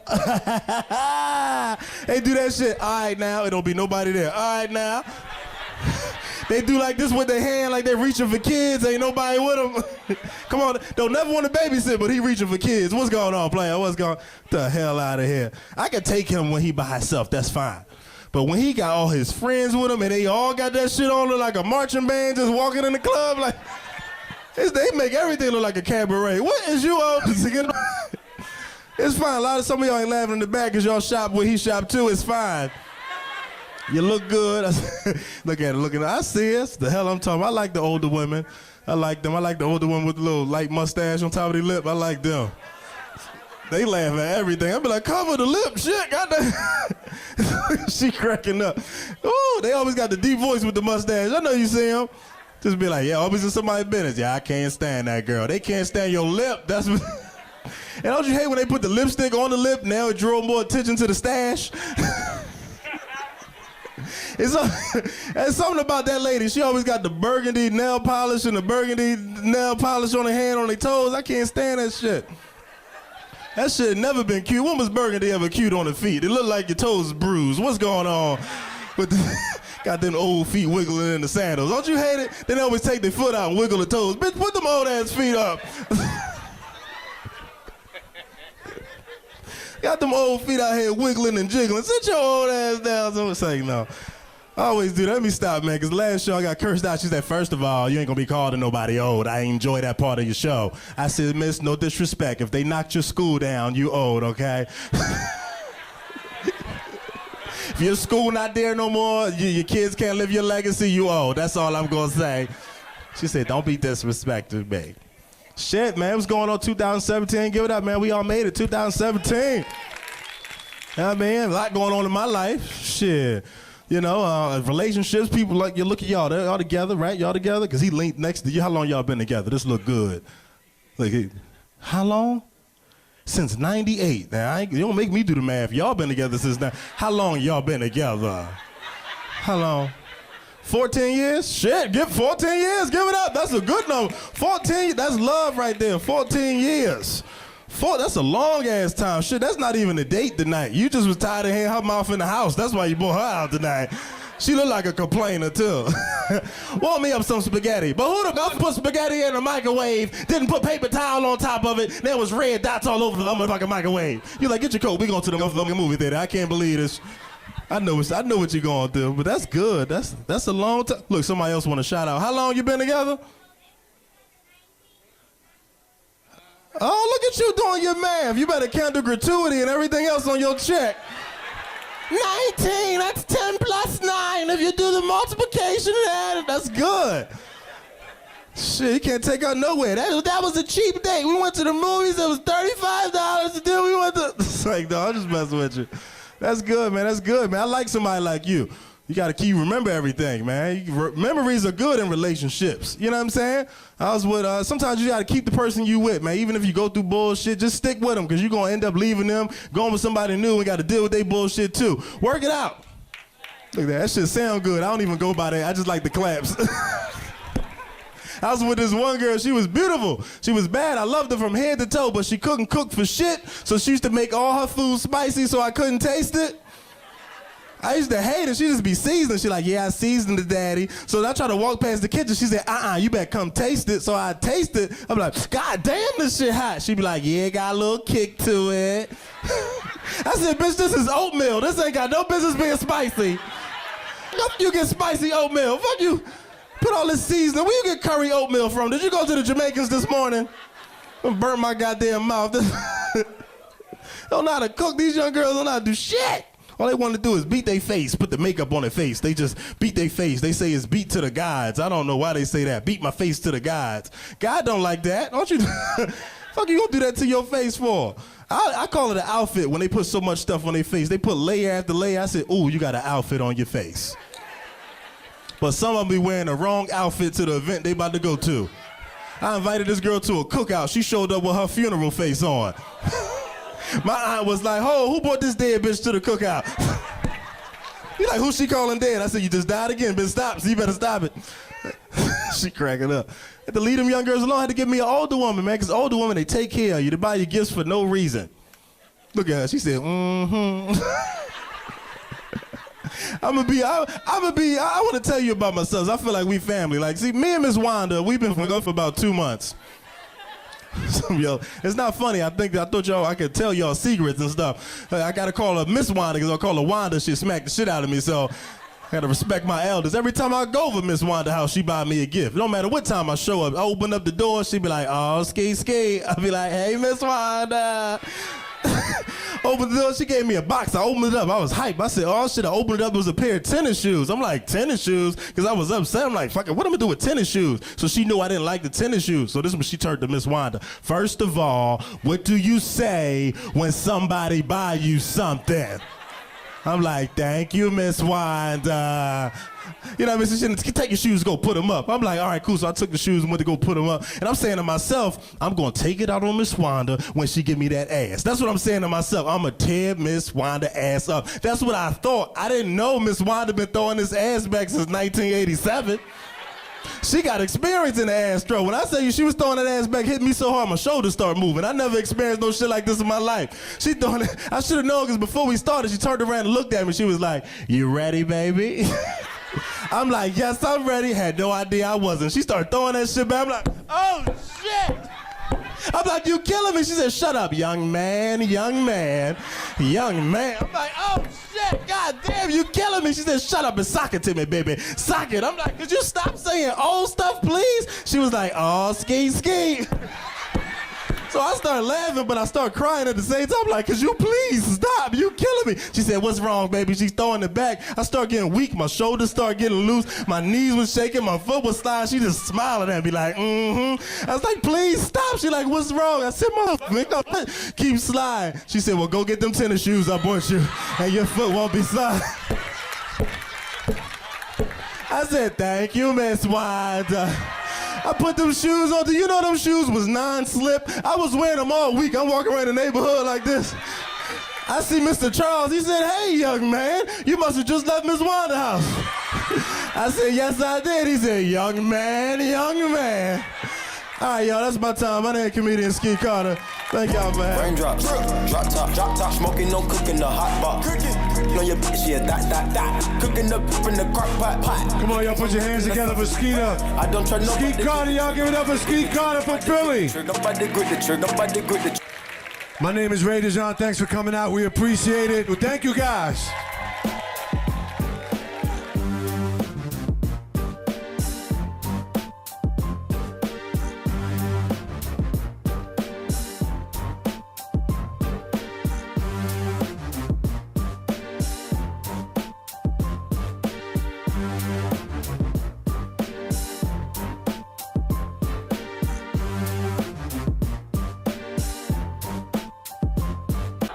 Hands up! Hands up! for a blink moment in time. People are aware of what they're feeling every day. If you're going to restore and sustain a democracy, there must be an informed and engaged citizenry. I spent 2 years in immigration detention. You know how much they spent to feed me for one whole day? How much? 75 cents.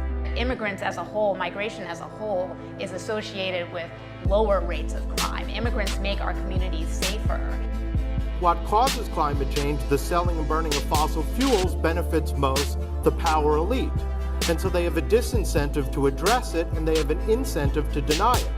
They're not going to funnel more money into our schools. They're not going to do it unless they have to, right? And the way they have to is by our participation, our organization, us taking accountability for our actions. Dream of the things you'll never know. Oh, dream of the beauty within your soul. George Floyd! When you dream, dream slow.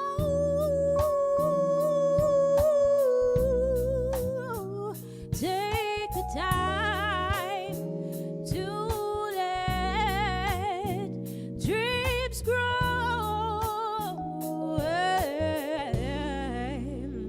Just dream, just dream, just dream.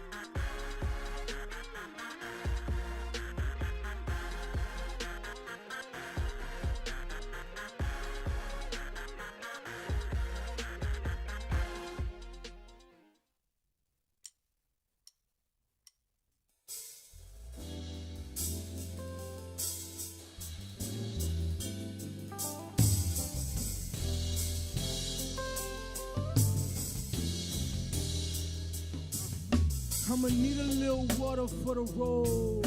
Mind spinning underneath my fro.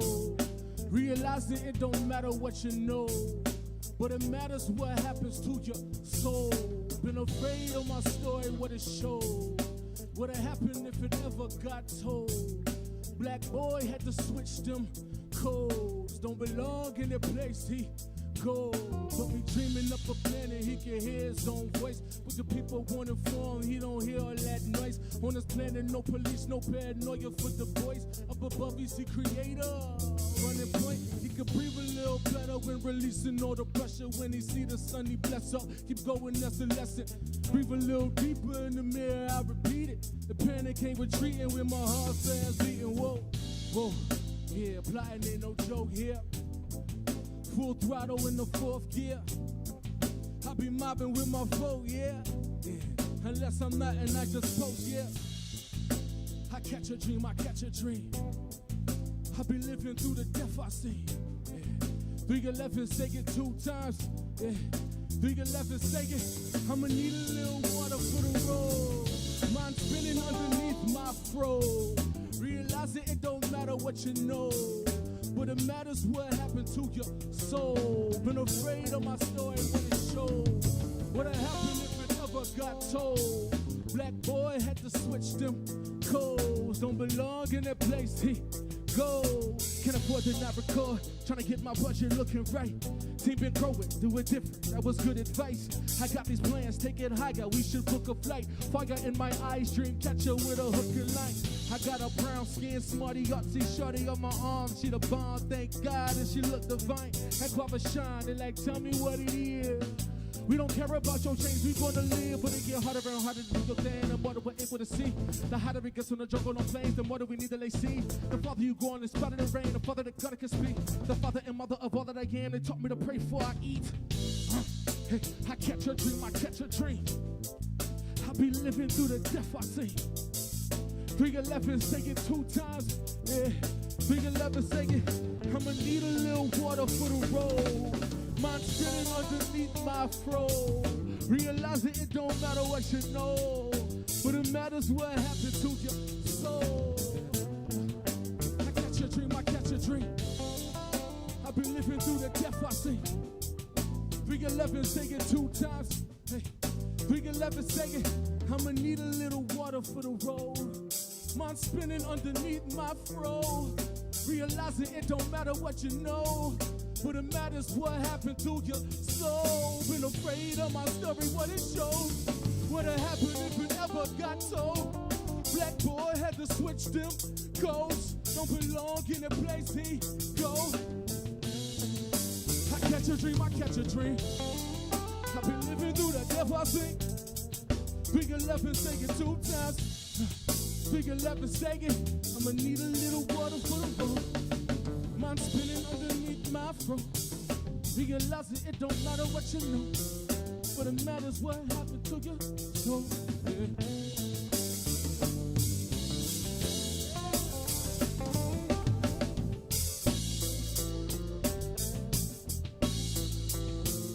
Realizing it don't matter what you know, but it matters what happened to your soul. Been afraid of my story, what it shows. Black boy had to switch them codes.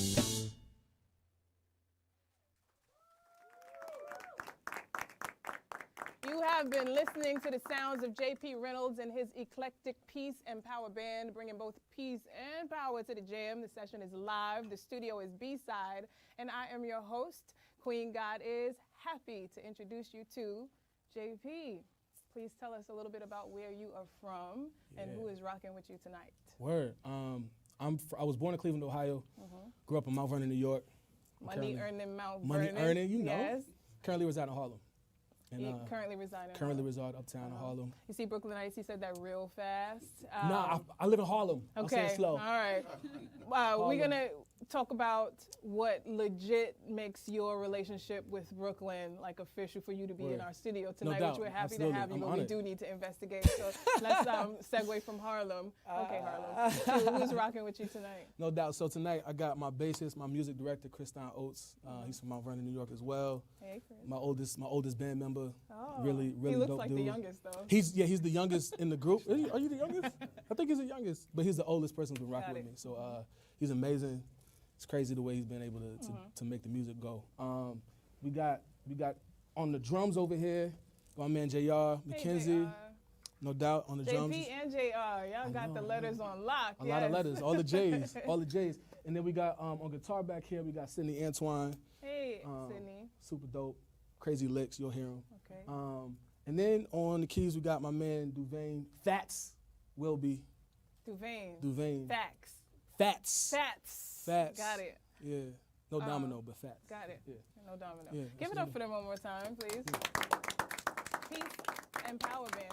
No doubt. Let me ask y'all a question. So I'm just curious a little bit how y'all met. I'm imagining that it was like in church somewhere everybody was like falling asleep on various pews throughout the church. Is that right? Wow, Did that's I get crazy. It? No? A little bit. I met Kriston in the church. Okay. I did a program called Freedom School in Mount Vernon. I was a servant leader intern. Kriston was a student at the time, which is wild. Okay. Yeah, he's like, I'm not a student, but he was one of the students in the spot. So it wasn't church. And then when I started rocking with a live band, Kriston was in that group as well as JR. And then, you know, when I asked Kriston to be my MD, he pulled in these other amazing players back here, Sydney and Fats. And actually, the funny story about Fats, we actually had a similar like musical like person behind our music journey. So at my church growing up, I had Derek James was a minister of music at my church, and Derek James was a teacher of Duvain in New Rochelle. And we didn't know each other at the time, but here we are. You know, some odd years later, and we rocking out. Well, divinity and spirituality are such big themes in your work, and so Word. it makes sense that that is a big theme of what makes this come together and gels. I just want to acknowledge this properly first and foremost. It is a big deal when you not only find musicians who are excited about what you're bringing to the table creatively, but who want to actually take that journey with you. Most of the artists on this stage, as many of you may know, play with so many different musicians, you know, they rotate, but this is the Peace and Power band. So if we ever go see JP Reynolds at any stage, this is who we're gonna see playing with you. Absolutely. Right, You'll see this group. I mean, there's some more folks in our group, depending on what the situation is. We got a whole orchestra at times, but you'll see these folks. Okay. These are the folks you'll see every time. Well, we just heard Dreamcatcher. That was the first song that we listened to, and Dreamcatcher is off of the album which was released in 2016. Is that correct? It wasn't. I just released it as a single in February. Okay. Yeah. But the album, when is? The album did come out in 2016. And that the was album is Guavamatic called Space Dream. Guavamatic Space Dream. Yes. Guavamatic. Everybody say it with me. Guavamatic. Good. I want y'all to say that because we're going to be saying it multiple times throughout the evening. And for those of you who are wondering at home, hold on tight. We're going to come back to that. But let's talk really quickly about the name, and then we'll go into the next song. JP Reynolds. It sounds pretty straightforward enough, but there actually is a special story behind your name. And then I want to talk about how that kind of evolved into using the term peace and power as part of your group name. Word, yeah. JP stands for Jeremiah Prophet. So my parents named me Jeremiah. The story goes that, well, first of all, I should back up a little bit because my parents weren't able to have children. They were barren for 5 years. And you know, when they were able to conceive, the name that they landed on for my middle name was Jeremiah. My first name was actually after my father, which is Rodney. But Jeremiah is my middle name. They wanted a J name for the middle name. It came to my mother in a dream that they got to name me Jeremiah. Okay. And then during my birth, it was a lot of duress. My mother was in labor for 36 hours. The choir director of my mom's choir from her church came in, allowed my grandmother to come in, pray over all of us. I was supposed to be born brain dead. The doctors had said during that delivery process that not enough oxygen was getting to my brain, so you know they were gonna have to do a C-section and I may come out brain dead. But they came and prayed over us. I'm not brain dead. You know, to God be the glory on that one. And yeah, here I am. And so peace and power is the message? Is that how this becomes? Peace and power is the message. I mean, I started saying peace and power when I was like a teenager. That's when I had an elementary understanding of like, Martin Luther King is peace, Malcolm X is power. You put them together, it's the greatest thing in the world, the greatest thing the world can conceive of. Well, speaking of the greatest thing in the world and conception, let's give a shout out to Mama Guava for being the original dream catcher that helped to get your name here, and that gelled all the peace and power together. So wherever you are, Mama Guava, we're going to say hello to you, and we're going to come back and talk a little bit more about what the guava actually means. Give it up one more time for JP Reynolds and the Peace and Power Band. The next song is called Zilla Told Me. Yeah. Hey. Yeah, let's get it. Yeah. This feel good, feel that groove. Hey. Check. Just trying to be a light in a world so dark. What's a brother to do? They call themselves the alright, but we know that's just a farce. Undercover and smooth, but I don't smother the crew. You gotta let it breathe. No matter what they tell us, we know we got propellers. Our strength is getting better, believe? Check. One time for the immigrants and Fugees. I do music cause the lady from the Fugees moved me to write movies on loose leaf. 2 degrees, now I kick it like I'm Bruce Lee. Usually I gotta move with the soul. And truthfully, I see the roof about to blow. A big bad wolf started huffing and puffing. Now everybody thought he was bluffing, but he wasn't. There's something in the water, keep your eyes up. Spirit moving and the temperature gon' rise up. Who you with? Who be shining through you? I got Ella Baker, Harriet and Shaka Zulu. And they be crawling on my clavicle. And they be stomping on my sternum proper. Heart moves radical. We dealing with some cartoon animals. But they got power, get your harpoon antied up. Just trying to be a light in a world so dark. Hey, what's a brother to do? They call themselves the alright, but we know that's just a farce. Undercover and smooth. But I don't smother the groove, you gotta let it breathe. No matter what they tell us, we know we got propellers. Our strength is getting better, believe. Let's rock out, hey. Feel that. Just trying to be a light in a world so dark. What's a brother to do? They call themselves the upright, but we know that's just the fuss. They're undercover and smooth, but I won't smother the groove.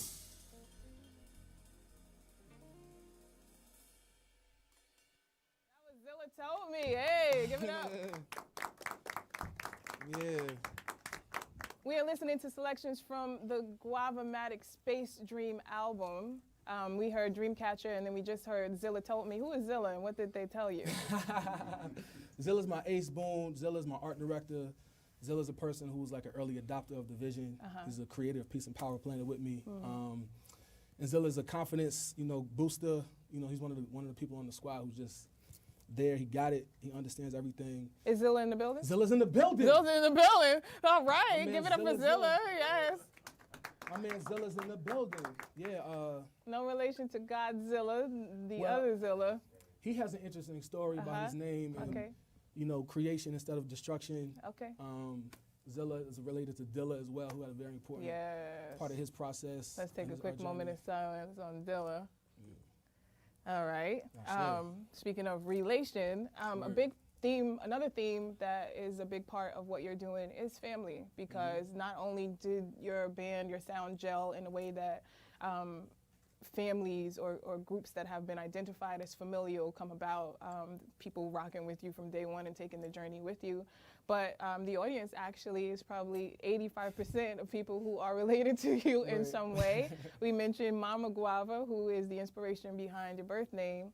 And then now we have Papa Guava, who's in the audience as well. So we want to give a shout out to Papa Guava. We also got First Lady Guava, who's in the audience. She don't know that I know Naomi Lorraine is also in the audience. Your wife. Your wife is here, actress and writer. I know, listen, I do my job well. You're welcome.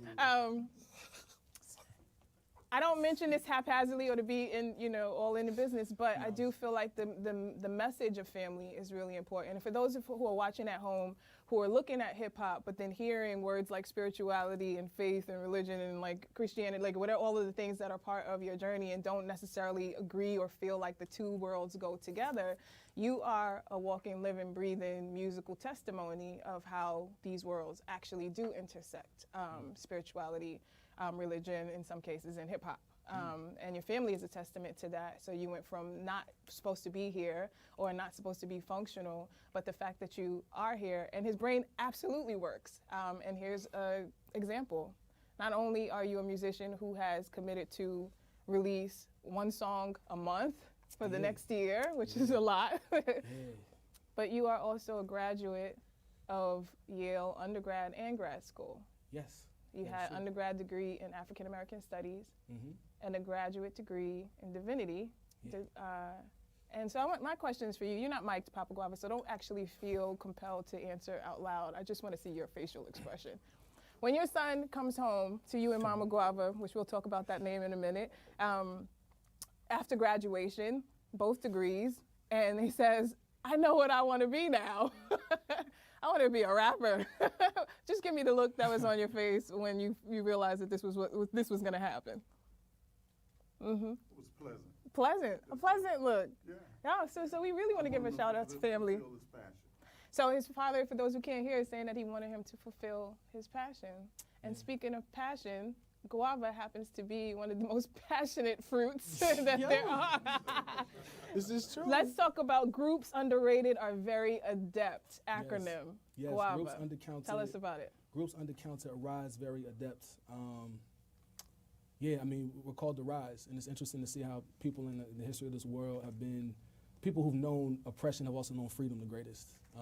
We've known how to rise in circumstances that seem like something we shouldn't be able to rise out of, and it's a call to rise. It's a call to find that within us, within our ancestors, within our spiritualities, within our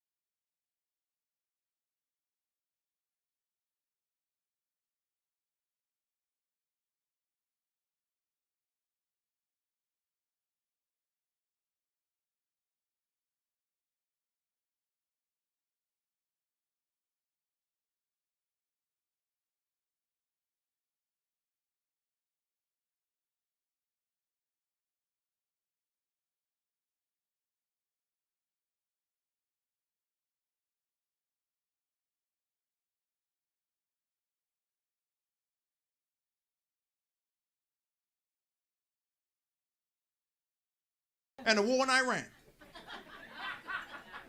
World War I. And World War II. The crucifixion of our Lord and Savior Jesus Christ. The extinction of the dinosaurs. They blame that on me. I said, wow. I overheard them say the Big Bang Theory was delayed because of my existence. I said, okay. Since we're pointing the finger, there's a few things I want to say. Because they must have thought I forgot.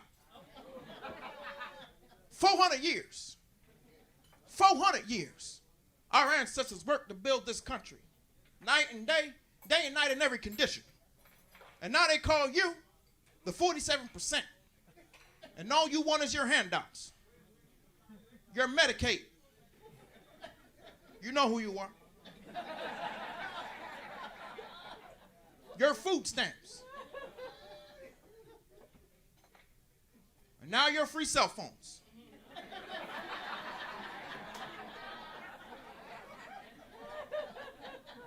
And I say good. Because what's good for the goose is also good for the gander. I personally believe 400 years of work deserves 200 years of vacation. Come on, somebody. Come on. So you use those food stamps. You use them. You use them the night after we leave here. Get yourself some steak. Crab legs. You go to the right grocery store, they'll season them for you. And you know who you are. And don't hesitate to use that Medicaid. Because your great-great-great-great-great-great-grandmother, when she was out in the field picking cotton and got sick, there was no Medicaid. And I can look around the room and see somebody needs a checkup in here. And you can look around too. And you know who you are. So you use that Medicaid. And as for slavery, the darker you were, the further out the field you were. I can see some of you would have been way out there.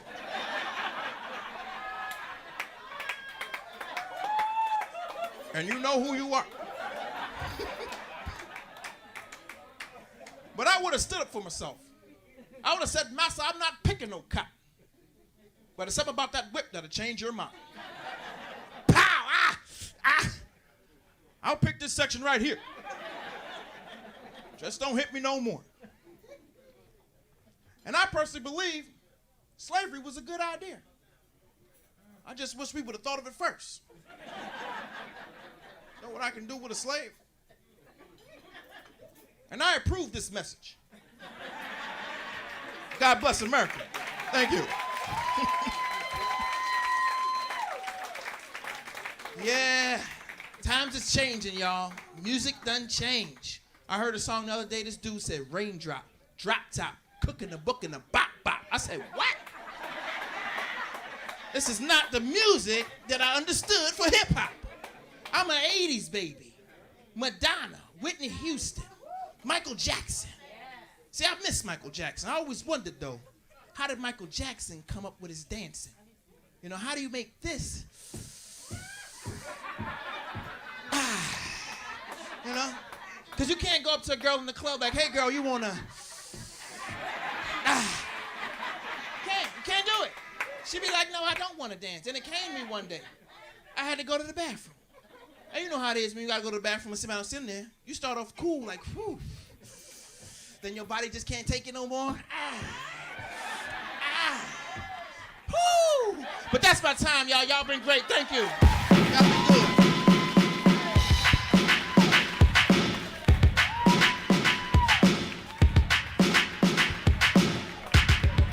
Come on, y'all, give it up. Give it up. Y'all give it up for Wesley Snipes. Come on, clap it up. Wesley Sniper. You see? Got the little Busta Rhymes dread starter kit. You see them? Them dreads gonna be nice when they finish. We're gonna have one of those. Look, there it is. There's one. That's all. Yeah. That's a long investment. How long it took you to grow that dread there, sir? 20 years. Damn. That's a long goddamn time for one dread. I would have gave up in the first year. I would have been like, you know what? This shit ain't working. Let's hear from my man Foster one more time. So now we want to cross the water to Jersey. Now we're going to go up north to Connecticut. This is a very funny brother. He's been here before and blessed the stage at Laughaholics. Please put your hands together for Jackson, y'all. Give it up for Jackson. Ho. Ho. You are not ready. Unstoppable. Yo. I just want you to know. Let you know. It ain't where I've been. But where I'm about to go. Top of the world. Cut it. What's up, y'all? Dope. This is nice. Give a round of applause for yourselves for coming out looking good. Nice outfits. Everybody looking good. This is nice. I'm not used to performing in such a nice place like this. No, I'm not. Every time they book me, they always book me in them hole-in-the-wall clubs. Bad neighborhoods, too. You know you're in a bad neighborhood when they got security at the police station. Your behind ain't safe. Neighborhood's so bad when the ambulance come, the paramedics don't even get out the van. They just blow the horn and drop off the instructions. Baby, hold up, brother, read. They be gone. But this is nice, man. I feel safe. I feel good. I feel lovely. You know, I see the hustlers in the building tonight. All the old timers. Shout out to the old timers. Oh yeah. We gotta give the old timers some love now. They in here. And they hustling. I was on a bus the other day. I seen an old timer hustle the bus driver to get where she had to go. It was amazing. Old timer got on the bus. Mr. Bus Driver, I got the money in one of these pockets. I promise you. The money is in one of these pockets. 6 stops later. Mr. Bus Driver, the money is here. I promise you. I assure you. The money is here. 12 stops later. Mr. Bus Driver, I can't find the money. I'm gonna just get off right here.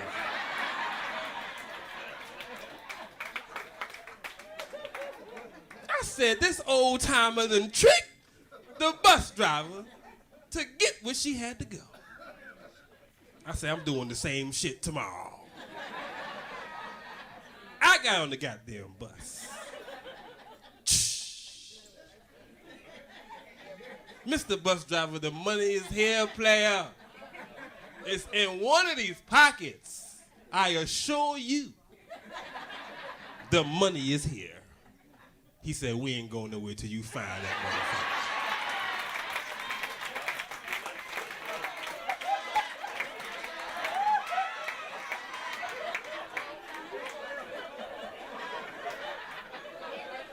I said, I'm gonna get off right here. Just.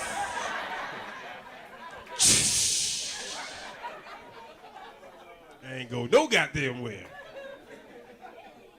Gotta give it up for the old timers, man. They know what they doing. My best old timer is my grandfather. That's right. We used to smoke weed together, laugh together. He used to put me on the game. He's my best friend, man. You know what? Today is actually the anniversary that he passed away. You know? Yeah, you know. He died, for real. He died a year ago today. And I was right there when he died. The crazy part about his death, though, is that he died during the commercials of Wheel of Fortune. No, this is real. This is real. But before he died, he guessed what the phrase was gonna be.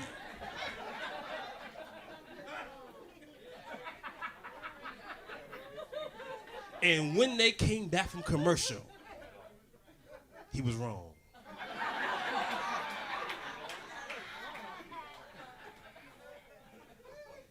He was dead wrong, what I'm saying.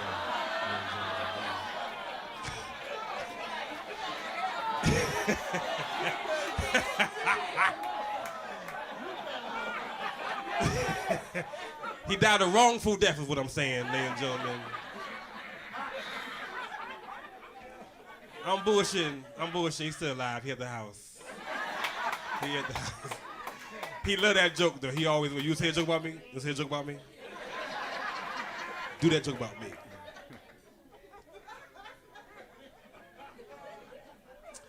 Yeah, man. I'm trying to become an old timer myself. Trying to live right, eat good, you know. I just turned 30 years old. Thank you. Appreciate it, you know. Thank you. It's crazy, too, because I feel like my accomplishments in life don't match my age, you know? Because you figure you're 30 years old. You should at least have a bank account. Apartment. At least a cell phone. Not me, I'm just 30 years old. That's it, just 30 by itself. Oh yeah, I got 3 kids. From the same woman. Okay?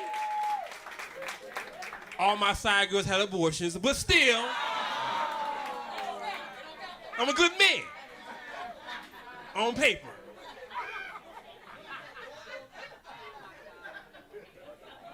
Eight, 5, and 3. 2 girls and a boy. My boy is the youngest.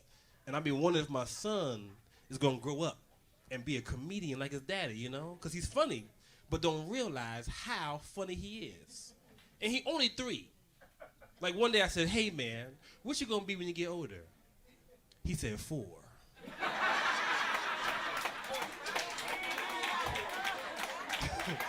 It's a genius. I had to write this shit down, you know what I'm saying? He ain't gonna use it yet. I'm saying that shit at the Lindenwood Diner. My son a trip though, you know what I'm saying? He always pee in the bed and shit, you know. Yeah, this motherfucker's the king of peeing in the goddamn bed. Every morning, his room smelled like the corner of a dumpster. I'm not bullshitting. You ever go to a dumpster and throw some shit away? You be like, what the hell is that smell? That's my son's room, y'all. That's what that is. Make me mad, too, because he know what he's doing. He know what he's doing. This is how I know that he know what he's doing. Because he changed his clothes in the middle of the night. Yeah, it's real. Try to throw me off, you know. Fresh clothes on a pissy body, this nigga here. My bad, Ray. Sorry. Try to throw me off, you know what I'm saying? In the morning time coming, good morning, Daddy. I'm like,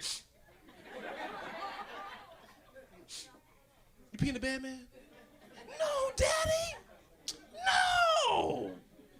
I said, well, what the hell you got a tuxedo on for then?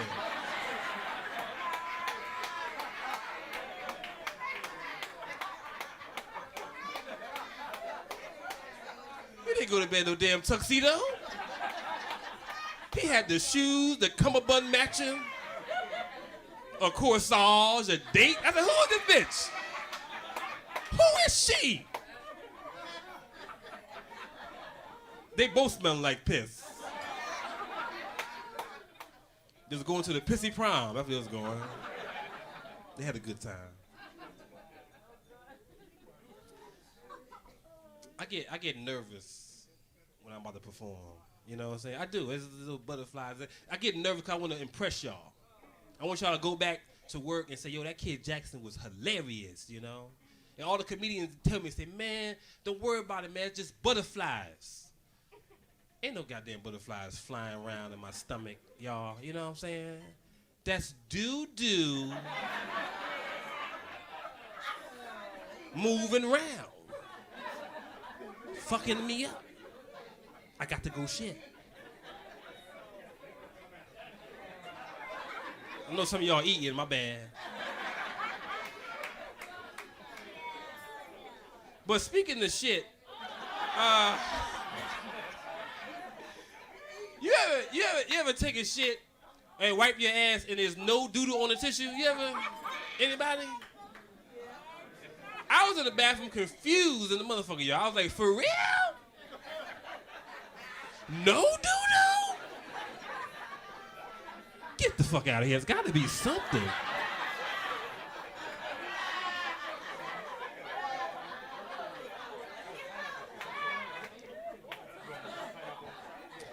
I didn't know what to do with the tissue. I did not know what to do with the tissue. I didn't know whether I should throw it away or save it. I might want to blow my nose or something later. I don't know. Yeah. I didn't know what to do with tissue, ma'am. Can you hold it for me a second? Can you hold this for 1 second?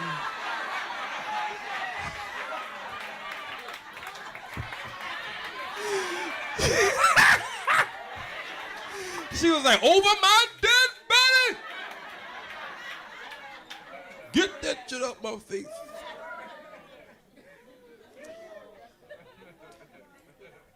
I'm sorry, I just playing with you. I got a confession to make, though. I was gonna save it from an E True Hollywood story. But I gotta get this out. I'm not really a comedian. No.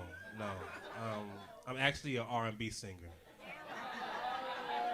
Yes, ladies, yes.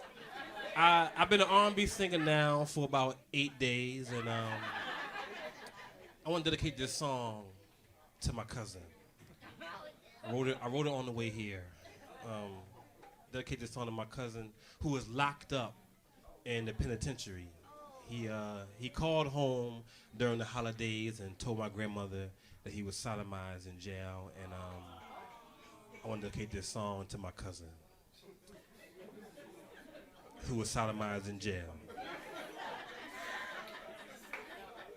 during the holidays.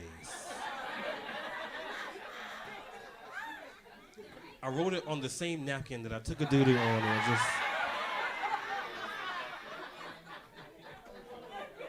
just bear with me, please. This for you, cuz. It's for you, man.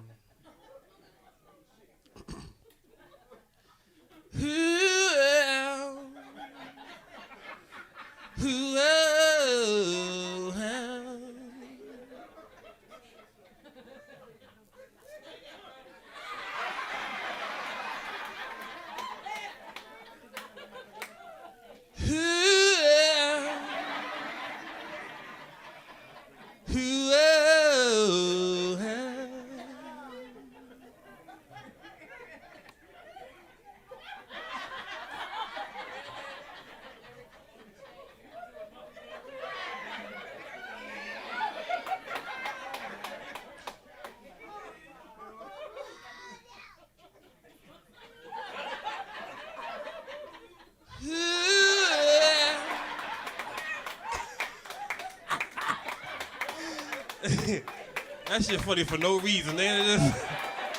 Why it's funny, I don't know. What's even more funny is that one of y'all gonna walk out that door going, that's my shit! Hey, y'all been a great crowd, man. My name is Jackson. I'm out of here, yo. Peace.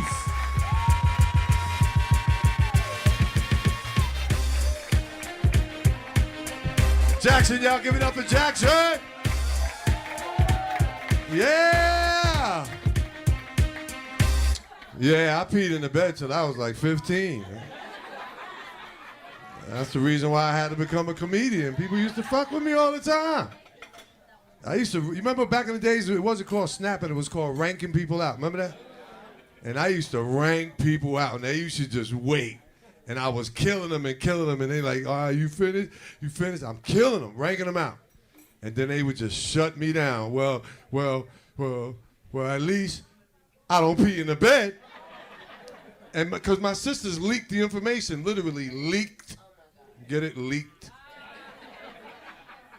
Back in the days was dope, seriously. I learned a lot from back in the days. I even learned, and this is going to shock some of you guys, and it's really going to shock my in-laws, because my in-laws are here from Atlanta. It's really going to shock them. So now, if you have a GED, you may want to leave on this, because this is a thinking joke. This is a thinking joke.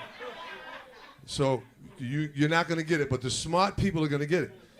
And if you're over 40, you're really going to get it. So I knew what coochie tastes like before I did it for the first time. I'm gonna repeat myself. I knew what coochie tastes like before I ate it for the first time. Now, I know you're saying, well, how the hell did you know before you did it? I'm gonna explain. Single parent home, 8 children. We was poor. We had to get creative around the house to have a good time. I remember I used to take bubble baths. I used to use Palmolive dishwashing detergent. I'm playing in there, me, myself, and I. It was three people in there. I'm playing around, and I ain't got no toys, so I look around the bathroom for something to play with.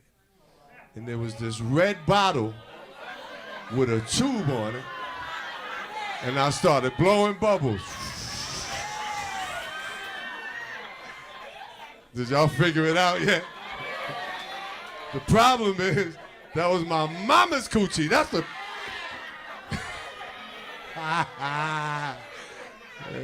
Y'all sitting over there, you know, that shit does make sense. Woo! Y'all give it up for One Dread. One Dread, y'all. Come on. Clap it up for One Dread. We keep going back to my man. All you get is One Dread. No. All right, coming to the stage right now. I love the fact that we got all different perspectives of comedy geographically, because people are from all over the place. This gentleman right here is from Syracuse, New York. Ladies and gentlemen, please put your hands together for Travis Blunt. Y'all give it up. Travis!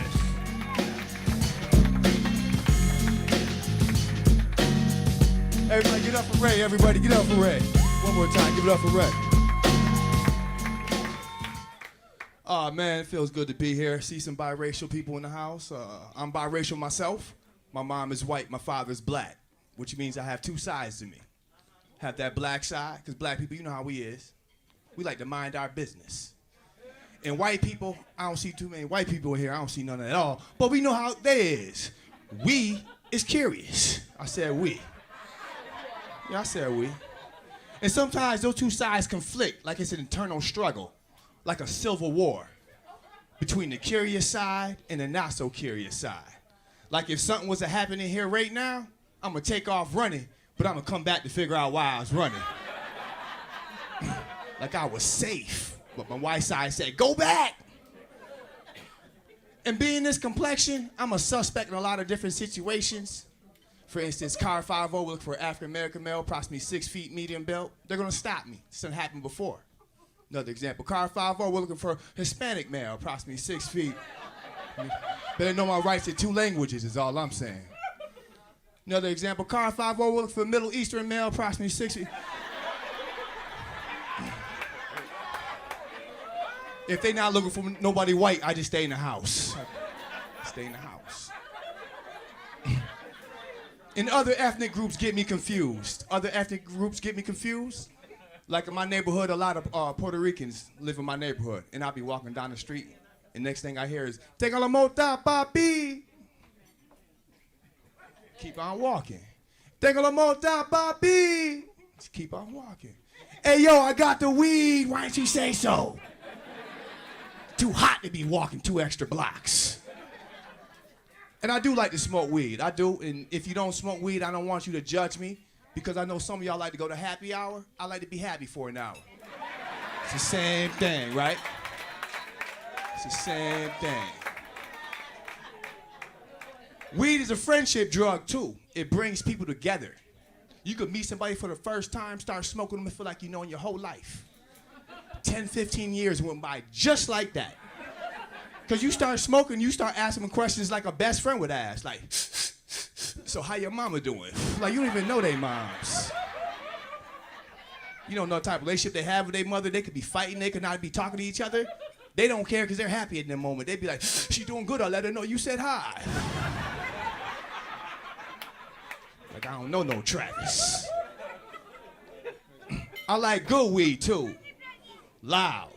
And if you're familiar with loud, if you're not familiar with loud, loud is that type of weed you could just have in your pocket, forget you got it in there, go in the store, people like, who the hell is smoking weed in the store? That's that loud in your pocket, letting everybody know, the weed is right here, the weed is right here. When you got regular weed, completely different. Regular weed, completely different. You could be having regular weed in your pocket, talking to the police with a canine dog right there, and the dog will just look at you like, I'm not even gonna bark in that bullshit.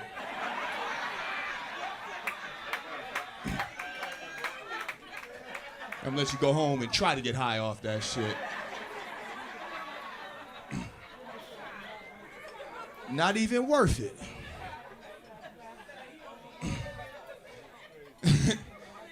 Yeah, not even worth it. And you know what I'm saying? I smoke weed. My girlfriend doesn't smoke it all, but she's cool with it, man. I love my girlfriend. We've been together for like 5 years. She's supportive. She's funny. She's supportive. Her best quality is she has a car. I ain't got no car. You know how hard it is to go on dates when you ain't got no car? You gotta set up dates according to the bus schedule. I was talking to this one girl one time. She said, let's meet at 7:30. I was like, 8:47 be a little bit better. I don't know why you rushing. This take time. We gonna meet. Went on this other date, me and the girl both saw each other on the bus. We just looked at each other like, this shit ain't gonna work.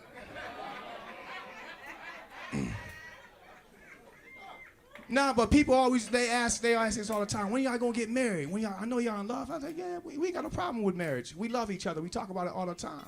The only problem is her credit score don't trust my credit score. I got bad credit. I got bad credit, man. She got good credit. And she gets the mail. When you get the mail and you got good credit, you do what good credit people do. You open the mail with confidence, because you know, whatever you open up, you're gonna take care of it.